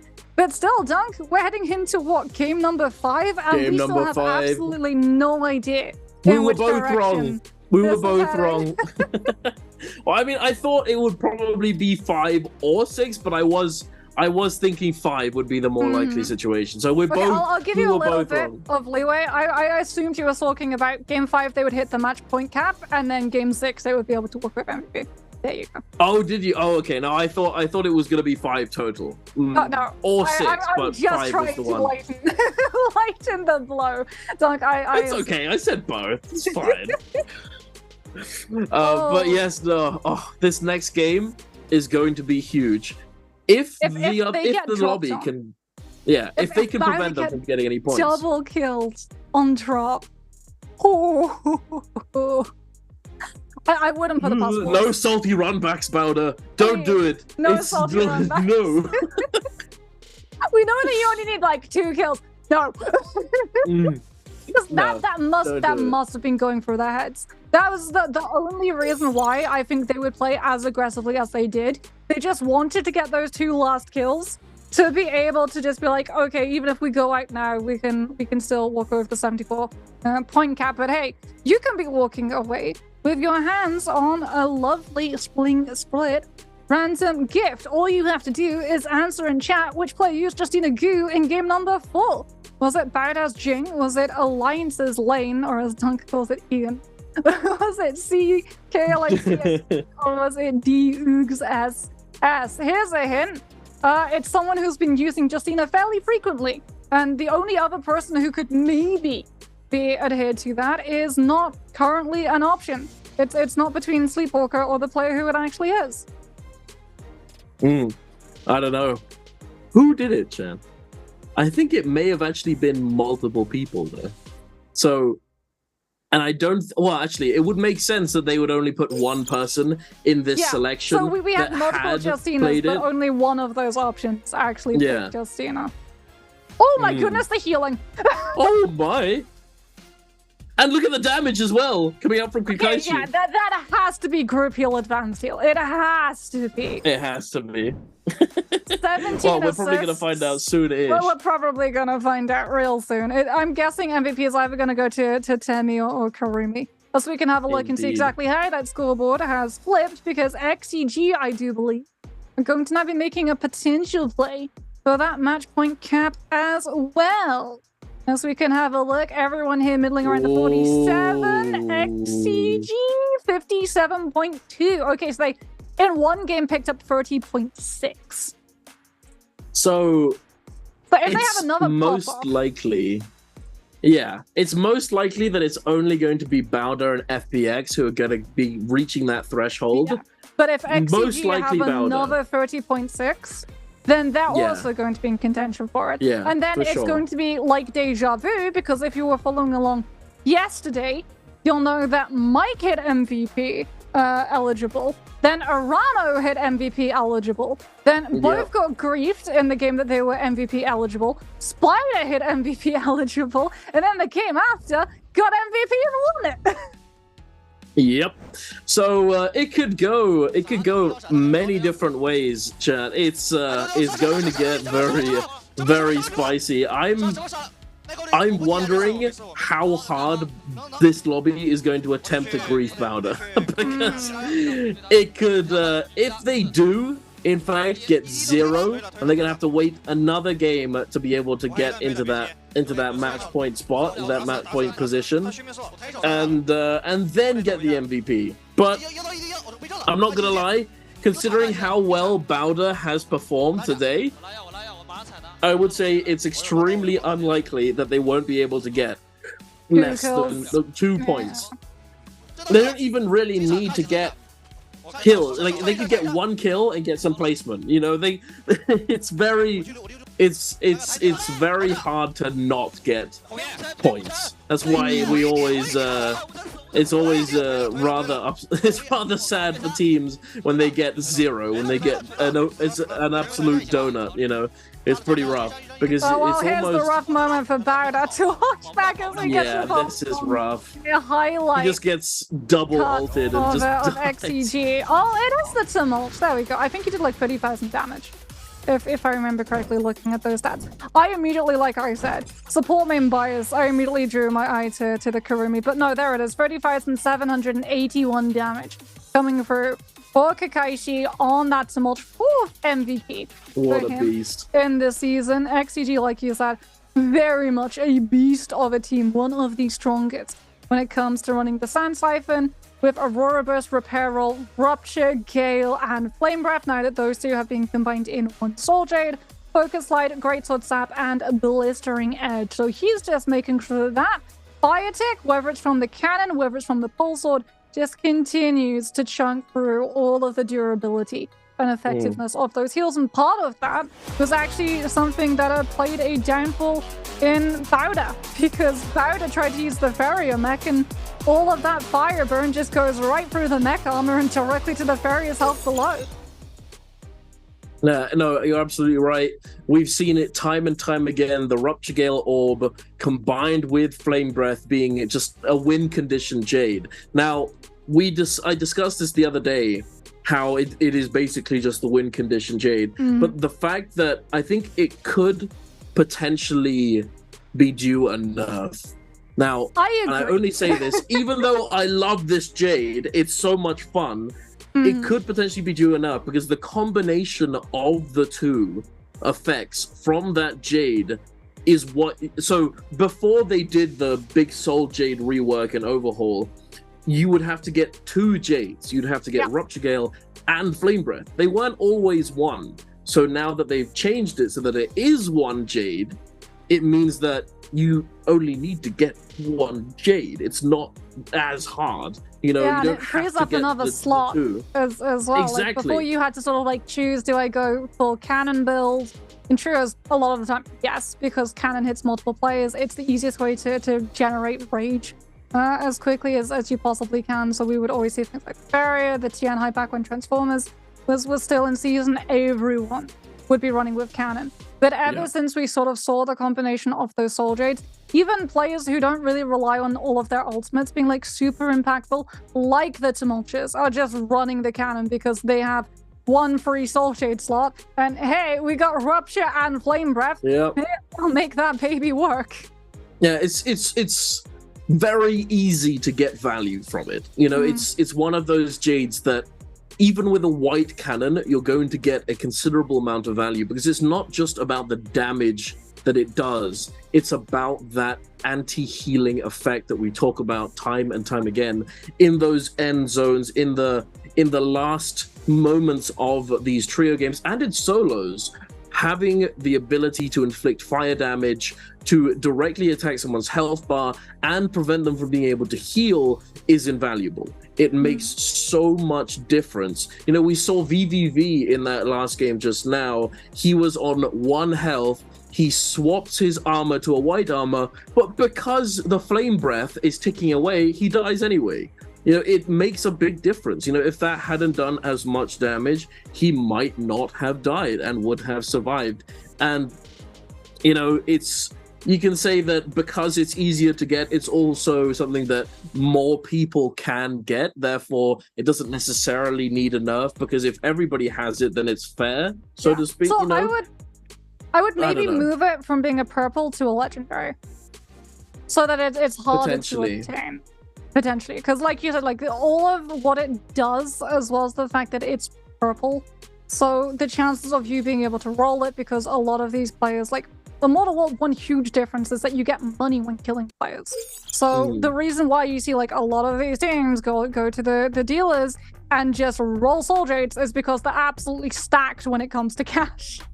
Yeah, and they'll be running discount as well. So the chances of them rolling one of those cannon God Jade builds when you only have to really like chance out onto 1 purple is really a lot higher than it is for hitting some of these other win conditions. Some of these other weapons that we talk about with things like, you know, Phoenix Blast or Heartstopper on Spiff, which has a lot of risk attached to it, but when you land it with that silence can become absolutely devastating, as GG found out earlier in the week.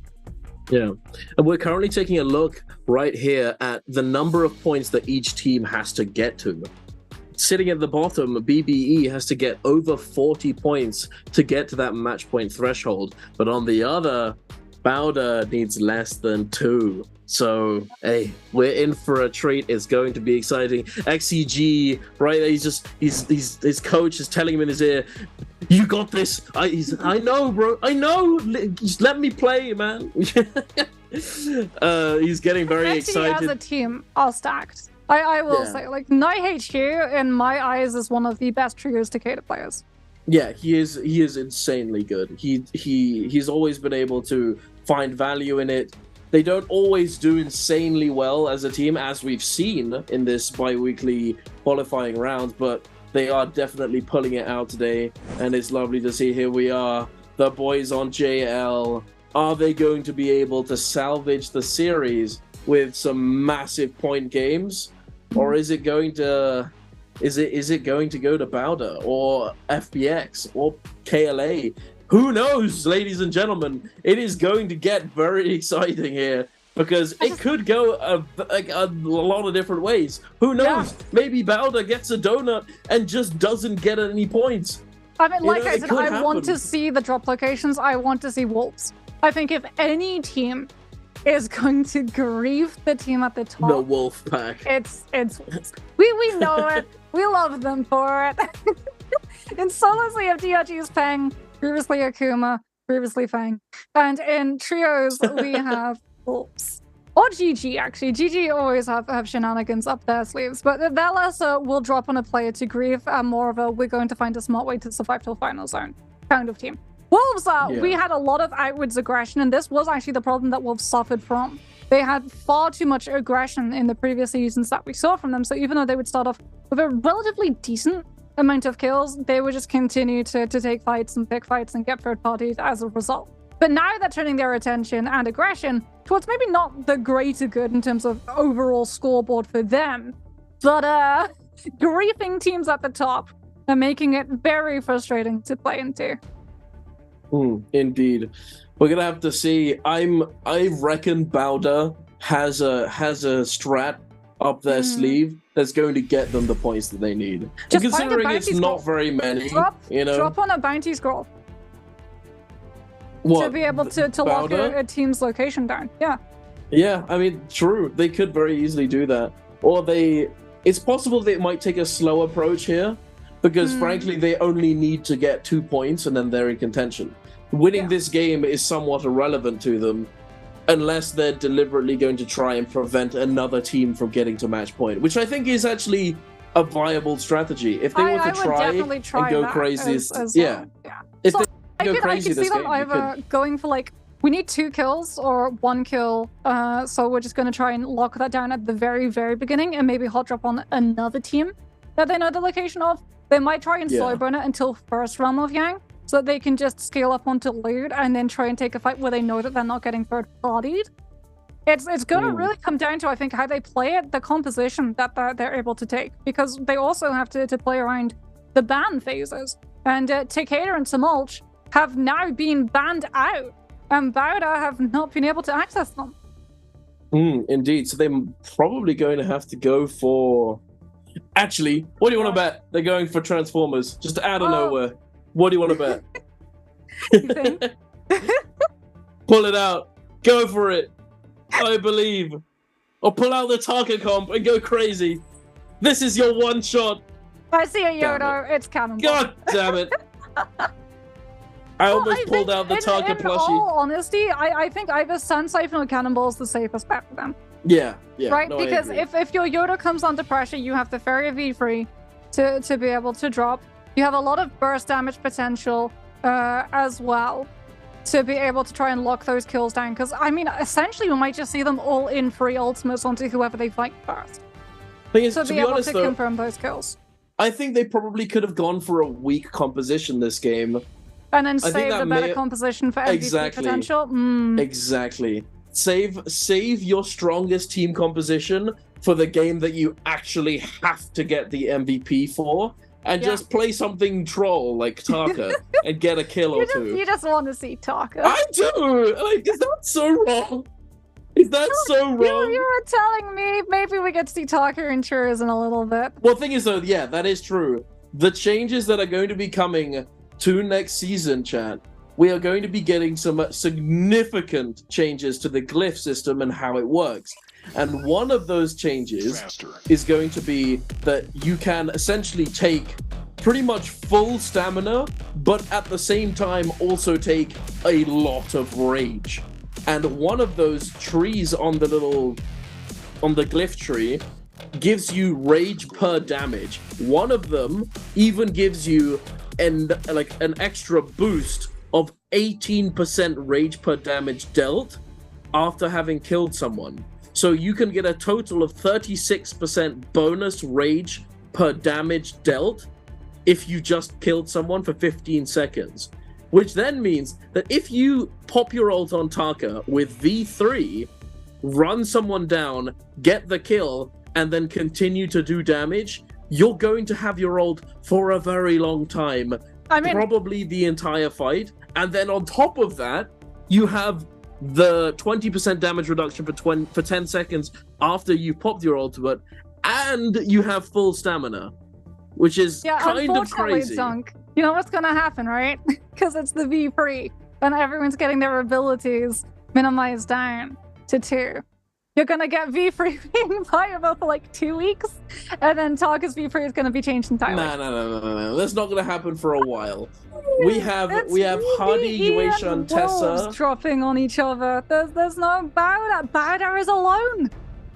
I think they're going for the safe strat. They're going for the safe strategy. I wonder if Wolves are dropping on BBE, thinking that they're dropping. Wait, unless KLA and GG are going to be dropping on top of each other. Where is XCG? There's DRG. I think Bowder may be dropping on the rage station, on the Firefly cage. I think they might be dropping on that. I might be mistaken. It's a little hard to tell with this sort of bird's eye view of the map. Is the thing. Yeah, it's also sometimes not up, so it might be a bit of a gamble. But I think that they might be attempting to do so. We're gonna have to wait and see. But we are going into our 5th game of the day, ladies and gentlemen, and we're jumping right into the action. GG are up against KLA, 2 of our heavy-hitting teams, and it looks as though 17S is in a pretty rough situation. He's got no F. He's locked down by the Tessa ultimate, and he gets taken down. GG, though. Ooh, I thought for a second that CXZ was going to be able to win that 1v1, but unfortunately he's not able to do so. LXM is on the chase. QGG, he's running for his life with just a sliver of health left remaining. And it looks as though he's most likely going to be taken down. OUG, speaking of taking people down, Axiao gets sent to the Spirit Realm along with the rest of his team. OUG picking up 3 quick eliminations alongside JL. I also did want to note that FPX has bought themselves a blue Moonbane. Now, in Immortal War, in these tournaments, chat, you can only buy the blue Moonbane. You can't buy the purple, you can't buy the gold. So if you want to get one, and if you want to get value from it, you have to buy the blue one and use it pretty fast. It's better. Is Bowder coming out of nowhere? They need. Did they manage to find 3 white armors? I can't see. That's the first Bane. FPX are actually so lucky. They weren't the only ones who bought a blue Moonbane. JL had also, off of the 3 kills that they picked up, and only 1 Moonbane can be active on the map at any time. So if FPX had tried to use that Moonbane and JL's was already in effect, they wouldn't have been able to. But as a result, they are able to, and now they're going to force the movements of Bowder, sending them towards Plumed. As Dongqing's just looking to try and find any isolated target that he can. Reveals the cavalry bloom in the back pocket.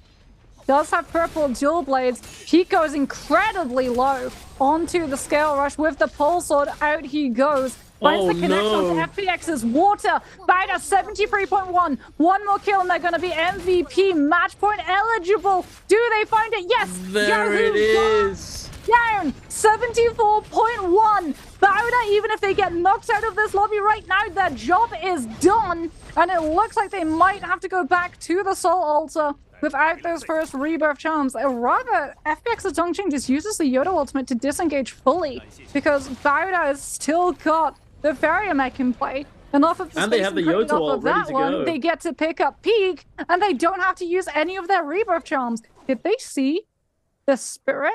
Jing's looking in the direction that spirit ran off too, but I think that was just coincidence. Yeah, wasn't close enough. As now that Blue Moon Bane has run out, someone gets hit by Thorny Roller. As OUG Xinyu with that Bane's Breath is making it even harder. Hello, Thorny Roller! It's been so long since we got to see a Thorny Roller kill. Oh my god! And Nbpl feels like home as poor Alliance are just stuck. They're caught between a rock and a hard place, or more specifically, a Bane's Breath and a Thorny Roller. As OUG are just going to continue to utilize this one to try and get the revive onto you. Alliance playing on the wall alongside OUG to be able to avoid the Thorny Roller. Xinyu with the pulse are just threatening the Scale Rush connection so that they can find the space to get you back on up. Even goes for the armor drop to be able to just give it over to his Yoto in case Alliance try and jump on him once he's up and on a little bit less health. As it looks like Alliance were able to make it out the other end. Underneath Salvation Podium has 2 exits that you can take, and Alliance make the smart decision and exit stage left. However, it seems as though Wolves have smelled the blood in the water. They saw the Moonbane come down and they were ready to immediately start hunting around the edges of it, and they have managed to find themselves a very weak team to try and hunt down. But hey, we're heading on over to the snowy region. XCG up against BBE. BBE sitting currently at the bottom of the leaderboard. They need to try and get some big fights, some big kill games to even have a chance at coming out on top today, although it is an extremely tall order. Anything is possible, chat. Anything is possible. But it looks as though XCG is going to have none of that, and they are immediately disengaging. It looks as though they spotted out FPX waiting in the wings, and they did not want to be the team caught between a rock and a hard place. Sandwiched. If you get sandwiched in trios, chat, it is over. It is cooked. Well, it is one of the unfortunately, it might be over for rules. Xiaohu. Yes, it does look as though it might be over for Xiaohu. But yes, it looks like FPX got caught between XG and GG, and GG see a lone player isolated away. He is able to armor swap into a blue. And there is plenty of terrain to be able to grapple off he's running into Bowder. Unfortunately, he's running, like you said, directly into Bowder. Maybe he can lead GG into this team. That is how you deal with being a single player, and that's exactly what he's been able to do. And CJS actually loses all of his armor to the point that LXM has to play aggressively forward with the V3 on the Viper to be able to clear the space and make sure that he is not pressured any longer. Bowder now knowing that the silence is not going to be enough. Wait, you went supersonic. I couldn't hear what you said. Supersonic Moxie, ladies and gentlemen. I didn't hear a word of that one. Oh, Yiran's ultimate was cut short by the Tessa V1. That's so unfortunate, though. But hey, Yiran, they still have their 2 kills. They're vibing at this point, I feel like. They don't really mind. That is true. And GG were able to back off and keep everyone alive. At least for now. Because for the moment. Bowder are still applying pressure. They know that the Viper ultimate is not going to be up, and that is what normally stops these teams from getting aggressive onto this composition. That's exactly what Yiran is attempting to do. F2 isolates CJS away from the rest of his players. The second swing of it, the golem focus comes out from Yiran, and again continues to apply pressure onto this Viper, just not allowing the regroup. Jing inside the mech is going to be able to provide additional pressure, and LXM, still the target of focus, finally falls between the 3 players of Bowder and GG now have to lose CJS as well. He's on the inside of 10. He was able to get a Grey Armor reset, but that's all gonna be burnt off with the F2. Euron takes a huge hit of damage. Oh no! No, the stun! The back-to-back V1 cancel on the Tessa ultimate. Oh, you hate to see it. Oh no, I was about to say it looks as though GG is cooked and that their chances of getting a massive game, this game, to get into contention. I was about to say it. I don't think Cast a Curse counts in the opposite way, and if I don't actually say it. I don't think it works. So it's not my fault. But holy moly, GG managed to clutch up insanely well there. That Yoto Hime ult just getting iframed by that Tessa, and he does get stunned up and taken down, unfortunately, for Bowder. But then again, as we said, they are vibing, they are chilling, they got the point threshold. That's all they needed for this game. Anything else, anything more, is just to prevent another team from reaching that stage. KLA and WBG sort of dancing around this Realm of Yang entrance. Looks as though WBG is going to make it inside and be met by JL. This is going to be an absolute oogler of a fight, though. JL has shown time and time again that they are able to clutch it up in the realms of Yang, and they open up with a strong opener. Oh, but it's immediately responded to by the Universe/TXJ. Pulls out that Yoto Hime and immediately starts focusing down Axiel, who's on the zipping and immediately gets exploded. The ultimate is irrelevant if you have enough damage. The uppercut comes through and WBG just gets obliterated in the face of JL.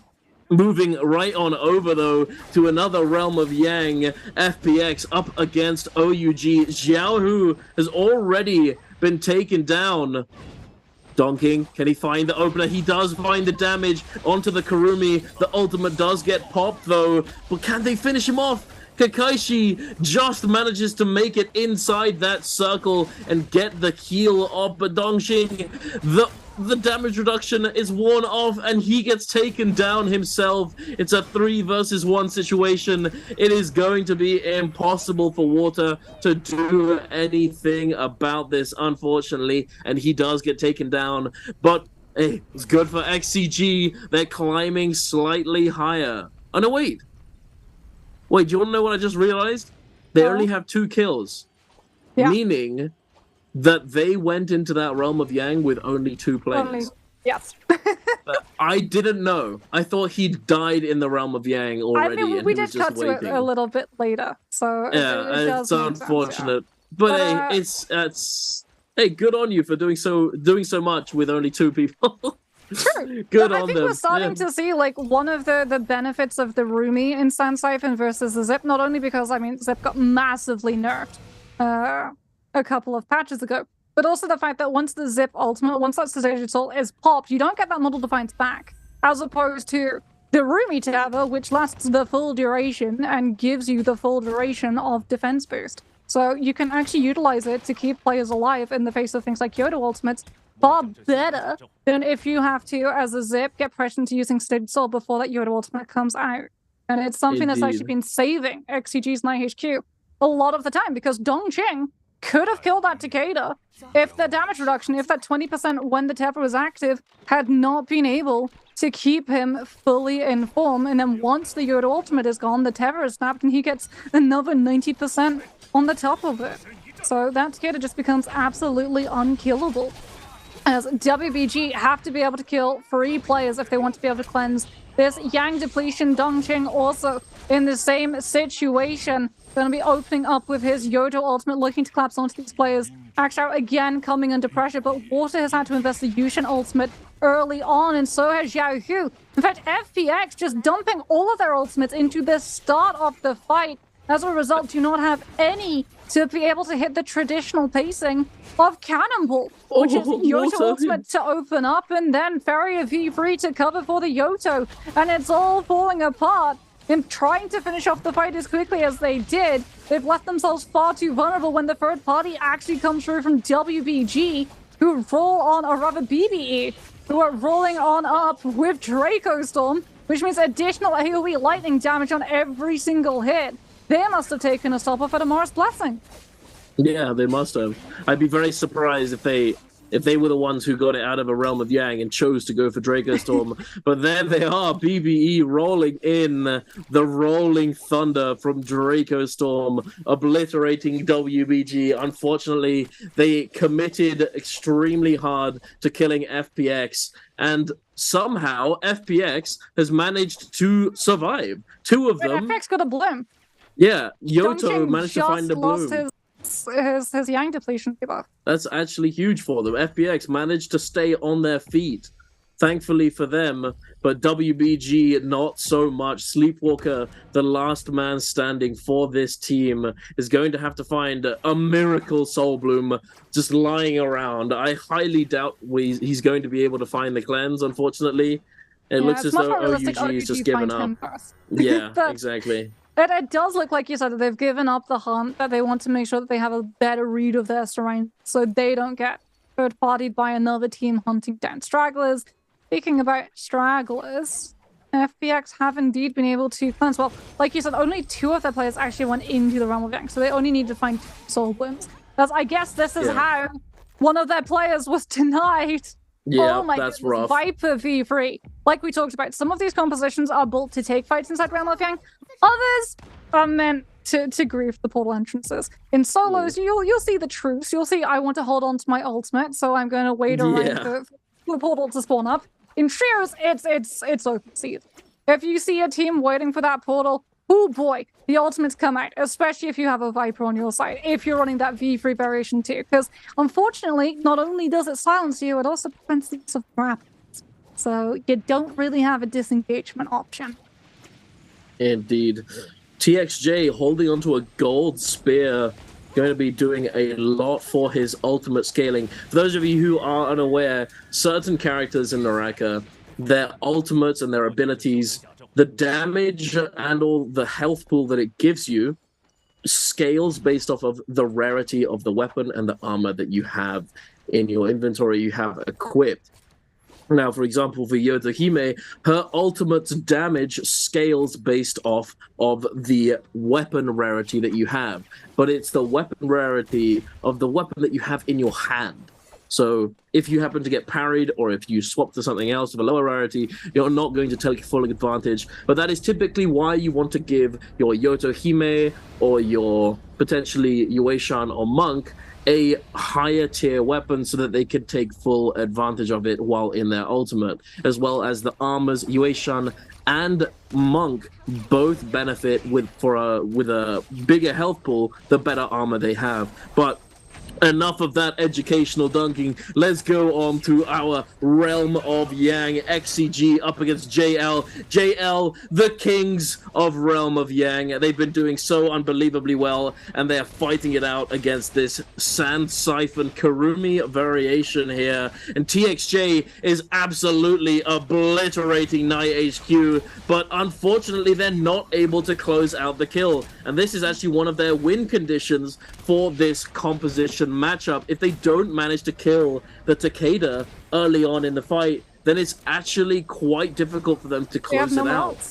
Yeah, they have nothing left available. They have legitimately used everything, and it looks as though it might be the downfall of JL in this Realm of Yang. Unfortunately, the kings of Yang have been dethroned, it seems, but there's always the clutch factor, and there it is. Night HQ gets taken down. It's now a 2v2 situation. JL BVV, unfortunately, he's not able to live through that damage. The horizontal blue focus block from Nunchucks was nerfed a very long time ago to make it so that you took a lot more damage when blocking, and unfortunately he's not able to survive through the onslaught of XCG. XCG stepping it up and taking home this Realm of Yang. Lovely to see, especially considering that we haven't seen very much of them, but today they finally showed up. I was making earlier too, right, with the Rumi versus Zip, the fact that if you pump all of your ultimates into the Zip and you pop sedated souls as quick as you can and you just like instantly obliterate the Zip, then the JL approach works. You put all of your ultimates in, you immediately kill the support, and then you can turn on to the Takeda. It becomes much more problematic into the Kurumi, because not only does the Kurumi get the recast to maneuver her ultimate into a different position, that tether also outlasts a lot of the time the Zip-Sedated Soul. So as a result, even though JL commit all of their ultimates in, you saw that he was just free to be able to survive. And like you said, one of the win conditions of being able to counter the Sound Siphon inside a Realm of Yang is killing the Takeda. But unfortunately, they're just not able to do so. And when we go into neutral, it becomes that clutch factor. And the Sound Siphon is so strong in neutral because of the space that they can control, as Dongqing comes in with a humongous Yodo ultimate, having to put himself aerial right now and find these kills onto the side of XCG, who with that Mystic Might do have a damage reduction to their name as well, even before the Kurumi Tether comes into play. And that is going to be XCG picking themselves up, I do believe, either the 6th or the 7th kill for them if the leaderboard has not yet updated. And Dunk, they are now 10 points away from being match point eligible. They are indeed. There's a team who picks up 30 points in the previous series and is looking for a back-to-back MVP to overtake, well, the team that they just knocked out. FPX go down with 65.6 points and are not going to be match point eligible for the next game. It's now up to Bowder and XCG. Yeah, it is indeed. Or JL, theoretically, they do have 2.5 minutes, or 2 minutes and 15 seconds to actually cleanse this Yang depletion, and they are hard engaging onto KLA. True. Or GG as well, lurking in the wings. There are 2 teams in the area that could turn onto this team. It's just a matter of whether or not they want to commit. Oh, there it is! The damage from the Farrier mech doing so much work. That is 1 down, yeah, but 2 to go. Here it is. Can they... Thing is, they could theoretically... Like, it looks as though they could potentially push GG into going on to KLA if KLA is still in the vicinity, but I don't think they are. I think KLA, as soon as they lost a member, they immediately did. used the Uation ultimate, FX altered, to be able to keep pressure onto GG and send them away. Which is smart. And GG know that there are other players in the area, especially because we have a weather effect, which means that all of these troves have now been refreshed. So for teams that are wanting to stock up on resources, because we're heading to final hello. Ballista, let's go. DRG coming in for the 3rd and 4th party. TE, or rather JL, having to take this fight inside supporting to be able to avoid that damage. We can teleport immediately. They're still super close though. For GG, but like you said, it is still super close, and the Wuchen Windwall might give away with GG. Yeah, they spotted them. JL grab on top of the rooftop. They have indeed spotted exactly where JL have run off to. TXJ coming in with the Yoto ultimate. FX is going to go down. Aurora Burst being utilized into the Dreadful on repeat, as it's now going to be an absolute melting pot. And unfortunately, TXJ are the ones hitting boiling, as it's now going to be a 3rd party coming on through from KLA. CJS having to utilize the F1 on Combo Breaker to buy himself the zoning capability. Free-Throw just throwing in on repeat that Aurora Burst as often as he possibly can. Wuchen chasing with the V3 will be able to keep the pressure onto both players of GG and DRG. It started with the Ballista control, and the fight's gonna end with DRG claiming 2 as Bowder, untouchable, sit on top and watches every single player around them falls, because they don't care. If they get pressured, so what? They already hit that much. It's coming to loot. It's coming in just to get that loot. We've still got 2 blueberries. Well, we'll just throw down the Yodo F2 on top of the body, and we'll see what we can pick up for our troubles.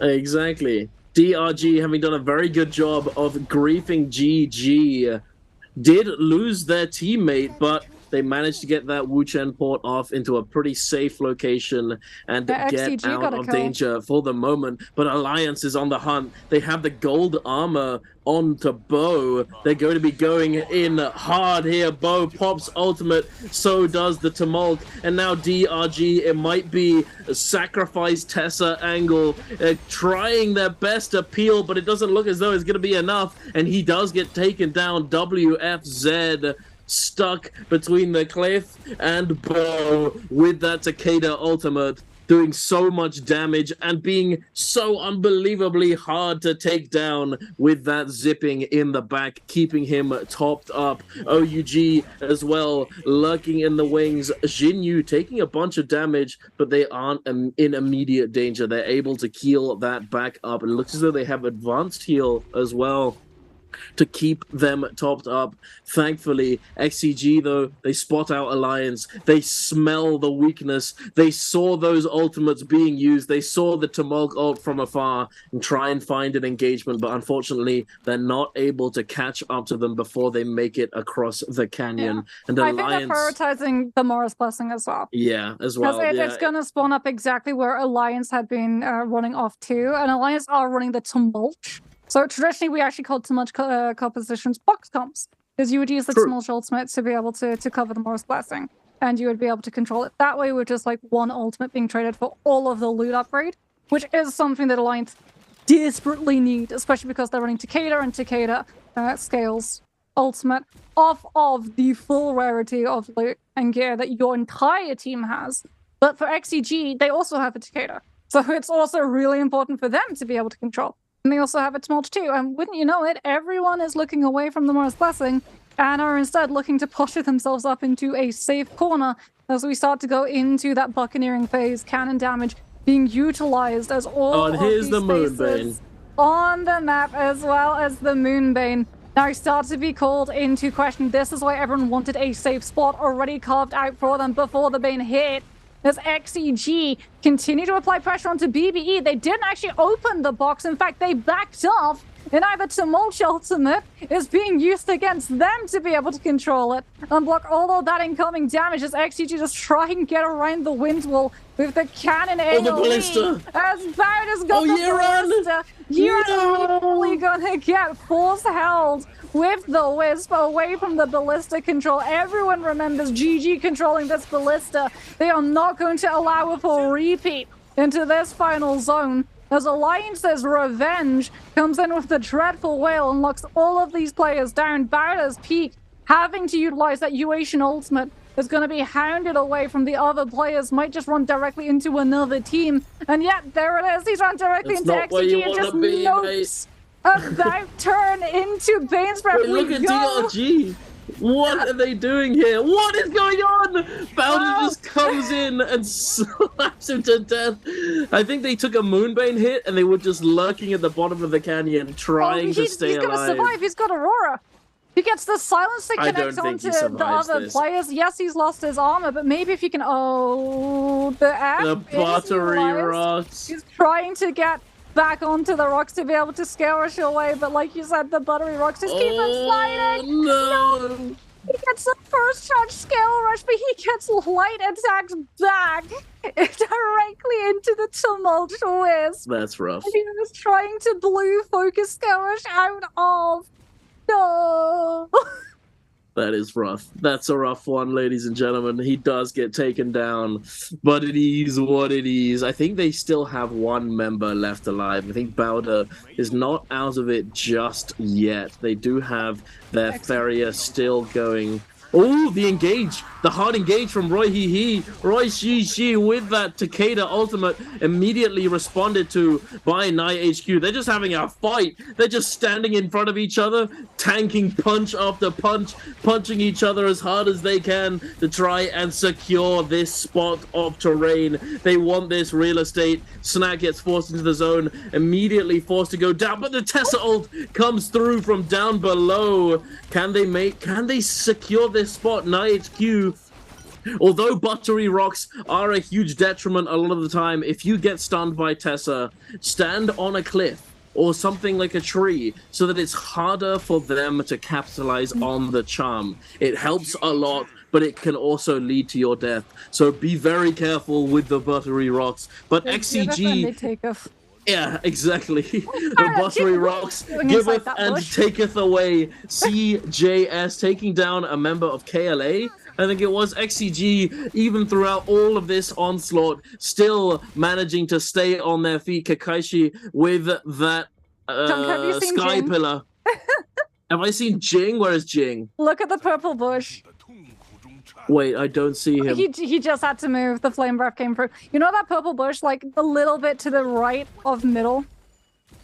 Ching was literally sitting in the middle of that. Is he just sitting in the middle? He gets found out. The flame's breath comes on through. He needs 2 shots before he has to reposition. But yeah, the reason why XCG is just sitting pretty through all there of this, he is. I see him now. BBE went for the Takeda mirror damage check to try and control the space that they've now just occupied, was the Karumi tether. Every single time. And as a result, NiHQ's health just does not dip. But speaking about waiting inside the purple bush, please, they have a tumult wisp around them. You have to see that they're in the purple bush. Oh, he is cooked. He is absolutely cooked. XCG. All of XCG's players are sitting in the little purple bush on low ground, and no one knows they're there. Oh, BBE pick up Baoda's Jing, taking another kill for themselves, going up to 6. Looks as though that if they continue along this path, they may be able to overtake DRG in the standings, but they still have a long way to go. Baoda, having been knocked out, they're not all that upset, considering they've already made it past that match point threshold. But Alliance's Bow, he's taken down extremely low at the bottom of the canyon. And I think he does end up getting taken down here. No, he's still going. He's still alive. He's still going up and down that cliff. OUG currently occupying the top of it. OUG's U with that gold weapon, Yotohime damage, able to force all of the aggressors back down into the pits of hell that is the bottom of this canyon. XCG's NiHQ with that golden fan just sending out RMB blue after 70? RMB blue constantly. The damage. They need one more kill. XCG qualified. One more kill, XCG? One more kill. One more kill. No shot. OUG needs to come out and clutch this. Yeah, that bush play where XCG basically sits inside purple bush, no one knows they're there, and then everyone takes the fight to the high ground and then goes to the low ground to be able to conserve resources and try and heal. That feeds them into XCG who have full ultimates. The zone's gonna collapse, everyone's gonna get forced off of the low ground, off of the high ground into the low ground. We're gonna see Leap of Faith come through and catch on to OUG's U, but XCG still have 3 players alive. Kessa V1 hits onto you, but NiHQ now decides to start to make his move. He's got the ultimate. Will he be able to find the kill? The Dreadful Whale from Revenge locks him out of the zone. The Tessa ultimate, the second run back gets thrown out. Do XCG find a kill? KLAC is so incredibly low. There it is. 74.8. XCG walk away with the MVP, but more importantly, Dunk, off of 2 games back to back, they put themselves onto match point eligibility. Oh my goodness. It is. What a team. 2 back-to-back MVPs. The question is, can they make it 3? Because that's what they're gonna have to do if they want to take home the title today of our first bi-weekly trios finals winners. Are they going to be able to do it? Or are Baoda going to come in and absolutely dominate the lobby and get their third MVP? They got 2 MVPs, right, so far? Baoda? No. Baoda got... They got the second game? Did they get the third? Game. Kayla got the first, Baoda got the second. XCG just got the last 2. So that was game 4 and 5. FPX got another one. Oh, FPX. Yeah, FPX got game 3, I think it was. Yes, indeed. You are absolutely right. I honestly, like, the time that we see the replays when we're watching that second to last fight, please, just look at the lower... I'll try and keep my eyes open just see XCG just sitting inside that purple bush being like, is it time yet? Is it time yet? Is it time yet? Is it time yet? Like, they literally just wait for everyone to gravitate onto the high ground and get contested by things like the Farrier mech. And then when they fall incredibly low, have to try and just disengage onto the low ground to be able to heal up because they think it's safe. No one checks them. And normally I would say like, okay, yeah, it's the purple bush, you get invisibility. I kid you not, for like 5 seconds of them sitting inside that purple bush, that Tumult has wisps around his frame. And you can see the wisps on the edge just circling around the purple bush. And I'm like, please someone see it, please someone see it, somebody please look. Please someone look. Otherwise XCG walks away with an MVP and they're able to pick up enough points and kill multiplier to hit themselves above that 74 fresh point. And that's exactly what happens. I'm like, oh my goodness. it's kind of hard. You got to give it to them, you know, in that kind True. of hectic scenario. But if it's they kind win- of difficult to spot it out, you know. If they win a bi-weekly finals off of a invisibility push strategy. Sorry, I'm an XCG fan for life. XCG popping off a. But that's the thing, though. It's not over. Bowder has the same position as XCG.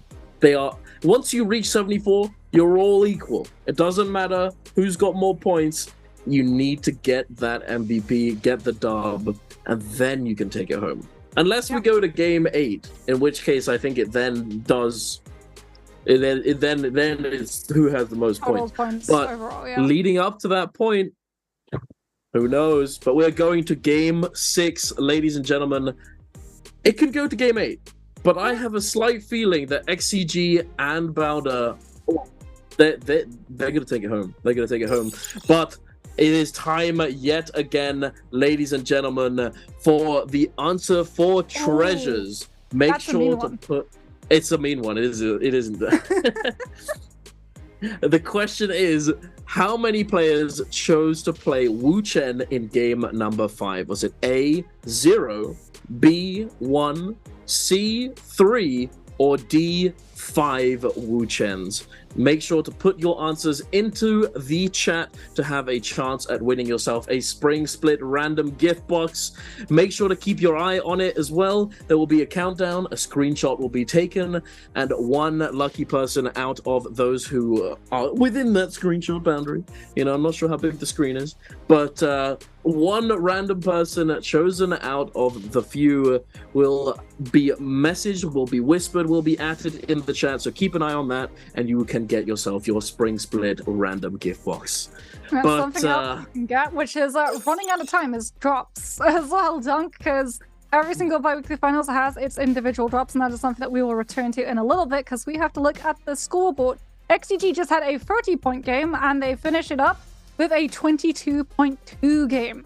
Afterwards, Bowder, a little bit further down, only pick up 5.4, but we knew, right? Going into that game, they had one objective. It wasn't we're going to be the last one standing. It wasn't we're going to walk away with a win.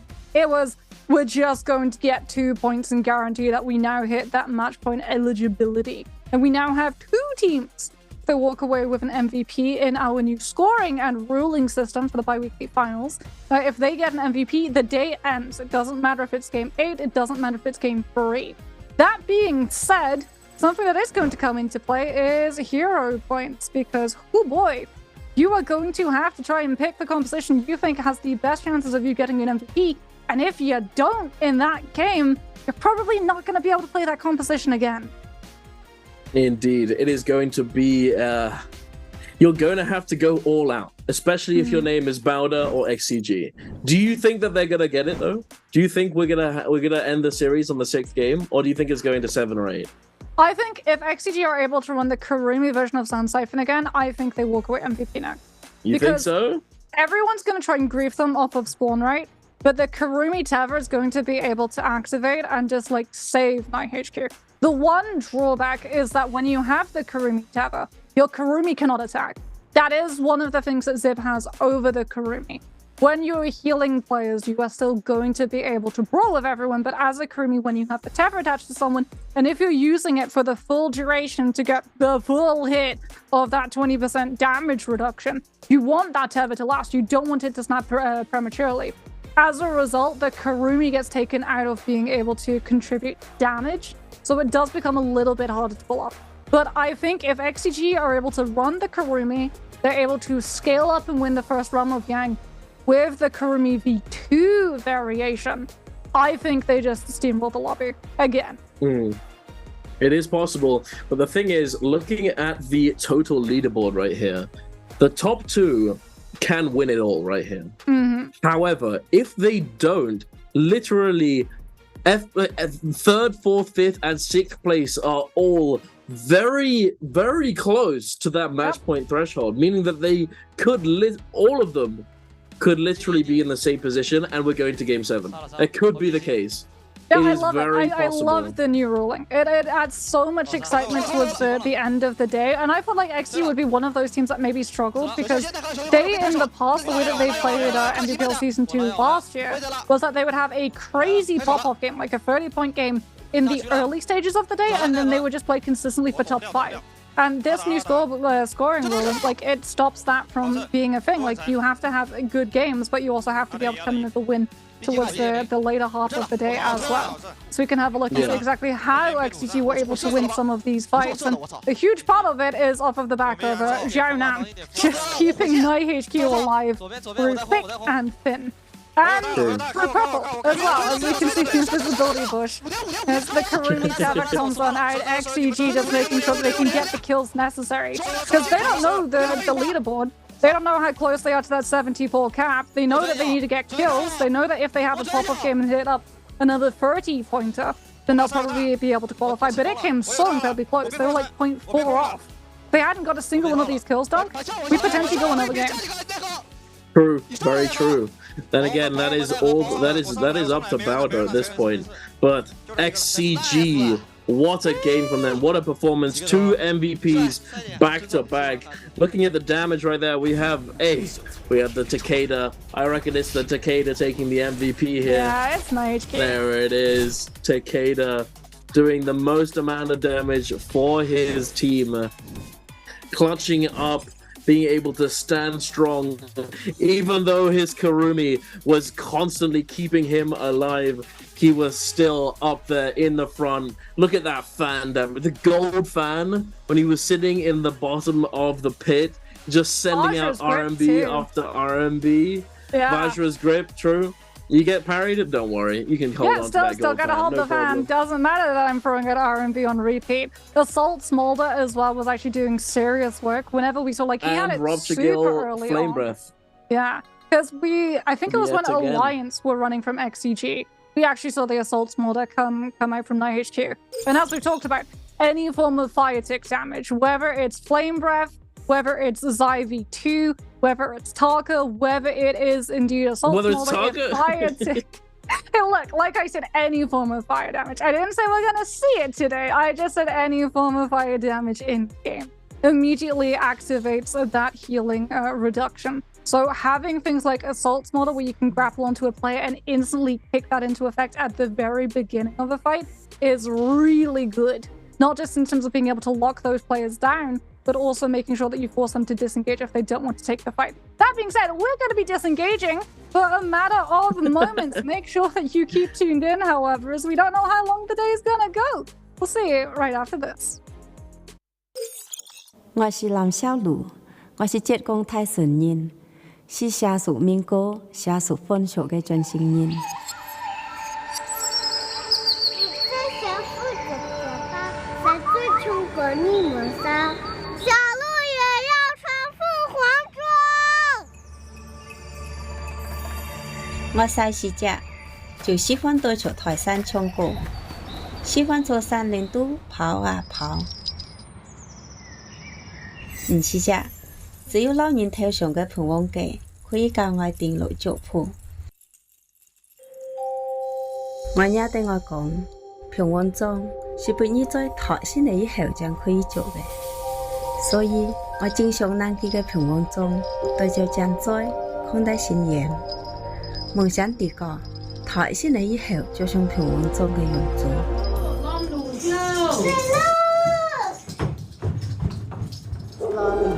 每一次一趕上早前，我都好衝着去攔路，就為了多睇幾人信仰頭上生好嘅法子。當時懵裡懵懂的，本人出上嚟好事情嘅活大會，更是台人為大老都唱對歌，其實都是平王包容我人唱台，就負我人自由嘅象徵。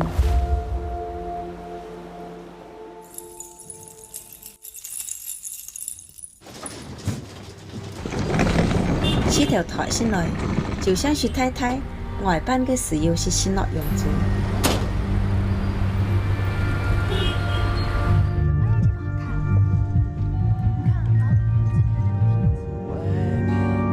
體驗生活也好，夢綠也好，抽塔新速度当然不同的上门，需要好多地方。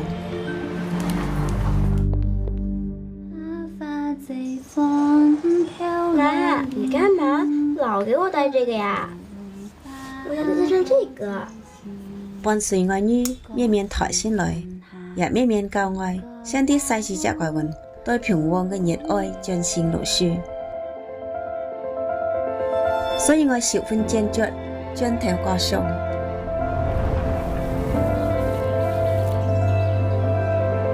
我啲過一次當作出發，我想對啲個嘅體會當作有平旺中。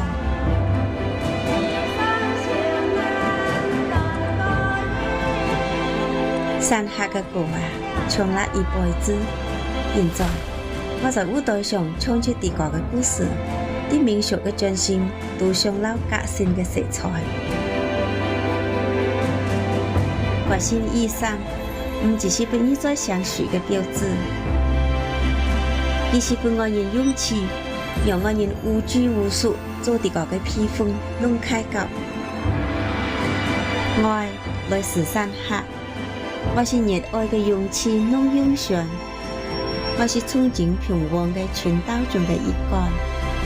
愛也是平旺，愛是書記，愛心無懼。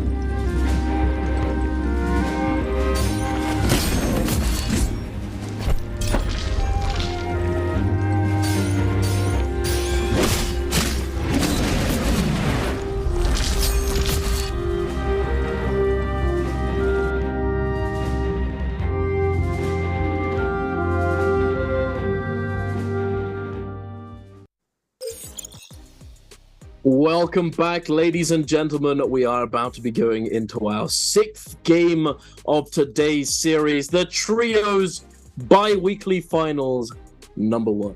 And it has been very, very exciting today. So far, we have 2 teams who are in contention to take home all, just take it home.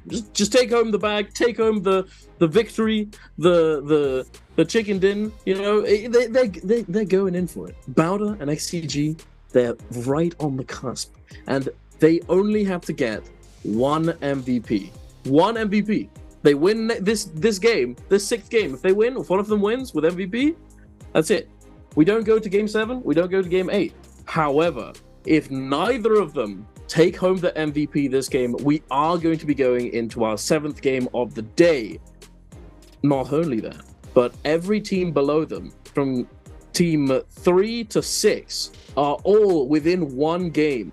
So if neither of the top 2 can get MVP, then that means that another team does. And considering that the teams in the top 6, considering they've been playing so well, they've been doing so well, it's likely that they are going to be the team that gets the MVP. Meaning that if we do end up going to game number 7, then not only Bowder and XCG are going to be in contention to win, but another team, one out of the other top 6, could potentially be there. Who do you think that could be if we don't see it end here, Moxie? I feel like FBX are definitely in the running, right? They've already taken one MVP. I definitely wouldn't put it past them. GG have been having a little bit of a rough one. They were starting to do really well in the early stages of the last round, and then they just got sharked on by like 4 teams. DRG with that ballista, just explosive entry into the 3rd party, and everyone was sort of just like running, sprinting, screaming, trying to find some recovery. And poor GG were actually just the last team behind. It's not a matter of being able to outrun a tiger as much as outrun the person behind you when running from that tiger, and GG were the unfortunate souls that couldn't quite keep pace. But here we are. We are currently looking at the standings and how many points each team has to get. So actually, in fact, I think if we don't finish off here in the 6th game and we do go to our 7th, then it's actually reasonably likely that 4 teams, even 5, could be there. FBX, all of them can be here. I mean, honestly, if KLA and WBG have pop-off games, like if they hit a 20 bomb, then they're gonna be in the 74 mark as well. Yeah, I mean, we saw XCG get a 30-point game in game number 4, meaning that it's definitely doable for WBG. But then again, I think if that happens, then it's less likely that we'll have more than 3 teams like ready to take it all. Because I at wonder, that point, you know, are either XCG or Bowder in first phase of hits? Because XCG are probably going to want to run the Sand Siphon, but if they're not in first phase, then I don't think they're going to be able to run the Takeda, because I think it's going to get instantly banned out. that is true. And If I'm actually thinking XCG and of Bowder are in different pools, then one's going to get a huge advantage over the other. Also, a quick note to consider. WBG, I'm pretty sure they've played Justina twice now, you know? Twice? To play it, was it 3? No shot, was it 3? I think they played it once on Holoroth and twice on Morris. Really? I thought they'd only played it twice so far, but nonetheless. 2 or 3. That being said, we're on like game 6. Yeah. It's just been like 6 games of NARAKA, but no, we potentially have 2 more ahead of us. Yeah. Depending on who takes the MVP. Exactly. It's getting pretty ugly, Chen. It's getting very ugly. Okay, let's see. Let's who's gonna be in phase 1 and who's gonna get first pick options? Alliance, Wolves, DRG, and BBE are all gonna get first options. Bowder and XCG are in the same pool, but Dunk, they're in the last round selection. They've got the table scraps. They have to work around what everyone else bans. That's quite funny, actually. Viper variety. That's probably all they're going to have available to them. Give me a target. No, Jim. It's not gonna happen. It's not gonna happen.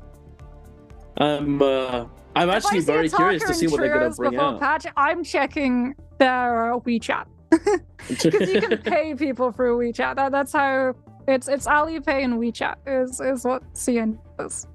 The transactions. Wait, Wolves coming out with their Game 6 Transformers. Yeah, but there's still double Takeda picks. In fact, there's still like full Sand Siphon picks. How many hero points are left? You know, if we go to Game 8, does that mean that no teams just aren't gonna have hero points, and at that point they have to play something just completely random? In fact, let's go to Game 8. Let's go to Game 8 and see the Valda Taka comp or something silly. Okay, XCG get Cannonball, Bowder get Viper variety. Interesting. Are our 2 teams. FPX, one of the teams that's also on the brink of being able to qualify into the 74 match point. True. Running the Karumi version of Sand Siphon, which we're starting to see pick up more and more traction inside those Realm of Yangs. I don't think, have we seen, I believe when the Rumi and the Zping variants have run into each other inside the Realm of Yang, the Rumi compositions have actually come out on top. I don't think that's like, I'm not sure if it's 100% win rate. I think it's certainly been the case that the Zping has won. 75-25? Because we don't see the mirror like all that often. A lot of the time, the Rumi variant has run into Cannon, which is exactly what it wants to run into, ironically enough. I'm not sure. Well, I'm excited to just get into this game. I just want to see the action. I want it to happen. I want to see the drops. I want to see Bowder and XCG surrounded. Well, we're gonna have to see if they actually. You want to know what? I bet you one of them's just gonna drop super hot. Just drop onto another 2 teams at the last second. And just getting there, get absolutely crazy. But we're gonna be finding out very soon, ladies and gentlemen. Our 6th game of the day, potentially the last one, potentially not. We're gonna have to wait and see. Get ready, ladies and gentlemen. Get tucked in, get cozy, get the snacks out, get that popcorn going in the microwave. It should be done by now. Come on. It should be ready to go. You shouldn't be having to go linked AFK. on Twitch, because you might only have 60 get your minutes accounts linked on left Twitch. to get your Zypos. And so, You've only got you've not got long, chat. You've not got long. Bi-weekly final drops, they change every single week, which means that if it's only today and yesterday that you could actually get the Zypos progress for. So hopefully you've been watching, and hopefully you've had your Twitch account linked. If not, there's still time. Maybe if either Powder and FTD take the MVP. Potentially. Okay, well, But, we've got the see. Rumi V2 variant coming out for the Sand Siphon Rumi, which again we're starting to just see. I like this is the norm now. I feel like the V2. It's much more a surprise if we see anything else. It does look like we've still got the Viper V3s also starting to become more and more of a norm, but this is what we wanted. KLA and BBE dropping onto Matab, Alliance and GG locking on top of each other. XEG, JL, FPX, GG, and Alliance all going to be in the same location. The question is, where is Where is Powder? Where are they? I think they're in the City of Tang. No. Oh, they are. Yeah. So They're again, going for the this is lake. what we saw on the Morris when they had to hit that 74 point cap. They spawned just like way away from everyone on the east side of the map. I think that it's not a bad idea. You know, either you drop super hot and try and get a lot of kills and a lot of points and try and secure the MVP earlier on, and then play safe and get to late game, or you go for the opposite and go for a much slower start and then look to try and ramp up later on. Yeah, XCG I think got chased out of that drop location. Jaranan wasn't able to find a weapon, so he just had to grapple out with melee. I think you know what they're doing. I think they're running straight to the podium to try and third party the fight that's about to take place on the podium, because there were two teams there. So I think they might be looking to try and take advantage of that. And we got Bowder over here getting some money, looking to try. Oh, they've already bought the Moonbeam. They already have it. Bowder have Here's one, and XCG, KLA and like have you one. said, they're third partying on Ballista. Oh, they missed the ballista shot. They missed 3. No, they missed 5. In fact, they missed 5 shots. In fact, wow, that's we that's only rough. saw 3. Okay, Yeah, we you only didn't look saw at the 3. durability on the Ballista then. Oh, but we're heading into the action. GG and JL are fighting it out in the desert. VVV's been locked down. He's trying to disengage. He's trying to get away from there. TXJ's coming in with the peel along with the other teammate. They're trying to keep them alive. VVV on a sliver of health. He's still going. LXM, he's trying to take him down, trying to get an elimination, but unfortunately he's not able to do so. And JL get themselves 3 quick kills off the rib. Now heading on over to the northern side of the map. Wolves, EG with a lovely parry going up against DRG. Wuxing, oh, he's really low. The Dragon Slayer came through, but it was immediately disengaged by that bell, but it looks as though it's not going to be winnable, and DRG are going to take down the Transformer composition. Transformers are just so reliant on their ultimates to be able to pick up kills. Yeah. They really struggle in early game, because even if you get your ultimate online, you just don't have the loot scaling to be able to actually confirm kills off of those monk grabs fast enough. And now heading over to Matab, we can see KLA versus Alliance. This time around QGG with that Cicada ultimate, going to be running on through. 17S early cast off that V2 on the Rumi and recasting it as well to be able to get it impacted to keep control of this spacing as QGG comes under so much pressure. We can see no one down just yet from the side of Alliance nor KLA. Ooh, These ultimates are about to be 17S. running out. QGG finding the parry. KLA 17S does go down in the interim, however, and that is your Karumi, which means you can't tether onto the body and take advantage of the third-party distraction coming in as JL invite themselves to the bash and turn it quite literally onto CXZ. 17S just that bleeding out in front of JL as the entrance of another team immediately sends both KLA and Alliance absolutely scattering. Fortunately for Alliance, they're the ones that have drawn the ire of the engaging Buchen. We're going to see Lane just charge full on in with the pulse to be able to deny the grapple, stun, lock. He's actually been able to bait FX directly into his other teammates. Alliance must have actually had one of these players salty res. This is a gamble. Viper V3 comes on out, FX losing all of that armor, utilizing the Wuchen F to be able to replenish a part of it, as we're going to cut over and look at XCG, who landing hot, have been able to pick themselves up a nice chunk of loot. Purple Hengsword coming on through for Kakashi, who's actually going to get the Farrier mech. Gorgeous turn of the mech so that Wolf's Egg is not able to grab him away from that mech in the open space. And he will be able to keep the pressure up onto the monk if Wolves decide to try and engage. The jump, the leap, and Egg is out of there. He's been taken down relatively low, though he's going to have to de-transform, and he has no armor to speak of either. And Kakashi is going to pick up that elimination, their first elimination of the game, taking the lead over Bowder. But Bowder, they're lurking reasonably close by as well. They found XCG. They've spotted them out, but are they going to go for the engagement? It doesn't look as though they're going to do so. They don't have their ultimates just yet. I think they're hunting wolves. They're hunting the remaining members of wolves. The wolf pack, when split up, is much weaker. XEM popping that Yueshan ultimate. He's trying to disengage. ZK is nowhere to be seen, and it looks as though he might be the sacrificial lamb. Well, this is Wolf's last life as well, remember? Yeah, they lost the fight on Waterfall. It's good. So this is not looking too good for XEM. He's trying his best to disengage, but at this point, I think it's just it's not going to happen. He is. OUG on 6 kills now, by the way. He's pulling 68.9 points. So if this map does go after this match, then OUG are potentially also going to be match point eligible, as well as JL, who've picked themselves up to 67.3. In fact, a lot of these teams, if it does go past, like we said, are going to come into contention for that title. And it ignores overall scoring. If you, on match point, get MVP, even if XCG and Biter are ahead of you in terms of scoreboard, you still win over them.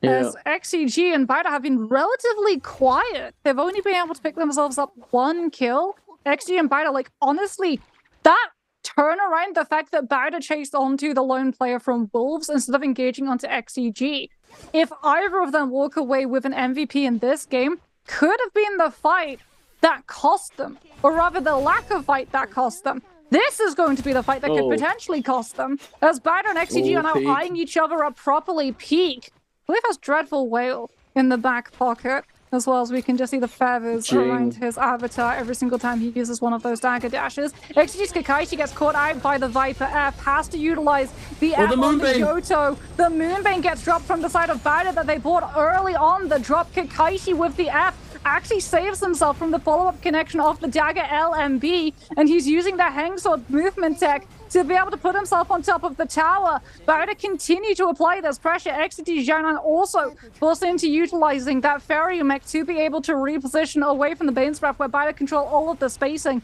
The problem is, Bowder still have the Wuchen TP, and if the fight goes on longer, they're going to come into an ultimate first, because Jing still has the Tessa ultimate. The fact that you don't have to have 100% charge on it to be able to throw it on out. XCG now potentially losing one of their players in the rotation. Kakashi got incredibly low, had to use the F already. Now panics into the Yodo ultimate to be able to peel the aggression since his health bar was so incredibly low. The Wuchen teleport is now going to be invested. Kakashi jump cancels the Yodo ultimate to retain some form of ult charge as they turn onto the players of Baida, who teleported into their Bane's Breath that was still running in, and as a result, Jing lives another day. Neither of these teams managing to actually get that kill connection. Neither of them managing to knock each other out of the lobby. Dunk, that could have been the decider. That could have been. And the thing is, the rebirths are about to expire. So if they'd kept fighting, that one of them could have very easily just been knocked out completely.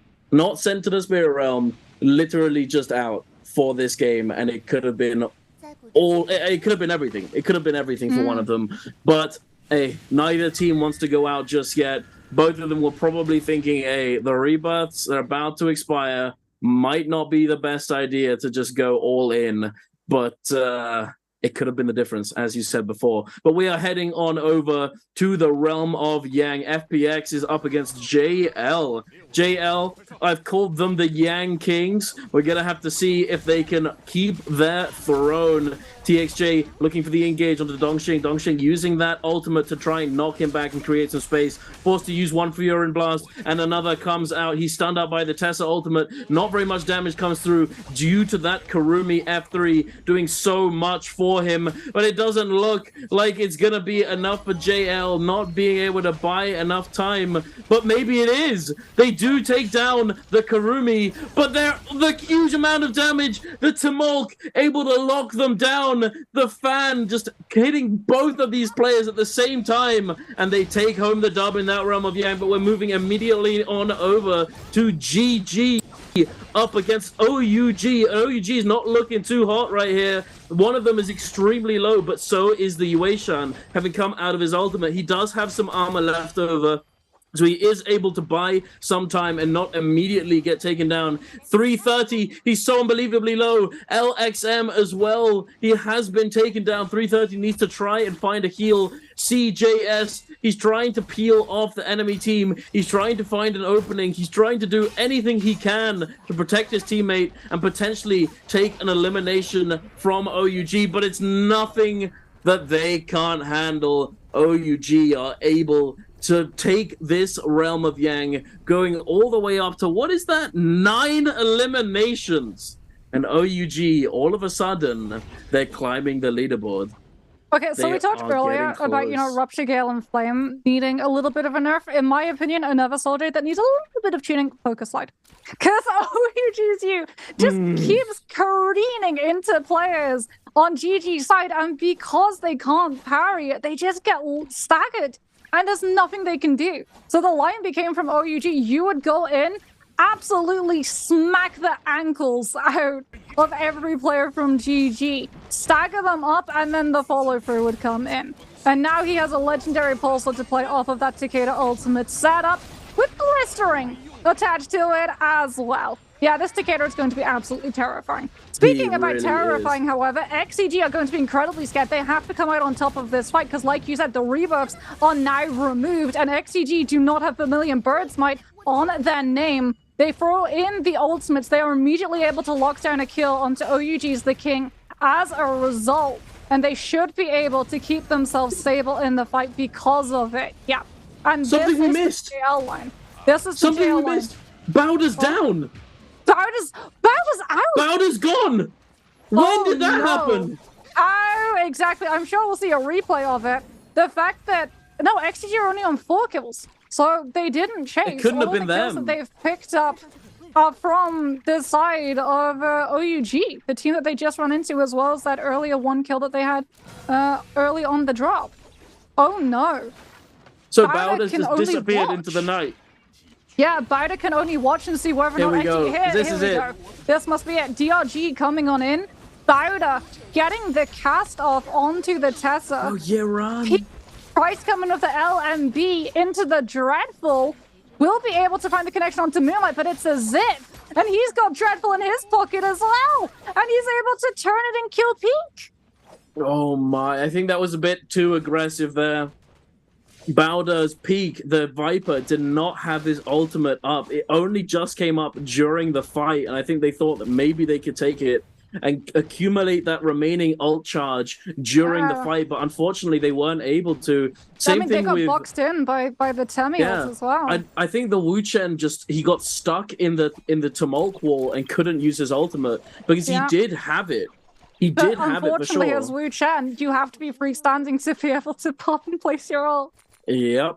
Which means if you're stuck in a that's tumult the reason why wall, Wu Chen is hard focused down on early engages, right? So that if you know that the Wu Chen teleport is up, you basically go after the Wu Chen to deny once a kill does come through. Like, we're gonna make sure that the Wu Chen just can't get the freedom to be able to teleport out.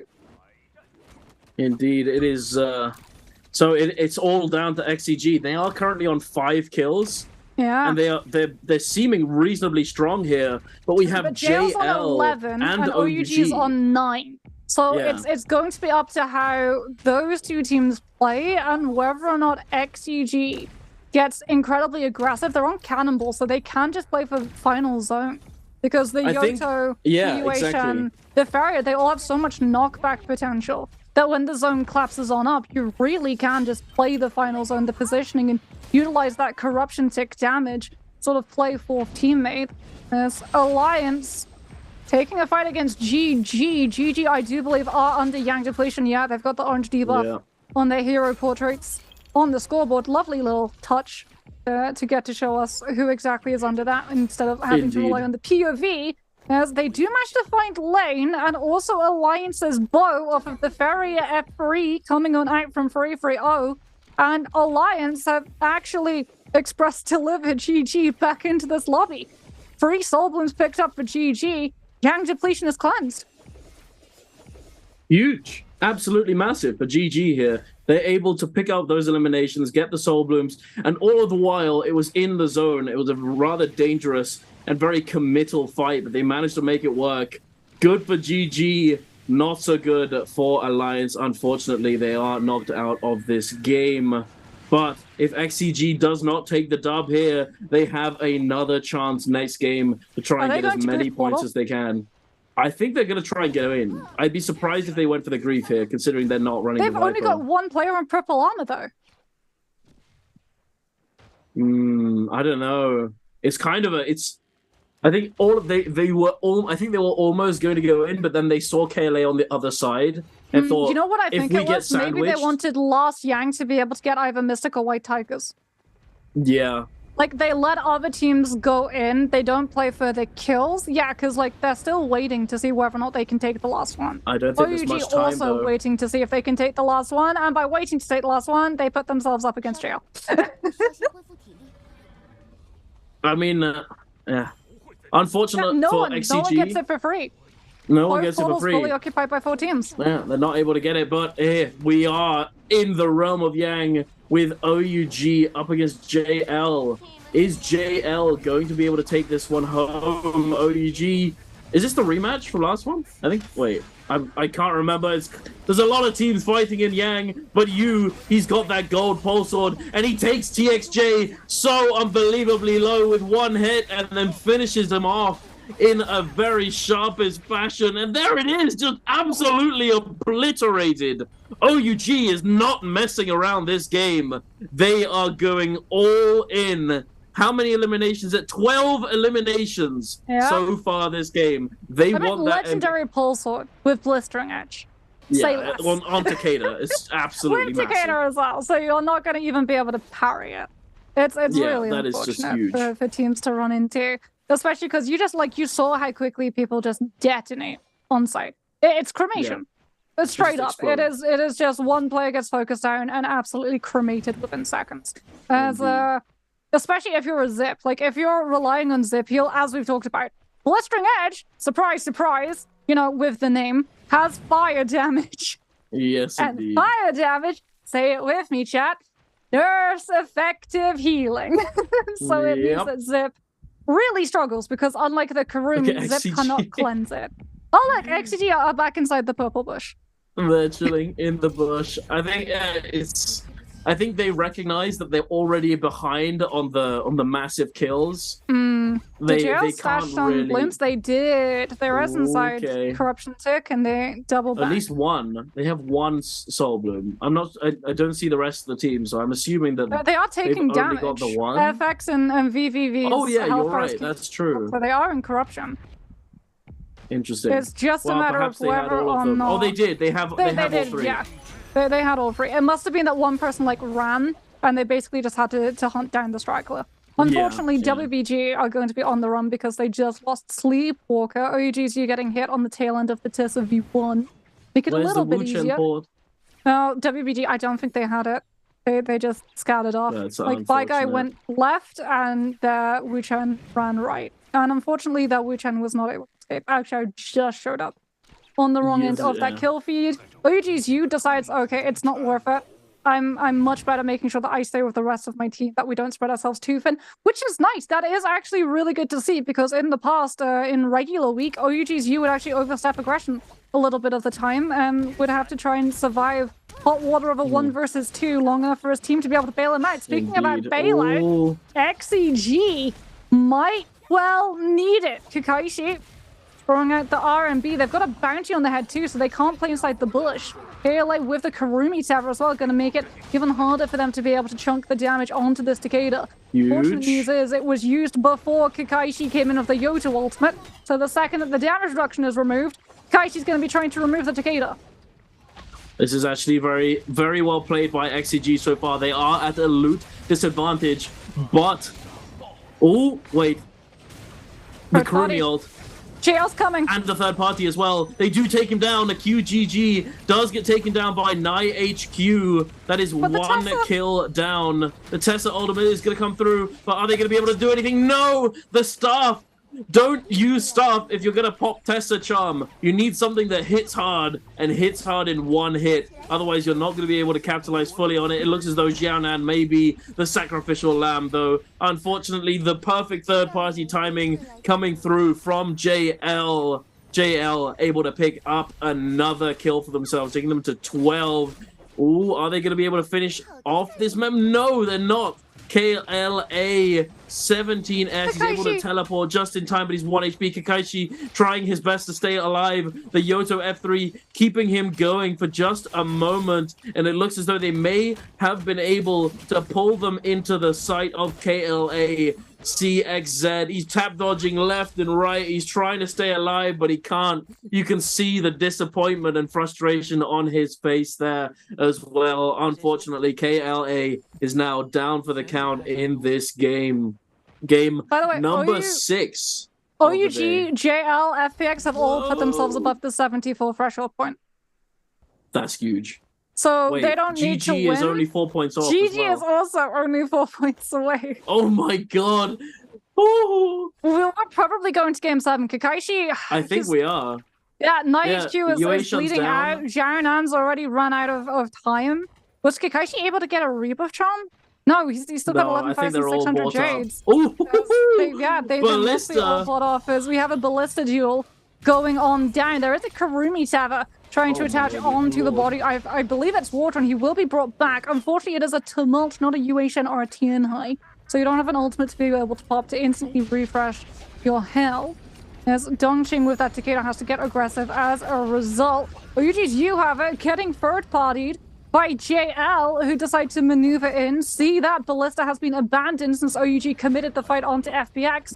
Decide, hey, it's free real estate. And as a result, OUG just pack their bags and move on to the floor below. Indeed. You don't want that smoke. The ballista's a little bit too spooky at this point in the game, especially when you're already on 16 eliminations and you're that close to the 20 bomb with 16 total players left alive. Looks as though TXJ did take a bunch of damage over on the other side of the platform, but he is able to heal himself back up, fortunately for them. OUG and JL, crazy number of kills at this point in the game. But XCG's Yoto is still alive. Oh, FPX. Oh, Water. He's kind of a little separate from his team, but I think he's all right. Doesn't look as though they're in any immediate danger. I think they're trying to head on over to the Morris Blessing and see if they can pick up some scraps. But there aren't any. Yeah, I was going to say, you want that blue armor. Yeah, they cleaned legendary that up. armor, Merciless Havoc, I believe. I think Dongqing has Merciless Havoc as well. But he has to get the Karumi Tower on the rotate. I love the fact that Xiaohu as well is the player that goes behind, because if he gets pressured, he can just use the Tower to teleport to one of his players. Exactly. So you still can save the Takeda, but you also don't leave your Karumi to the Wolves. I say Wolves. Wolves already out of this lobby. To the aggression coming out from the likes of Oh my goodness. That is bank. That's a lot of gold jades. That's more gold jades than purple at this point. That's a lot of gold jades. And I'm not sure if one of them is Arachnid from LXM as well. So that's going to be potentially problematic. Scattershot is one of the soul jades that we just saw being put into play. But True. everyone's just gonna be waiting. GG, they need a kill. Yeah, they need to get a few kills just on here. the cusp of that 74 mark. I mean, if they get no kills and get placement points, I think they do it. If they come first without getting a single kill, they could get into contention. But yeah, we're gonna have to wait and see. I think every team wants an MVP though. Just for getting an MVP, you do get a bag, you do get a prize for simply getting an MVP in a game. So, hey, it's still, everyone still wants the dub. But, I was going to say, where's the Bane dunk? There's the Bane. There it is. There it is. On top of OUG. Oh, no. Well, the good thing for... Oh, wait. Hi, Kakaishi. He's in the purple bush. Look at Kakaishi. No. I think he's got a Bane surf dunk. I think he's got a Bane surf.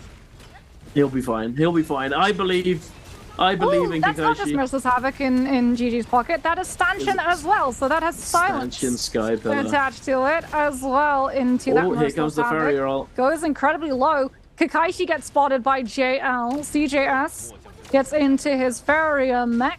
Oh, the damage. Nice couple of cannon shot connections onto FPX, forcing water away. GG, we can't currently see whether or not GG have been able to break into the 74 marker. Oh, there we go. Asking you shall receive. Thank you. 71.1. Thanks, Prod. Love you. As GG, they effectively need either 2 more kills or to be able to have a better survival multiplier. CJS potentially coming under fire from the teams in the area, gets stuck inside its Morph Wisp. The second that the golden focus runs on through, is not able to charge Not gonna lie, he should have died there. To frame through it. I saw multiple shots missing CJS. He's sitting still. Come on, guys. Come on. But then again, we all miss sometimes, and in this kind of situation where it's high intensity, high pressure, I bet you a few of them are trembling. The you also nerves, don't want to the be too far adrenaline. ahead, right? When the wisp runs out, because that Merciless is going to come and connect onto you. And very, very quickly, that aggression's going to get turned against you. GG have been able to actually flush FPX out of the outer edges of the zone and fully towards the middle. So they have a pocket of safety, and FPX unfortunately have to push themselves on top of a team. Kakaishi got taken down as well. Kakaishi got taken down like a minute ago? Yeah. Kakaishi went down before CJS got wisped. I didn't see it, Sag. He got spotted out by JL, who killed him with a musket shot. Oof, that is unfortunate. But then again, it doesn't really matter at this point because he was the lone member left alive. The likelihood of him being able to take the MVP away from the likes of OUG and JL, who both have 16 and 15 kills respectively, is just impossible. It's just not. It's just impossible to do, unfortunately. Unless he just went gold mode server admin and killed literally every single person in the lobby. It's not feasible. Oh, GG are in a really risky position. Alex M with evacuation ultimate are going to be going out. Moonlight comes in with the kill. Oh no, GG has 71.1 points. GG. They just lost 2 players. They've only got the Yoto to play. If I was going to say, they tried to regress onto the double parry! Double parry! And the stuff sap. He'll be able to get the sap and the heal. Gets the stanchion into Merciless Havoc, but it gets parried before it can hit the golden frame. He's taking the corruption tick damage. He has to just put himself onto the cliff to try and scare rush away. It's all falling apart for GG. No! What on earth? 71.1 points, and they're eliminated. They have to rely on... He was fine. 8. He didn't need to push this. He got the parry. He could have just immediately turned around. And he would have been completely fine. They would have probably tried to push him afterwards, but he could have ran them into the teams above him as well. He did not need to push for this. Going for that kill was also tried to push onto greedy. OUG. I don't know whether they got forced into throwing the Farrier mech early, because it was used before. It wasn't used to cover a Yoto ultimate. It was used alongside the UHN transformation to try and push onto OUG. unfortunate nonetheless for GG. If they want to take home the bag, they better hope that this goes to game at number 8. But I have to say, it is rather unlikely. DRG also just all of them immediately losing their shield. Unfortunately, they do have that advanced heal. Moonlight staying alive. He's able to stay on his feet, but FPX are not going to let him go just so much. Wait, where did FX's health bar go? It looked as though he appeared and had no health, immediately getting deleted by WFZ. DRG is absolutely popping here, but then immediately, as I say that, are taken down by FPX. FPX are all very healthy. They have the loot. They are going in, knocking players into the zone further and further. OUG as well, picking up another kill onto Moonlight. It is 18 kills for OUG. Are they able to get the 20 bomb here? 19 kills.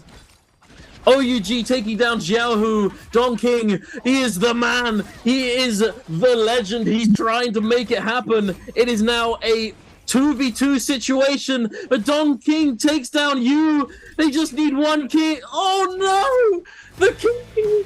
Yeah. The king! 20 bomb denied by a woo-woo burst. Aurora burst comes on out from water. FPX incredibly happy about that one. I don't know if it was enough. I don't believe it was enough. OUG had 19 kills and FPX had around 13 after being able to win that one out against FPX. But both of these teams incredibly happy for another reason entirely, Dunk. The game continued. Bowda and XEG both got knocked out early, and as a result, all of those other teams that were just about to break into the 74-point match point eligibility bracket have now stormed their way into contention to walk away the full bi-weekly finals winners. Oh my goodness, this next game, I think we have about 5 teams on match point. They are indeed. It is, in fact, 5. I think GG was the 6th. The last one potentially able to do so, and unfortunately they weren't able to clutch it up. So yes, I'm not sure who's coming out on top. And this as well, just to note, this is the first 7th game of a series that we've ever had. I know! Because this is a brand new format. We've never had a game 7 ever occur before, but here we are, chat. We were here. It's game number 7, baby, and it's about to be coming very, very soon. I'm not sure what happens now. We're in uncharted territory. I mean, what happens to the hero points? Yeah, the hero. I think there were a few hero points that everyone is going to be facing, right? Because as we said, a lot of those teams are probably going to be coming in, or rather XG and Bowda are going to be coming in from positions which they think best sets them up to walk away with an MVP. And you could tell in the way that they positioned early in those games, they were playing to survive until final zone, control final zone, walk away with MVP, but they got denied. And now those hero points, they're dwindling. Because normally we see like, okay, there's 3 compositions that are meta, and there's a couple of pieces that you can swap in and out of because Transform is gone, so you can swap the Karumian for the Z thing, save on hero points that way, or you can put a Justina instead of a Feria for your Cannonball variations, Tessa and Jota with your Viper and Chen. But now that we're in the uncharted territory of 7th game, those hero points are not going to be looking very healthy, but something that you can do is look to answer this question. Get your answers into chat.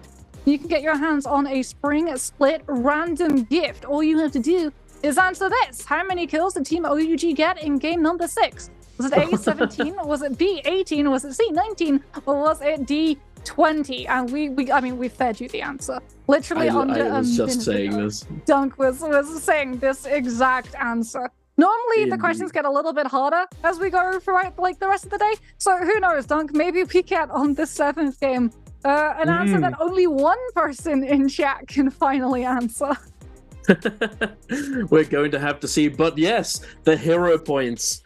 Are things going to get a little interesting? I wonder. I'm excited because this is on uncharted territory. I don't know exactly how many teams have hero points left available. You know, they could have been forced to use the majority and especially as well, Bowder and XCG, I think they may have used some of the hero points that potentially the remainder of them to try and clutch up this game, but it went horribly wrong. So are they going to have a strong comp that can actually close them out of the win going into the 7th game available to are they also going to have a weird comp which makes it easier to track them as well? Because one of the strengths is that if you're running the same hero as multiple other teams, it becomes harder to track you down if you're able to create distance, because I mean they don't see the skins, they don't see the nameplate, they only see the default customization. So if you're hunting one Takeda down in amidst of 5 other Takedas, that's going to be incredibly harder. It's another reason why we see a lot of players when they disengage, they'll swap their weapon loadout, because it's like, oh yeah, there's a critical health Takeda with a spear that we know just ran up this direction. Oh, there's a Takeda with a spear. Yeah, I'm gonna chase them knowing that they've just burned their ultimate. So you'll actually swap to something like a longsword or a dagger, especially if you're in disengagement mode, to be able to try and just go for those skill rushes back to back to back. But if the hero points mean that you have to pick something a little bit different, a little bit spicier, then maybe you're going to be the outlier, as we can have a look and see who exactly is going to be standing above the 74-point threshold. And oh my goodness, I think it's going to be 5 teams. It's going to be heartbreak for GG, as they're just off the 74-point threshold. That every other team above Kaylee, DRG, Alliance, WBG, Wolves, and BBE are all eligible with a win to walk away the winners. That means OUG, FPX, XEG, JL, and Bowder. All, if they get MVP, the day ends. If one of these teams don't, we go again, and GG will probably have a shot at the title too. Yep. And do you want to know what is quite funny? Is that if the teams sitting below in the bottom half of the standings, I think everything above last place right now, maybe 11th even, everything above that theoretically has a chance to win. If they get a massive 30-point game, this next game, denying everybody else MVP who is in contention, and then we go to game 8 and they do the same thing again, and they get they don't need to get 30 points, but they need to get an MVP. If they did that, then theoretically it's possible. It is actually plausible that could happen. No matter how unlikely it is possible. It is possible. So, possible, exactly. The impossible. I love that show. I love that show. Shout out Bonnie Stinson. That last season hurt me irreparably, but I'm not gonna lie, I still enjoyed it. It wasn't as good, but still. Anyway, back to NARAKA. Back to the highlights that we're currently watching. OUG, unfortunately, weren't able to get that 20 bomb. For those of you who haven't answered in chat already, you should have known. I was talking about it. They weren't able to get the 20 bomb, unfortunately, but they still played extremely well, and they still got that MVP here. And it goes to the Takeda. You managing to accumulate 26,000 damage. 10 of it on the pulse sword, 4.5 on the hang sword, I think that is, and only 3 on the musket. But armor pierce does reduce the overall damage, but I mean, if you pair it with slow shot, it's possible. But can you imagine how hard it is to hit shots like that with slow shot for someone in that kind of chaotic zone, the chaotic area? You're usually better off just pulling out the pulse or the Aurora burst to try and keep you and your teammates safe. But, ladies and gentlemen, it's game number 7, and we're going to be going into our 7th game very shortly. What do you think we're going to see? Because I don't really know. It could be more of the same, or it could be something very exciting, something completely different. Perhaps Ataka? Ooh. Who knows? You remember this from Jacob? I remember. I've had him on my desk for a long time. I grabbed it and I was like, "This is for you." I have this on my desk, and then I also have this panda I picked up at the airport. Oh, I also picked up a couple of panda things from the airport. If it bringing plushies to work, however. Next week, I'll come in with my Wu-Chan, Viper, and Furumi. No, yes. Well, I we'll ran see. the plushie gauntlet. I feel so bad for I don't Poobie have because that like many. on day one of Jacob's solo grand finals, Poobie like had to just carry around a whole lot of the merch that I ended up getting. I remember you came back with like 5 bags of merch, and I wanted to go and scavenge for merch as well, but unfortunately I wasn't able to. But we got some good stuff. I got a NARAKA blanket over there on my bed. You know, this is very kind of NARAKA. Thank you again for sending that gift box. It was very cool. I haven't actually used the mouse pad yet. I'm not gonna lie. I haven't used it, but I have plugged it in and set it the pretty lights. I saw the lights too. They were very cool. Not gonna lie though, Taka mouse mat. Is there a place I can buy this? You give me Taka mouse mat. I would love that. I think actually most people in chat would like a merch shop. Yes, there is a NARAKA merch shop, which we probably can talk about because I don't know if we're going to a quick break. Something I do want to mention though is the fact that I don't think maybe we'll see a Taka, but potentially, if it is because of hero points diminished, maybe we finally get to see Akos v3 in trios. I would so be down for Akos v3, Viper v3, and Zai v2.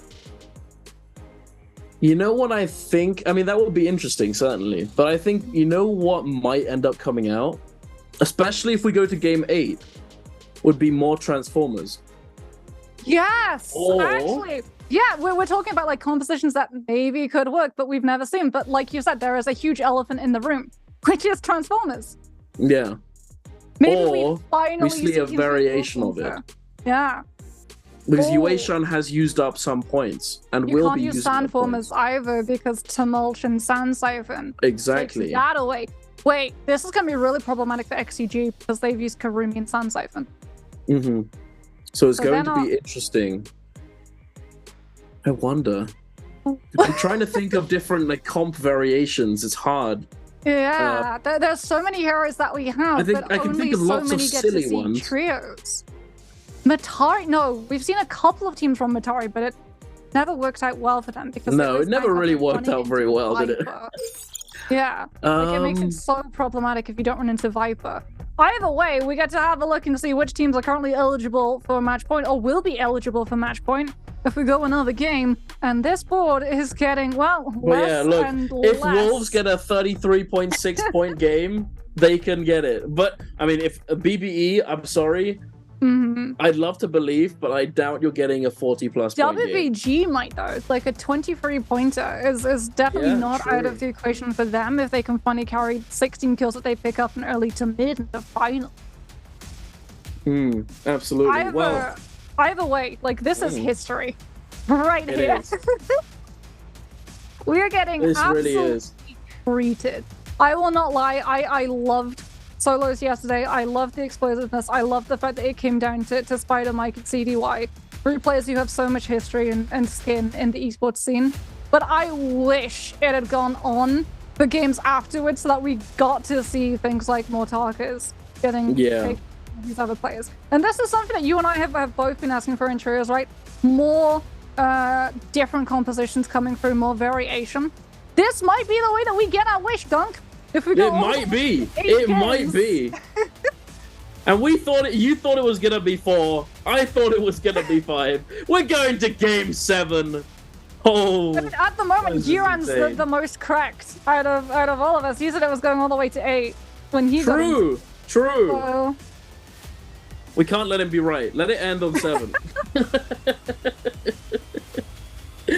Oh, but we're gonna be heading into our hero selection phase very shortly, ladies and gentlemen.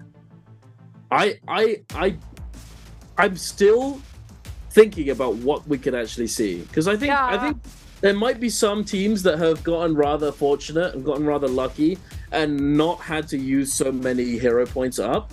But I think there are some teams that might be in a rather precarious situation and have to play. Some teams do power through their hero points very, very quickly and hit 0 when we hit game 6, which is fine in regular season.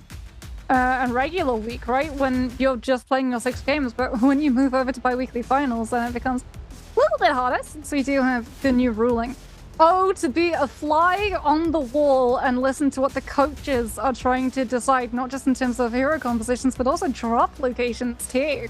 Because just as we saw Bider and XTG get pretty focused when they did reveal themselves in the more open parts of the map, a lot of them got away with playing the positions that they had early on because for Bider especially, no one dropped on them. No one tried to challenge. You know what I just thought of? Are we gonna see Shayol in trios finally? Oh, I would be here for it. I mean, there's a couple of problems with Shayol, right? Her ultimate doesn't scale individually for solos for trios, so she gets free blocks with her ultimate in solos. She only gets free blocks in trios still. That's true, but it can still hit multiple people if you're using V1. True, but she also gets hard focused and countered by Tessa and Viper, given the fact that the silence and the V1 in Chan as well does go through the Shayol defense. Very true, but we are looking at something quite interesting, is that all the teams that are lurking in the bottom half of the leaderboard actually have first round selection, and all the teams that are trying to clutch up and get the MVP, they're trying to get the MVP, are in the secondary and last in the tertiary round selection. So we're gonna have to see if they can actually put a comp together. As well, Bider's in second pool, XTG's in third. I'm very excited. Let us see. Show me the Taka. Show it to me, or show me something interesting like I don't know. Akos Zai. Okay, no. If we do go to a couple more games afterwards, then yeah, some of these teams are on like 0. Yeah. BBE's on 0, Alliance is on 0, WBG and Wolves still have their hero points, so they can still play different variations. Sleepwalker going to be picking up Justina yet again, as Wolves, pretty smart to avoid the Transformers. Going to be going onto the Viper variety / Sunspell / Blind Gate / Unseen Riz. Still gonna pin down a name for that one. They have them all. Wait. Hold on a minute. I don't see no wacky compositions, Mr. Dunk. I don't see any either, and now I'm confused. I wonder if they play into past 6 games, they get access to more hero points. Yes, we should know this. You know, I was going to ask production at the start of the day, and then it entirely left my mind. Yes, I was exactly the same. What actually happens if we go past game 6? Because like you said, this is uncharted territory, but it does look like hero points have at least been partly refreshed. As the OUG are struggling. If they go into another game, then they're going to have to play something entirely new. They've only got 1 hero point right now. So too do FBX. This is going to be... this is going to be more of the same. I think it doesn't get funky until we get to game 8. Yeah. And even then, I think the funkiest that we're going to see is Transformer. And the thing is, Transformer gets stronger when there are other Transformer compositions in the lobby. So other teams being in the same boat is actually going to strengthen your Transformer composition. Because then you can play, if you get to Final Zone, if we have like 5 monks sitting in Final Zone, all of those monks are just going to get grabby off of other monks faster. Indeed. So, let's see here. It also another thing which is kind of cool is that going into Game 7, it being daytime or nighttime, so fireflies or not, is random. Apparently. So it's Morris Isle, but it's going to be a random time of day, meaning that none of these teams actually know. Or maybe they figured it out just before the game started and it was told to them during that break period. But hey, seeing more of the same, none of these teams have been forced into picking something rather interesting, unfortunately. Although, fortunately for them, unfortunately for us as viewers, because it would have been fun to see. But yeah, it doesn't look as though we have been forced onto anything too crazy. More of the same. Viper V1. V1. I don't know what Roy's shit is deciding to opt into. He's the only other Viper. There we go, V3. So we have one Viper running B1, one running B2. I'm interested to see if GG pulls it out of the bag. That is a cluster of teams. Everyone is dropping on each other. DRG and Bowder in the top right. We have Bowder trying Wolves to monopolize Secret GG. Tunnel for Fireflies. I think so. I can't tell if this is daytime or night. I think it might be DRG. daytime. Yeah. I think JL and it is. OUG are dropping on top of each other. Wolves is griefing XCG in a very similar fashion to how they griefed GG at the start of all of this. GG are going to be dropping where they normally drop, which a lot of the time they have to contest J team over. But it looks like FPX is going to be on their lonesome near towards Shadow Jade, as following along as we traditionally do with the MVP team. From our last game, we got to follow immediately OUG versus JL. PvP right off of the rip. Karumi opens the trove and gets purple armor. That's very good. Unfortunately for them, their Takeda, their damage hypercarry, does not yet have a weapon. So we're kiting. Indeed. We're having a look over at XCG and GG fighting it out. GG, this is their chance though. If they push this and take MVP in this game, then they push us to 8 games. They push us to the 8th game of the day, because you have to get the MVP. You have to get it to be able to capitalize on this match point. Well, that's format. not a good start for Okay, XCG. Kaishi. No, it is not. XCG getting taken down by GG, but definitely a good start for GG. However, we've got a third party coming in here. Wolves, the pack of Wolves has arrived, and they are engaging onto GG, having just won their fight, but they're not looking too weak. The Wolves may have bitten off more than they can chew. Egg is on 1 health. He gets stuck in the Tumult wall, and GG take him down. XEM trying to support his teammate, but he's unable to do so, and Wolves, the Wolf Pack coming in as the third party, get bitten back by GG. GG go to 6 eliminations. But more Have I importantly, just spawned the this into points. existence? 77.1. Dunk. There it is. GG qualify in if we go to game number 8, and it's looking kind of likely because Bowder just lost a fight to DRG over Secret Tunnel, I'm pretty sure. 2 players of Bowder showed up on the wrong side of the kill feed when we were following along that scrap. As now following along FPX's Dongqing. There's the reason why the other players on FPX weren't nearby. They were activating the Bane Scrap. Unfortunately for them, the activation takes a little bit too long, and OUG are able to capitalize on one of those players being voluntarily isolated. What is going to receive the Karumi Severs? OUG decide to go Bane surfing and try and take this fight. You with a gorgeous jump parry has to actually stop the follow-up punishment because of the Bane Scrap hitting in and saving water, allowing him to regroup, but that just means that he gets put into the blender alongside his teammate as Yu comes in with the Takeda ultimate and catches on. Now it's just water. He tries to keep himself alive as long as he possibly can, but this should be all she wrote, at least for the first life of FPX. Indeed, OUG. Oh, that was 2 managing Bane to Scraps stacked on top of each other. Oh my surf goodness. through the Moonbane. Fortunately able to come out of it alive and take 3 eliminations and start their journey to the MVP of our 7th game of the day. WBG though on 6 kills, GG on 6 as well.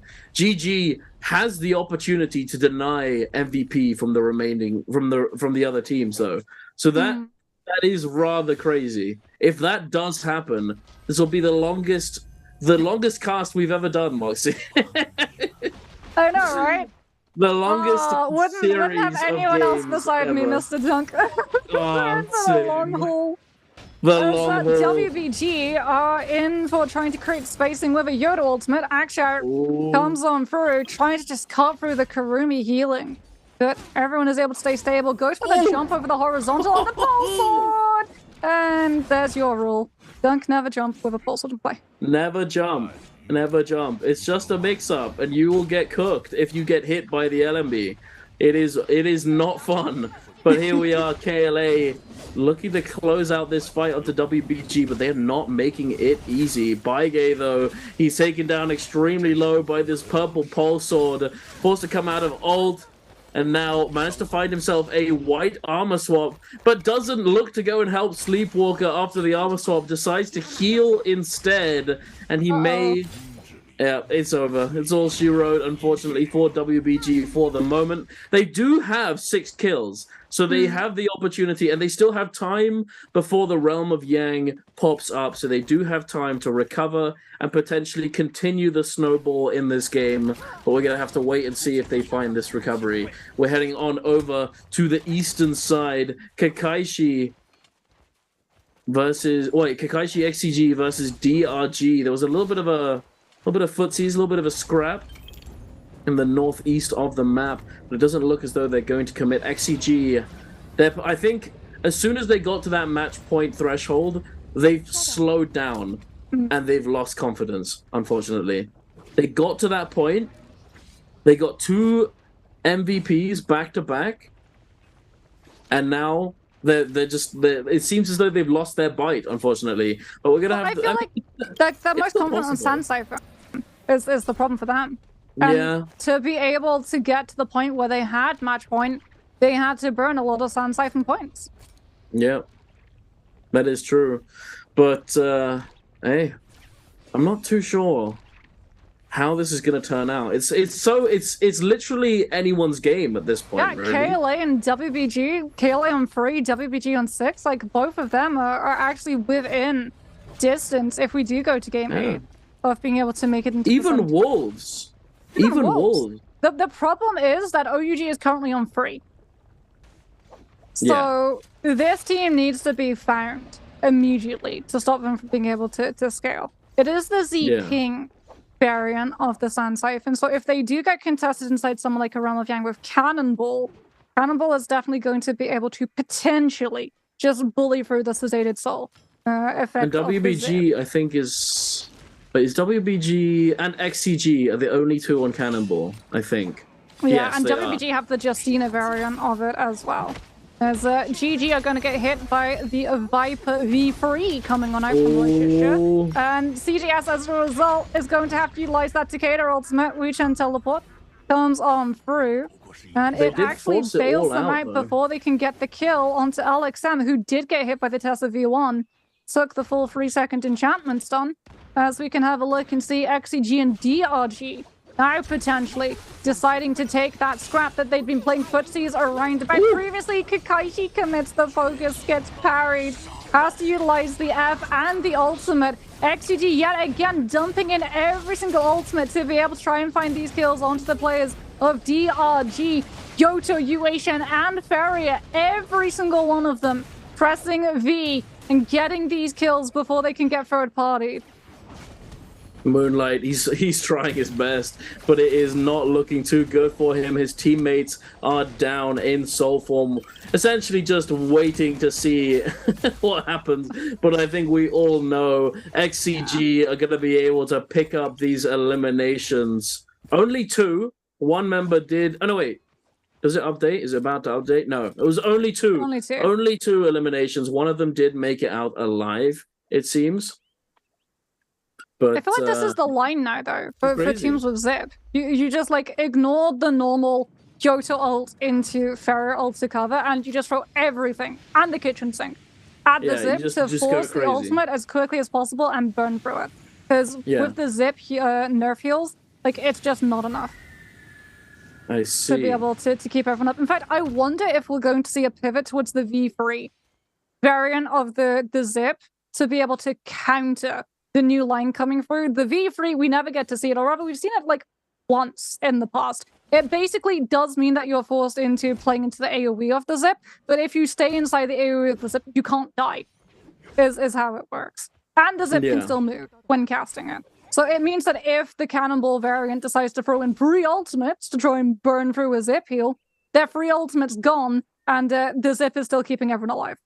Yeah, and not only that, but Zip does have the advantage in that she can use her ultimate at not 100%. It doesn't require her to have 100%. So there's more, there's more potential there in certain situations, but Kurumi is more of a, just sort of a keep people alive. As long as you stay next to me, we're going to live, kind of thing. Whereas Zipping is more versatile in some regards. But enough of that. We're heading on over into the realm of Yang. JL fighting against Alliance. We have the matchup right here. Zipping versus Kurumi variation. FX, he's on the chase. He's trying to chase them down. I think that was a pop. And that pop came out onto, ooh, there it is, onto Revenge. The Zipping gets taken down. The damage reduction, the healing, it's just too much. Oh, but Lane with a huge RMB into focus slide LMB. Very nicely done. Able to take off all of FX's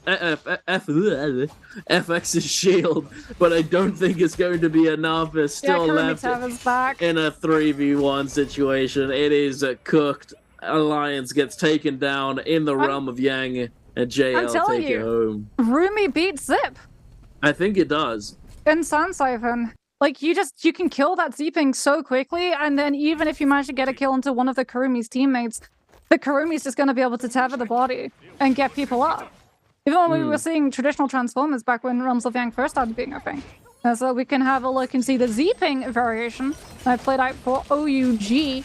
Yodo F comes on through. Hugh immediately getting the F connection. Sleepwalker going incredibly low. Baige having to utilize that Uation ultimate as you just swaps over to the repeating crossbow and melts through WBG's Akshao, who was held in position. Oh, that is not a fun way to go. And off of the back of that, OUG picked themselves up, what, 3, 4, 6 kills, as well as a Vermilion Bird's Might legendary Hangsword, and a lovely bout of aggression that they can utilize to try and push now onto players left behind in Celestra. And it looks like they turn onto JL, another team who's more than happy to take a fight because they also have Vermilion Bird's Might, so they can fully commit. Indeed. Are they going to be able to find this opening, though? The Tumulk ults have been committed. VVV popping at that Kurumi circle underneath him and his teammates, but FX, he's not able to stay grounded, just getting absolutely juggled, and OUG are going to pick up yet another couple of eliminations. Oh, this is just OUG going crazy. 9 kills. I mean, they've got the setup too. The reason why the Zip versus the Kurumi and that matchup works in the favor of OUG is because one of them has Merciless Havoc and just juggles the Takeda away from the Kurumi ultimate. Yeah, exactly. And that is the kind of situation the Zipping wins. See, yeah, we just... Zip is able to just play with mobility. So even if you get pressured to maneuvering away, the Zip heal is still going to be able to keep everyone alive, especially if Sedated Soul is not popped. Kurumi did get buffed. Like, she used to be incredibly static in terms of her ultimate. You only used to be able to cast it, and it would just stay where you cast it originally. Then they released Zip, and Kurumi started falling out of place as a support. So they buffed it to having one recast where you can, through the ult's duration, change the position of it. But unfortunately, with something like Merciless Havoc, which is just so good at taking you from one position and dumping you into another entirely different area, the Kurumi is just not enough. Unless you have the tether, which reaches 30 meters distance. But in that instance, the tether was not up. Yeah, no, he used it on the entry, and then it just timed out, and they weren't able to get enough value out of it and keep him alive. But it wasn't the end of the world, you know? It wasn't the end of the world. They still had their reses available. OUG, it seems as though the King has... Did he die deliberately? I think he may have died deliberately. He died deliberately, I think, as a scout, to act as a scout for OUG to try and find more players, or not? I'm not really sure then why he died. Well, but let's have a look. Yeah, the King is out scoping. I think it was Box that scoped. I'm not sure. Regardless, they are all up and running yet again, and it looks as though they're going to be rotating around this Realm of Yang. There's a Realm of Yang down in the south with 5 teams, all within reasonably close proximity, but it doesn't look as though FPX is about that life. I think they're going up north. I think they might be looking to go for this Morris Blessing as opposed to a Realm of Yang. XCG, however, they are definitely looking for this Realm of Yang, waiting very close by to it. OUG, I think they're probably going to head on over as well. They're just doing a quick bit of shopping. Kind of want to see them play safe. They're on 8 kills. If they show up to a realm of Yang and they find themselves under either Yang depletion or coming under pressure from all of the other teams in the area, they potentially go out. And remember, like, they need MVP. They need a full win to be able to walk away the winner. If they do not get MVP here, another, 2-3 teams potentially go through. Look at how many so teams are down here in the south. Whether or not they decide to just use this area to scope out and put pressure onto teams around them. Whether or not they fully commit to the realm of Yang, because they're definitely posturing up like they want to play for it. One's in between XEG and There's one team in already. One team. I think they're going to wait. Everyone's just waiting. It's first realm of Yang, and it is uneven numbers as well. It is odd. So if you can be the last team in and you can pick... Oh, it's the second realm of Yang. Yeah, because they have a million birds might to be able to scout. This match has gone so quickly. It really has. It really has. Is going to get popped. I believe that was by XCG. OUG have not gone for the entrance. There's not much time. And neither have XCG. And that realm of Yang is about to... Ooh, Alliance versus JL. As JL and Alliance go head-to-head. JL with the Rumi variant of Sand Siphon. What are Alliance running? They are running the zipping variant. Zipping variant versus Karumi variant yet again. It looks as though Revenge took a huge amount of damage on the entry there, and he's out of position. He's just getting mobbed by the members of JL. It looks as though they might be able to he gets stuck in the tumultuous. No! Revenge, what are you doing? I think Revenge just straight up griefed it. I'm not gonna lie. He just ran in, got all of his armor shredded. His team weren't in a position to help him, and he just gets stuck in a 2v1 situation, and he can't really do anything. What am I watching? The Rumi variant wins against the Zipping realm of Yang, for sure. Because, like, Sand Siphon with Rumi, you can just tether onto someone and teleport past it. In that instance, why am I seeing the Zip... multiple people do Armbury uppercut, Moxie? Why? Why am I seeing this? Time and time again. This is not okay. I know. They must be doing it for a reason, though, at this point. Like, surely they must be doing it for a reason. Where's OUG? Is what I'm looking at. Because something else that isn't okay for these other teams is the fact that OUG is still in this lobby. They need to knock this team out, and quickly. And I feel like OUG is just playing safety right now, especially because XEG, the only other team, may be close to be able to catching them. This instance just lost Xiao Nan, NaiHQ, and Kakashi, the only 2 players left. Kakashi finally going to be able to throw in his ultimate, but no! The Tessa won. And the Draco Storm is just so much. It looks as though this res is going to go completely uncontested. Yeah, he was able to zone with the Yoto ultimate to be able to put the pressure back on. How are they alive? I'm kind of confused. Oh, well, I don't know. Bye, immediately goes down again. Wolves not going to let him get up, and then they just wanted to let him up so that they can get the kills. I mean, the good news is you can only pick up a total of 2 points per player. Which is quite nice. You can't like just basically prey on the same person getting rezzed. No. By the team over and over and over again. That would be pretty feeling that would now be we get to see what OUG is. They're just playing for survival. Yeah, I love as well the fact that you is like just sitting inside not a purple bush but the long grass, because everyone checks the bush. Everyone checks the bush, and everyone checks it either with just immediate straight damage or just the grapple level to see whether or not it turns right. Do you don't know what's kind of funny? Is that if you turn modeling accuracy down to the lowest possible setting, that grass doesn't exist. So he's just sitting out in the open. I think he's just sitting in the open. I'm pretty sure that I don't know, do these players like play on the lowest possible settings? Yes. I mean, pro gamers, of course they do. We all prioritize frame rate. Yeah, exactly. But regardless, we're heading on over to a fight between GG and Alliance. GG need this fight. They need this dub to continue to snowball in this game, because if they secure the MVP, they've already gotten to the match point threshold. If they secure the MVP, if they get into next game, they could push it to the next game, essentially. If they push it to the next game, then we're going to 8 games, baby. We're going to 8 games, and it's going to get spicy. CGS just went down alongside Free because they get sandwiched between KLA and Alliance. And Sedated Soul got popped by one team, and then immediately the player got popped by the other.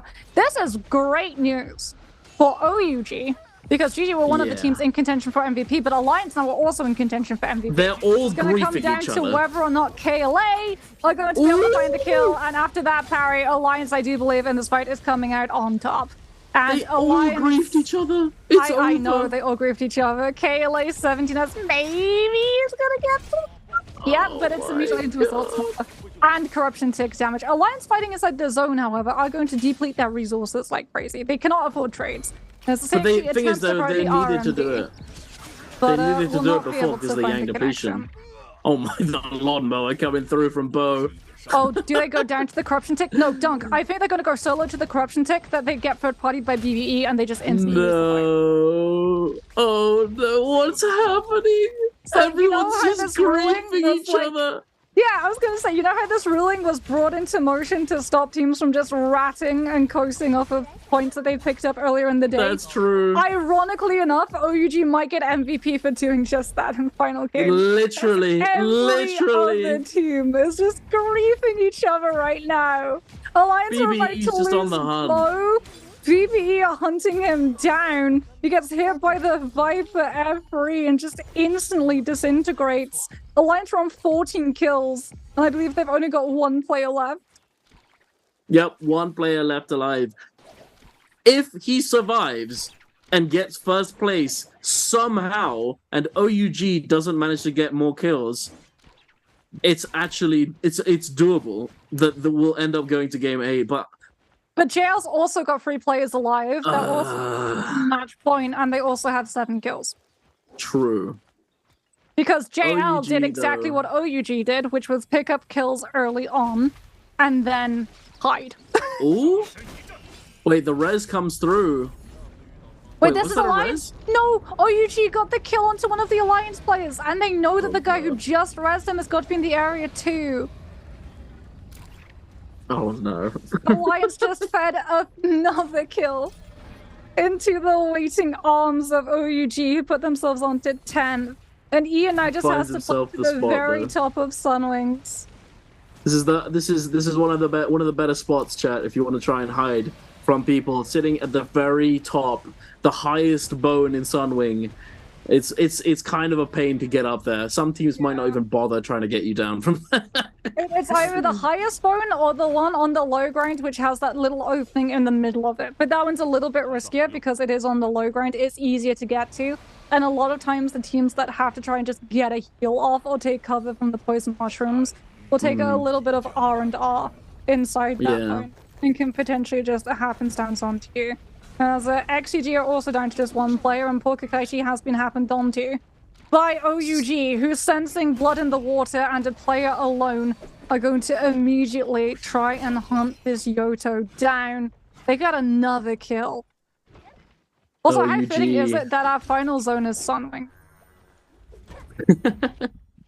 Wait, how so? It's the first time today that we oh yeah, get it is. As a final zone. True.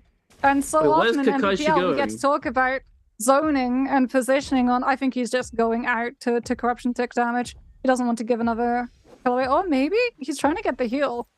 No, he's going deeper. He's trying to survive as long as possible so that the assist or the kill doesn't go to a certain player. Yeah, so OUG don't get another kill. See? Heads up gaming. True. XCG are like, we know some of these teams are way too close to that MVP. We can't afford to let them get kills. XCG are one of those teams who think like that. Some of these other teams who were just thinking we need to murder goggles onto the team in front of us might have just handed OUG the MVP on a platter. Yeah, look at JL though. All 3 members have a gold weapon, gold pole sword, gold hang sword, and then wait, what is that? I can't tell.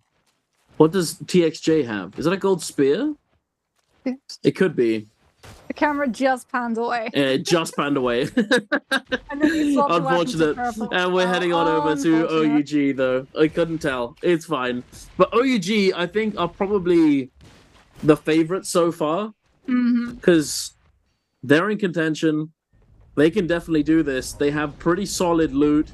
They're holding low ground here, and they actually have a pretty decent avenue to get into the zone as well. They can loop around the right, this terrain here, these rocks, if no other team is here, yeah, JL was here, but it looks as though they're immediately disengaging. They're going to try and push further in and get their backs to the zone. So one thing that you see some teams doing is try and make it so that their back is to the storm, so that they only have to look forwards. Essentially, being flanked by multiple teams is the death of teams in trios at times. It's risky though, because if you have things like Flamers and Takeda turned against you and your back is to the zone, then essentially you've played yourself into just eating so much corruption tick damage, and you can get immediately pushed getting that in, heal and it's reduction as hard. well. Exactly, So- exactly.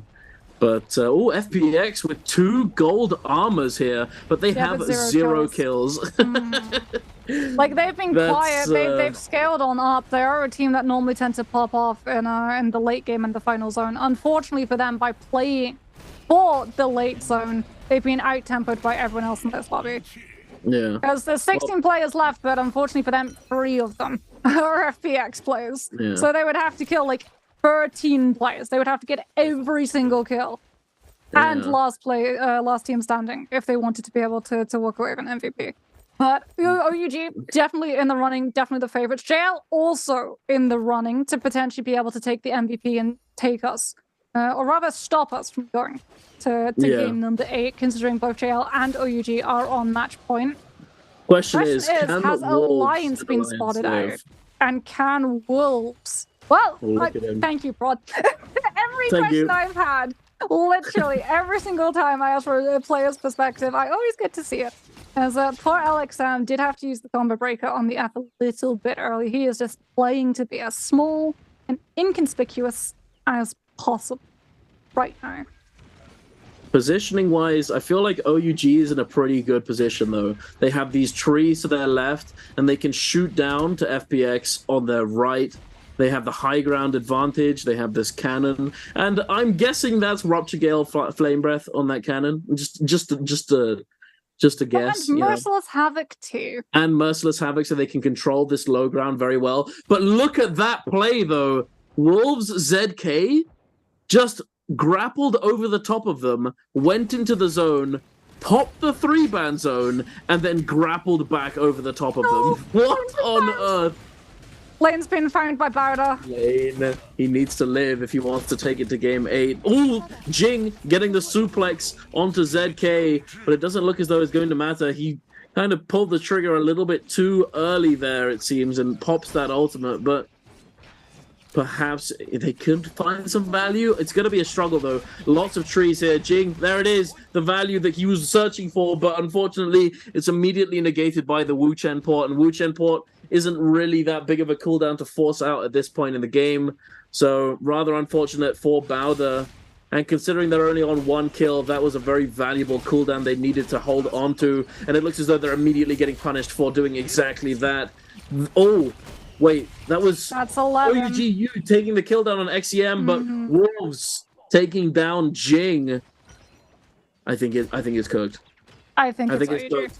I think OUG is going to come out on top here. Lane is still alive, but he's just not going to be able to get any kills at this Yeah, he's rate. going to get 0 kills. If OUG continues on their current path, they're gonna get some more kills. They're very healthy. They've got They're crazy in too good a Jade. position. They're They've got forcing these such a other good teams position. Yeah, to look at turn where Lane against is.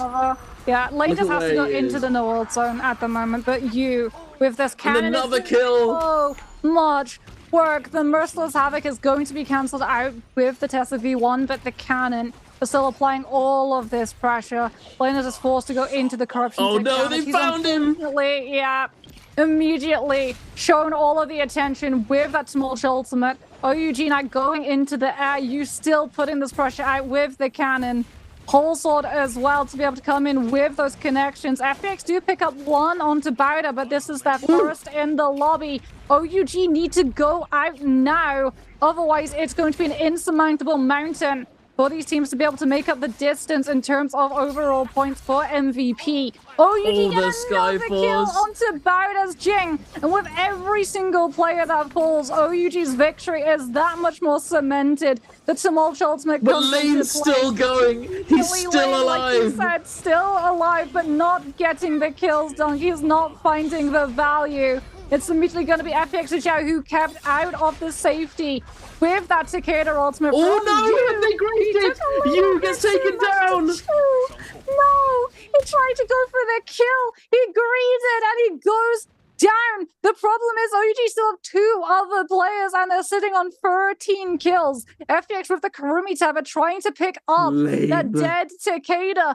Lane, if he can come in with a kill, maybe he can be the hero. Alliance are on 15. SS just trying to put himself aerial onto the trees to not get chunked down by all of the players on the low ground. The Kurumi Tabba from JL stretching so incredibly high as FPX controls the high ground and the low, but Lane's been spotted. He's getting griefed by FPX. He has to put himself onto a tree and corruption tick damage. He tries to go for the grapple onto the 1 tree remaining, but collides with OUG.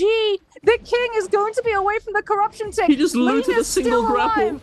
Lane is still in this game. He's going to be able to outlive the king. He outlives one, but he doesn't be the last person standing. It's Barra versus FPX. OUG, do they pick up the kills? MVP? Yes, they do. We don't go to game 8 dunk. We stop it. Oh my god, that was insane. Look at the happiness on their faces. They are overjoyed. Let's go! 剑指苍穹决胜负，荣耀之战显辉煌。本周的3排冠军就是 Congratulations, the first Biweekly Final Championship team 有请 OUG 的所有选手们来到我们的舞台前。 Please come to the center of the stage. 同样还有一位在后台也是为你们一直在加油努力的 And we know in the 队友， restroom 也请 also 他 a 来到我们的 teammate 台 is 上，有请 waiting。for you, and please welcome to the center of the stage. 赛点制非常精彩的 We 比赛。 know the 我们在 new 等待 route 小雨的 today 同时的话， is 先来问 really 一下 incredible. 拿下 And 这个冠军，此时此 I 刻 would 最 like 想 to know 对 the 你身边的 king. 队友们说什么？ So, what you want to say now 我们 to 就是 your 联赛第一 teammates? 杀鬼，就是牛逼。 Yes, our 问 hero 一下 combo together is 这边 really strong. We are the 小玉网 strongest 今 hero 天 combo 打到 now 这场比 in the 赛，此时此 matches. 刻最想对支持 OUG 的粉丝们说什么？ And we know you have a lot of things to say to your fans. Anything you want to 谢谢 say? 大家一直以来的支持，但是这是我应得的。这是 Thank you 队 for 伍 all of 应得 you, 的 your 也是你 support, 应得 but 的 I think 苏苏 I should 今天打完 get 啊， this 可以说这个 championship. 赛点制是让大家都是惊心动魄。你感觉这个赛制 We 给你 know 大家最 for 大的一个不 this 同 new 点是什么？ season we have the BP and the 太刺激 new 了 rules, 刚 and 才 I would 在 like to 后 know 台 for the 啊，我是遇 biweekly 到了 finals 心 how 心 you 语说真的 feeling. 是心跳都要 It's 跳 really 出来了 excited.。此时此刻最想对支持 OUG 的粉丝以及你的队友，包括教练们说什么？ And now we know you have a lot of 希望他们 things 天 to want 天 to 开 say. 心吧。 What do you want to 希望 say 天 to 天 your 开心。 teammate or 这 coach? 3排夺冠，上来 I 一个 think 单 I 排 would 的 like 兄 to 弟。 say I 其实 wish 啊 every 昨 one 天 of 比赛 you 打完之 happy 后 every 是 day, my 些 teammates. 许遗憾，今天兄弟们站上了 And 这个 we 舞台， know 有 that 什么话 Mike 先 is 对他 also 们讲 here, and we know yesterday maybe there's some pity for you, and I would like to know. So how do you want to say for them? I would like to say congratulations and cheer up, and also I want to cheer up for myself for next 周冠 week. 是进行了一个奖励的全新的一个升级，周冠的牌匾包括是 And you know, so for the new season, we have a lot of surprise for our new championship. And please, our special guests just get to the 兄弟们 center 派 of 一 the 个 stage. 代表，一会儿谁来打开画轴？ And I would like to know 这 who 个时候应该 wanna 说 open the 宝宝们 squirrel. 派谁？来，有请有请，先接过卷轴，不要 Yes, 打开， please get 然 the 后把它挂 squirrel 上 and 去。 honor for you, and just put 反 on 过来， side, 对， outside the 再来一个 setup. 兄弟，再来一个兄弟，好不好？再来一个宝宝。 One 再来 more, 一个 one more, 宝宝 please. One more, 来 please help 二位 him. 把它先挂上去，挂上去， You can cooperate together and just put them there. 稳住啊！好，来，所有兄弟，我们站到两边去吧，我们站到两边，来， Okay, we just stand 准备好吗？ together. 来 Are you ready? 2、 3, 1 2, 1. 没关系，没关系，我 It's 们 okay, it's 好 okay. 事多磨，再来一遍。 Maybe we have, Okay. we can 因为 one 这 more 个冠 time. 军来的特别不容易。OK， 展示 We know 你 the 们的 championship 冠 is 军卷轴。 very hard, and it's time for your owner. 同样有请我们选一个代表，反正单排肯定是不选，对不对？ And 选一个 please, 三排代表。 maybe 请 one 看 of your 出笼一 teammates 张 just represent. 来吧，来吧，小玉， Yeah, welcome Yu. 来吧。其实我觉得小玉宝也是通过通过自己的表现，再次 I know 证明了自己的实力。 you're like 这个冠军 using your 属于 behaviors 小玉，也 and 属于 finally 整个的 prove OUG yourself. And this honor not only belong to 归还座椅 you 来，所有 and 的兄弟们我们 belong 两 to 边 the team 一起和你 OUG 们的 together. 冠军卷轴、冠军画面一起合影留念。 And now it's time for you to take the photo with Skaro 来 and 站好 Sail 站好 together. OK， 我们把卷轴露出来，兄弟们，我们把卷轴露出来，好，一起看一下前方。 Let us 让 show 线 the 上以及 Skaro 线 and 下 stamp 的所有的 together. 小伙伴们再一次恭喜 And 2024 let us, NBPL let everyone 成绩赛 congratulations 首个 again 三排 the 中 first 学冠军 bi-weekly 他就是 final of 2024 2024 spring season, Team OUG.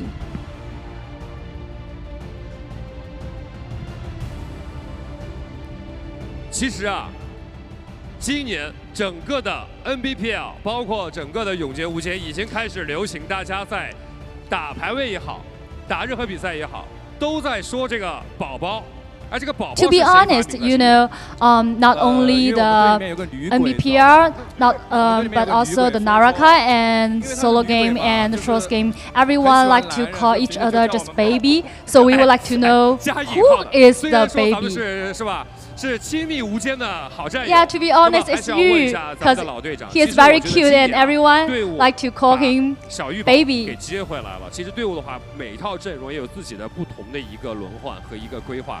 那么你 We know the hero combo together, like each hero combo and every teammate. Maybe you have to change the teammate and have to change the hero combo. So what's your plan for the OUG? Yeah, I think my plan is still the final championship for OUG. 这个汗水啊 And welcome, you see, you are like. You are a little bit nervous now standing here. 哪一场比赛是你感觉其实是队伍遇到 So 最艰难的？ which match today for you think is the hardest for you today? I think the latest one. 展现出最好的。那么你也评价一下，今天其实 And we know that every team together, we did really good job. So I would like to know how you comment on your teammate. 那么接下来的话，我相信 Yeah, 在场 and 上会跟他们继 except 续碰 my 撞出不一 teammate, 样的 I 火花。 think 问一 also 下 another The team King is 在这周有 really 一个名 have 场 good 面啊， performance, 是给到 which 了 is 对手很大的一个 JL. 压力，展现了单排选手的一个实力。接下来，今年你的个人目标又是什么呢？ Yeah, we know you not only show your ability in trolls game and also like some one-on-one fighting. So how's your like ambition? I would like to hold one more championship. 给 OUG 今年留下更多的一个冠军烙印。那麦克。 Yeah, for Mike, you know, the last year you gave us a lot of championship and a lot of good memories. So for this new season, what's your plan? 做到最好，最后有什么话送给自己的老板？ I think try my best and to be the best. Anything you want to say to Gary, your boss? 就是感觉他的一些规划，包括一些他的想法，我就是非常。 I want to thank you because he always like to support me, and I'm very thank you that he believe me, believe that I can. 台上所有人3、2、1一起喊出你们那个最经典的2个字啊，不是宝 And 宝。 finally, I would like to everyone just shout out loud your slogan for your team. It's not baby another one, you know. Okay, 3, 2, 1. 让我们再次恭喜本周的 Let us congratulations again the championship team OUG.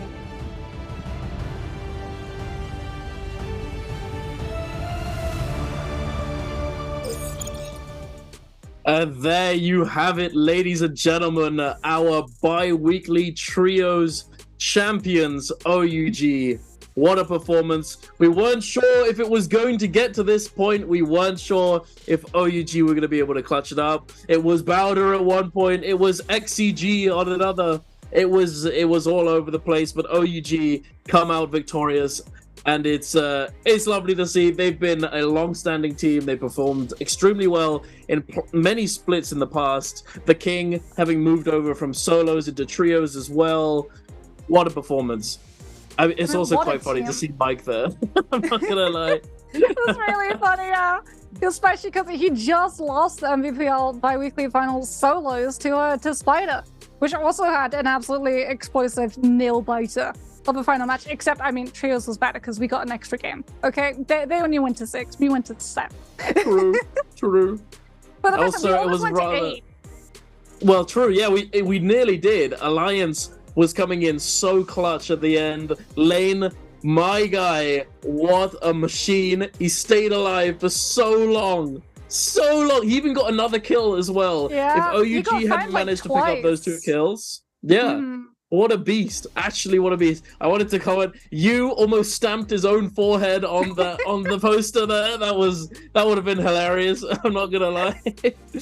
But he didn't. Yeah, there's a blank spot for you right there, mate. But what a game! What a series as well! What a series! There's so many things that we can talk about as well. I absolutely adore the neutral set because like it puts so much pressure.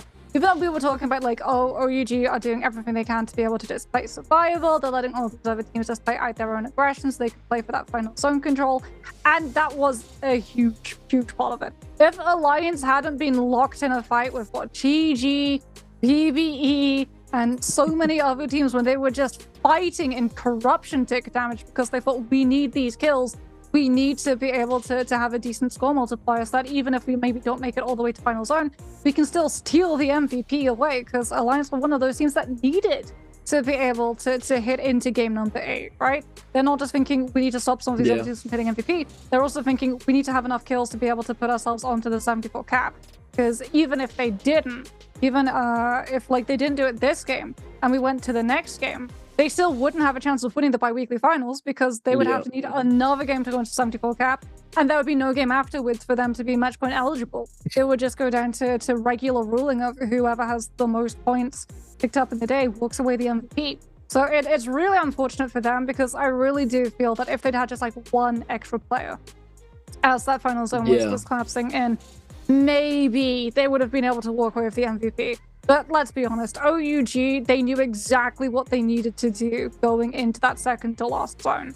They make sure that they have the best positioning, they make sure that they have the full Soul Jade setup as well, which is what they're able to do, ignoring all of the fights going on, ignoring the Realm of Yangs. They purely roll for Soul Jade to have that final zone stacked Soul Jade for things like Flame Breath, the Rupture Gale, the Merciless Havoc as well, just doing so much work to keeping everyone else at arm's length so you can continue applying pressure with the opposed to losing one of your players in a brawl matchup. And we can have a look, even though we know that OUG walked away with the MVP to be able to walk away the winners of the bi-weekly finals, how close it was, 22.8 to Alliance's 19.5. My goodness, it was down to the absolute wire. We came so close to going the full distance, Duncan, but OUG are finally able to see it through. Indeed, so many teams just biting at each other's heels, just trying to get as many kills as they could, for those teams who weren't already in contention, they were desperately trying to get as many kills as they could so that they could, one, potentially get to that contention spot for the following game if they managed to get there alongside getting MVP. Because if they got the most kills, got MVP, or then again, actually, they didn't necessarily need to get the most kills, they just needed to get MVP. They needed the points. Yeah, I mean, they just needed it. They needed it. They could have gone for slightly fewer kills than another team, but just make sure that they go out earlier than they do. And get that Can you imagine if OG lost this fight, by the way? Like, how differently the rest of this game would have gone. As it was a huge jump parry off of you. Such a good pickup for OUG. Like, we're seeing some really good roster shuffles come out, both Peak and you, in my opinion, being standout players from their performances in J-Cup and being picked up by rosters that really know how to use them, and making them into absolute monsters of players that can come out with really clutch moments and just carry on things like Takeda, as you can see here. Yeah, absolutely. They've been playing together for quite a while now. They've been building that synergy. They definitely trust each other. And the King has definitely showed off how well he can do in trios. I mean, it's been a while since he played solos, but still, it is still something to think about that this is the guy who originally was a solo player and moved to trios. Well, one of our standout Justina players back in Justina Yoto solo. meta. Can you believe that? We used to have Giacino and Yoto being most meta in solo. So you can have a look at them realizing that they just got that MVP win and celebrating. Absolutely over the moon. Absolutely. Oh, now that you just made me think about that Yoto meta, where every single person in the lobby was playing Yoto, and the end games were just everyone's chamber of Yoto ultimates going off. And you never want to be the first Yoto, because you always had to use the first slash to teleport into a high ground position. So if you were the first Yoto that ulted, the second Yoto would teleport on top of your forehead and get her slashes to connect onto the place that yours had already connected onto. And a lot of the time, that would be the thing that needed the final hit. But that is in the past, and OUG are definitely looking to the future. As looking at this scoreboard, I'm not going to lie, I did not expect some of these names to be where they are. FPX in second, little bit of a surprise because they have been in the past a very coin-flip team. But the likes of Bauda managing to finish off the day in 5th, that is one for the books. And I hope it continues. I really do want to see this team have a resurgence. I completely agree. It is definitely sad to see, though. Look at the difference from games 1 to 4, accumulating 64 points, and then games 5 to 7, accumulating less than 10. Yeah, it was the that's same for insane. XCG as well. They started off with that double MVP to be able to pick up, was it a 30.6 and a 22 score off of the back of that one. But I mean, I really do feel like Sand Siphon is just their strongest composition, and unfortunately they were not able to play Sand Siphon into the game afterwards. So we can have a look at stats, total kills, and overall damage going to you. Like I said, this guy is an absolute monster. Look at Dongxing, though. Dongxing had almost the same damage that you did, but with 9 less kills. Well, he was also on the Yoto a lot of the time, so he was able to come in with a Yoto V3 and find all of the connections onto players that even when FPX lost a fight, he was still just pumping out damage. Yeah, no, absolute machines, all of them. OUG, though, the Ooglers managed to take it home. And sadly, can you imagine if yesterday Mike had taken home the solos and then today OUG took home the trios? That would have been insane. That would have been very, very cool. It did almost happen. And if you missed it yesterday, replays run all the time. You'll be able to find the VODs as well, I'm sure, on the Twitch channel. Make sure to watch it. If you don't catch all of the games, just make sure you watch the last one, because that was... Yeah, that was a banger. That was such a good match. I'm telling you, Mike, like that little game tree 5, that actually. was in Final Zone, where he was just playing to be able to just keep himself as aerial as possible off of that tree setup. He saved himself so much damage from that one little branch still being in play. But unfortunately, when you're pinned between 2 players with Merciless Havoc, and both turning onto you, there ain't anywhere else to go but directly into the corruption tick damage. It's pretty rough. There it is. WBG Spider with the solos win, and OUG right next to him. Damn, spoilers! Spider probably feels pretty happy because he's like super close with Mike. They're best friends. He was saying that he really hopes that Mike is able to come back in his interview yesterday and do extremely well. So I think Spider will be happy that Mike got at least the team intro. Yeah, absolutely. But yeah, chat, that is going to be it for us today, you know. But the thing is, we're going to be coming back next week on Thursday for solos. And hey, you got plenty of time to go back and watch yesterday's solo games if you didn't manage to catch them before we get to next week's bi-weekly. We've got a few days. No NARAKA Pro League, unfortunately, but all the VODs on Twitch, YouTube, and you'll probably find a whole bunch of clips lurking on Twitter or wherever you on X, on wherever, you know, and but yes, it is going to be all from us for today. But here we are with the groups for next week. Next week's trios groups. We have Group A, OUG, DRG, WBG, FPX, BB, J team. Group B, GG, XCG, KLA, Bauda, JJH, 521. That's kind of a banger of a group. Group C with Wolves, JL, EWG, Alliance, JDG, and TE. Surprisingly, I would say that Group C is probably the least intensive out of the three there, but they're all still gonna be scrapping and playing their hearts out. We're still gonna be treated in solos because Spider and Mike remain in the same group. So every single time you see those two play, they'll be in the same lobby and they'll be up to their tricks, just as they were last year, which is always super fun to see. The mutual grief.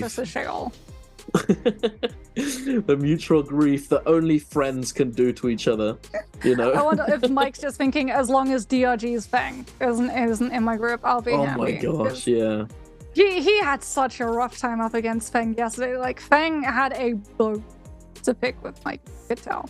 But moving forward, like, that's just a lot of gameplay that is going to be encouraged by the new rule set for the bi-weekly finals. Like, you have to identify these players who are going to be able to pop off early on and like hit that match point way sooner, far faster than everyone else in the lobby, and you have to just make sure that they don't get to play the game. And DRG's Feng is one of those players. A lot of the teams stay in trios. Also identified that win condition, and the only reason, as we talked about, that we saw so many teams scrapping it out in the corruption tick damage, just hard focusing on the kills, is because they know they have to be able to hit that 74 match point cap. Otherwise, they're out of the running regardless. So, unfortunately for Alliance, it very much was a damned if you do, damned if you don't situation.